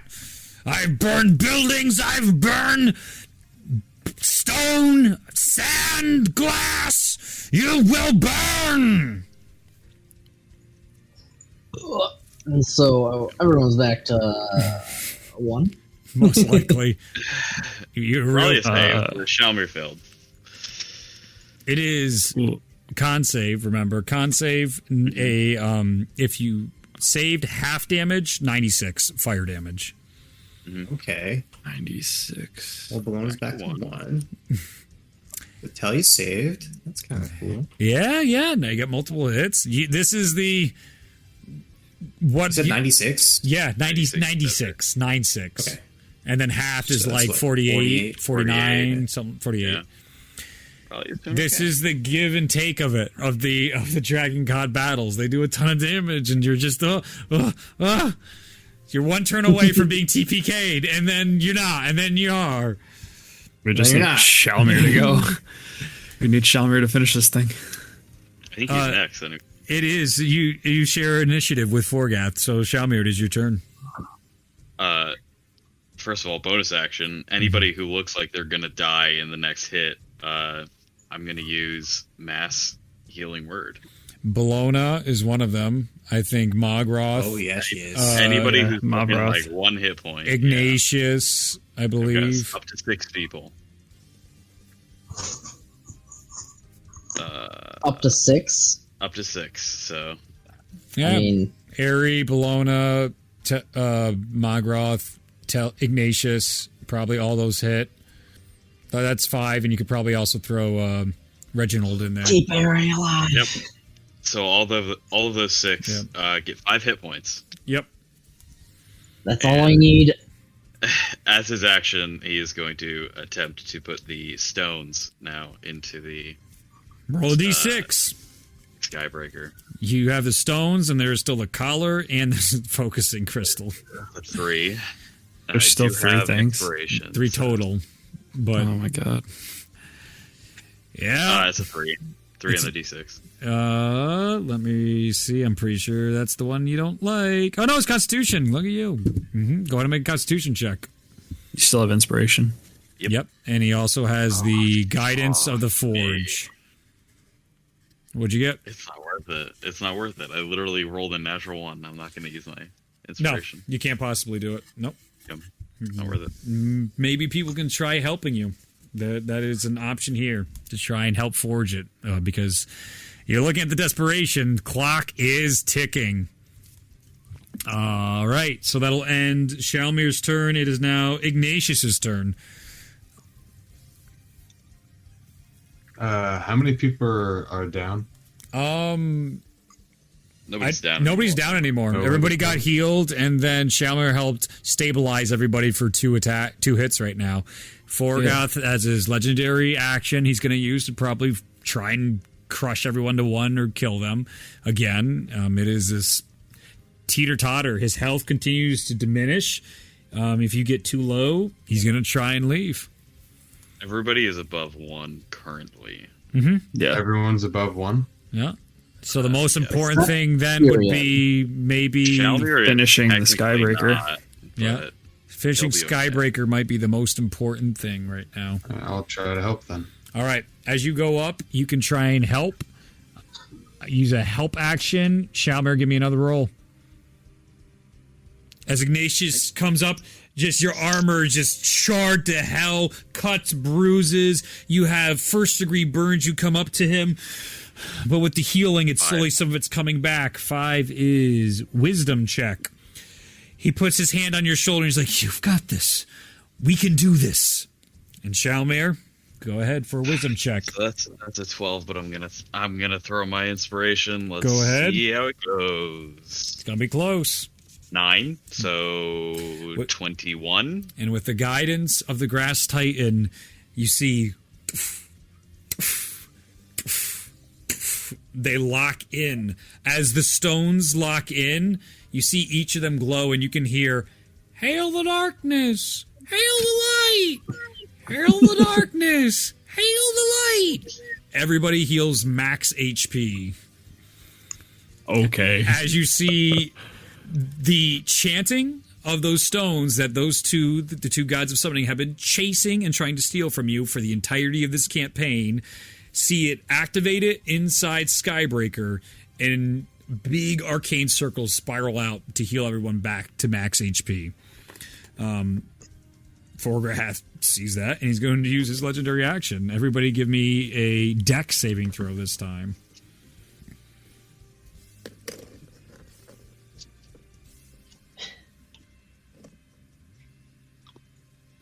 26 total. Save. Anything above 25, we know what his DC is. Anything above 25 saves. Anything below doesn't. And it's going. Tyrion does not. Eri does. It is going to be 99 points of fire damage, halved if you saved. So half of 99. So 49. 49. Mm-hmm. Each of the stones continue to glow and shudder with each one, and Forgath is starting to understand he's not going to be able to stop you guys. And that's worrying him quite deeply. Blackheart, it is your turn, then Tyrion, then top of the order. In the bonus action, Child Divinity. Sure. Which is Bow of Enmity. Mm-hmm. Choose a creature you see within 10 feet of you. Gain advantage on attack rolls against it for a minute until it drops to 0 HP or falls unconscious. Okay, literally the only thing you can see in front of you. Yeah, no shit. So I apologize. I misspoke last turn, but none of my stuff would have hit anyway. It didn't change anything. Okay. Now I have the advantage. Okay. So I'm just gonna make my attack rolls as normal. Go for it. 24 to hit. Does not hit.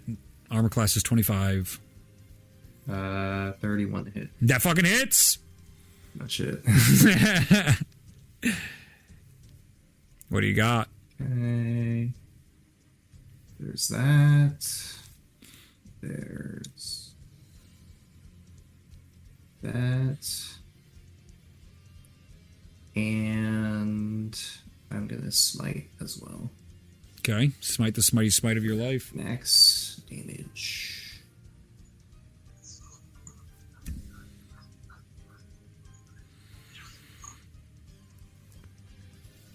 That's pretty weak on the damage there. Okay. That's okay. We got 18 plus 14 is what, 32? Yes. Okay. So 32. Mm-hmm. Oh, actually, sorry. There's an extra Sure. D8 meter. I forgot. As you cut down Tharzdun's wings. Oh, 33. 33. Okay. As a side note, though, yeah, because I hit him with this giant greatsword that I have that I'm attuned to. Yes, he actually can't regain hit points for 1 minute, or he can make a DC saving throw at the end of each turn to end the effect. Good to know. Yeah. All right, that'll end Blackheart's turn, and you can see the wings starting to fade down on him as the holes that have been being punched in back and forth with Blackheart's blades carving into him. You see his arms start to give out, and one of his arms just goes to the ground. You see him. He calls out to Tharizdun for help. That'll bring up Tyrion's turn. Tyrion 30 feet towards the center. Okay. 5, 10, 15, 20. Okay. Yep. 30. Get you here. Bonus right to action. Shit. No, I can't do that.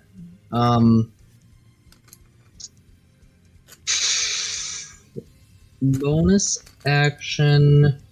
Channel sorcery points. Yep.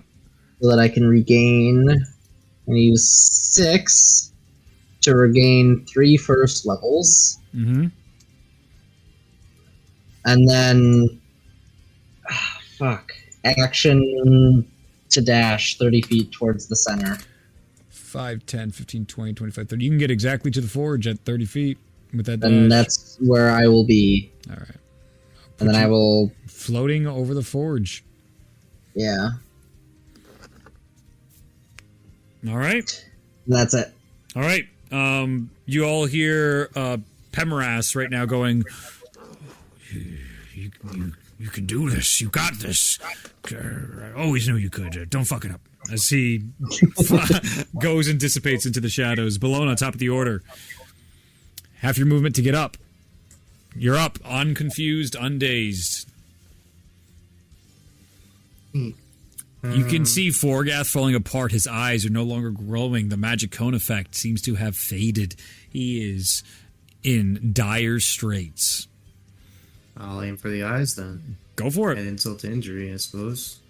As you get up, taking in your breath again, you fire off. Go ahead and make your attack rolls against him. Right. 27. Hits. 24, gonna channel divinity, 34. Yeah, that hits. 34, naturally. Damage. Wild. Okay. 21 damage, 22 damage, 21 damage. Okay. So nothing if not consistent. 6, 7. So it'd be 7, 2, 4, 6, 67 points of damage. You shoot into its eyes, and one of them goes completely dark. He is blinded in one eye, but he does have blind sense. I don't care. I just gushing, just this volcanic blood and ichor onto the ground. He falls back into the corner, and you can just see gaps of fire just going up into the air as he's wildly swinging out.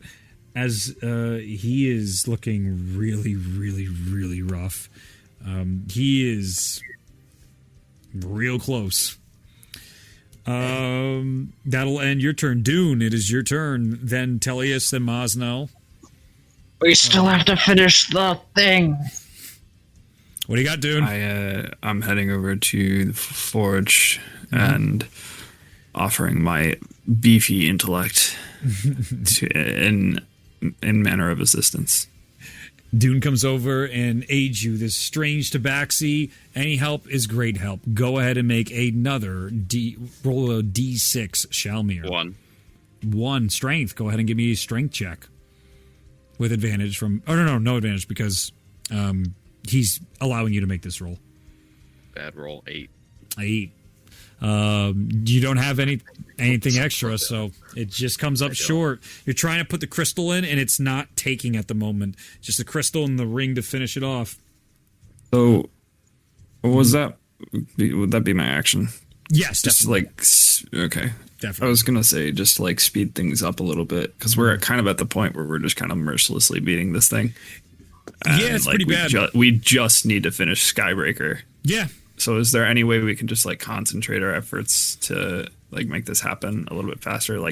I have magical means of holding the dragon down, and we could just hold him in place, finish the thing, and get him to breathe on it. You can. I don't know. You can try. I agree. I know you want to speed it up. I know it's late. It's just if you do so much damage, the whole thing is. Yeah, doesn't matter. I have hold monster. I have force cage. I can hold him. You can, or Ulazal can. Dune can. Okay. You can't again just because the turn that was your action. I know to speed things up. It's just it's on an edge. Tellius, it's your turn. Then Maz now. Maybe the priority. Shalmir inspiration. Am I close enough to be able to help him do anything with an action? Yeah, you can. You can get up and get to the forge. Okay. This is the priority right now. Keep trying. As literally the group comes over one by one on you, Shalmir, inspiring you to finish and craft Skybreaker, each hand on your shoulder, imbuing you with magical energy. What D6? What'd you roll on your D6? 4. Yeah, that's intelligence. We're in trouble. Yeah. Okay, go ahead and give me an intelligence check. Roll high. Yeah. Yeah. I mean, Okay. there's a percentage chance. 18 minus 1. Okay, so that's a 17. I'm going to use my inspiration. Here we go. Okay. For some reason. Okay. That's an 8, so 17. 5? 24. 24. And as... Did you say 17 plus 8? 25. That's 25. That's flat. That's 25. It was... Well, minus 1. Oh, yeah. Minus 1 because of his intelligence. So 24. His intelligence minus 1. As Tellius comes up, Gotcha. he puts his hand helping you slide the focusing crystals to the top of Skybreaker. And as your longtime close friend does this, you can still feel the radiant energy of the Grass Titan bumps that boy up to a 34, as it has been doing. And you finish the next part of Skybreaker. There is only the ring and the failsafe left to go. Mansoon has the failsafe. I knew you had it in you. Next up is Mosnell. It is your turn, Mosnell.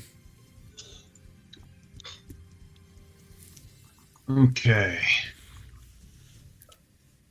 Help me, thing. Yeah, I'm gonna. You turn, and Mosnell sprints towards the forge as everybody is now shouting, finish it. And you can see Forgath is trying to get up and get away. In the meantime, Mansoon's holding him there with the gravity still black hole on him. Roll a d6, Shalmir, as Mosnell comes up, his massive hands encompassing everybody's on you, helping you for another chance at forging this. What's your d6? This is a real friendship is magic moment. It is. You said 3? Constitution. Yep. Give me a Constitution. You guys are charred. You're burned. You're healed back. 24. 24? Mm-hmm. With the ambient energy of the Grass Forge, the ring is put onto Skybreaker. When that happens, all of you feel this force. Everybody gets knocked off Shalmir, and Shalmir, you stagger as everyone falls off the forge. This energy explodes outward, and you can see Forgath immediately trying to get away, but that gravitational pull isn't letting him get away. With Skybreaker forged, teleporting next to you is Mansoon, and you see him go, It's time. Give me Skybreaker. It's not your time, but it's my time to end this. I mean, we helped you, but yeah, sure. I understand what this thing does. It's a noble sacrifice that you are going to give. Take it. As he takes it, and he walks up to Forgath, and he goes, as he's trying to get out of the black hole right now, and takes out the failsafe, the medallion, and clicks it into place like the Chosen saw in the vision. And you see him look up. My name is Adium Azurin, and the Kezerats have their revenge. As he clicks Skybreaker down to the ground and then points it towards Forgath, a beam of light emerges from the focusing stone. All 4 the gems up top glow into it, into the focusing stone. Each of the orbs resonate with energy. As you hear this thunderclap happen, first the light goes through, and then you just hear this shattering of the sound barrier in front of you. It cuts through Forgath, and you see him wide-eyed, and before he could say anything, there's just the realization of an end. And Forgath turns to dust. Mansoon, as you see the failsafe clicks out of the top like a fired shell from Skybreaker. All of his arcane symbols glowing. You see him put Skybreaker, jam it into the ground, and go to his knees. Breathing heavily, he looks much older. His skin sunken in it seems like his very life force was taken from him. And you can just see a smile on his face as he goes, "It is done." Yalmir's just run up to him, put his hand on his forehead, and just say, "May the Mountain Lord ferry you to a just death. You have done well upon all these people, and I'm sure he will watch over you. No matter what happens in this afterlife, you will be protected." You just get a... and he fades away as well, just like Forgath did from Skybreaker. It seems the same effect happens from the use of Skybreaker, as Mansoon is no more, and his metallic arm is left onto the ground. Sundrel walks up and collects his arm. And you see him go, "I think I know somebody who would like to have that." And he puts it away. Congrats. Aries gonna get up and he's gonna immediately go for the failsafe to make sure it's collected. As Ari, you grab the failsafe, you do and see the ancient runes of multiple forms of magic on here. It's stuff you don't fucking understand. But indeed, you collect the failsafe, and you may add the failsafe to your inventory. One of the inherent effects of the failsafe is you cannot, no condition can befall you, and you cannot be spied on, you cannot be scryed on, you cannot be seen. So that's just something to know. You can no longer be exhausted. You can no longer be deafened. None of those conditions can be applied to you while holding the failsafe. So it's perfect. Perfect. Finally. As the clouds begin to part, the rumbling outside stops as the Titan comes back over toward the forge, and you see the form itself change, and it slowly, the rocks fall away, and out of the Titan you can see this druidic individual with dark red hair and a druid staff, all covered in leaves, as she looks down to all of you with Skybreaker, and she says, "We need to talk." And that's where we will end tonight's session. Thank you for sticking up for the late session.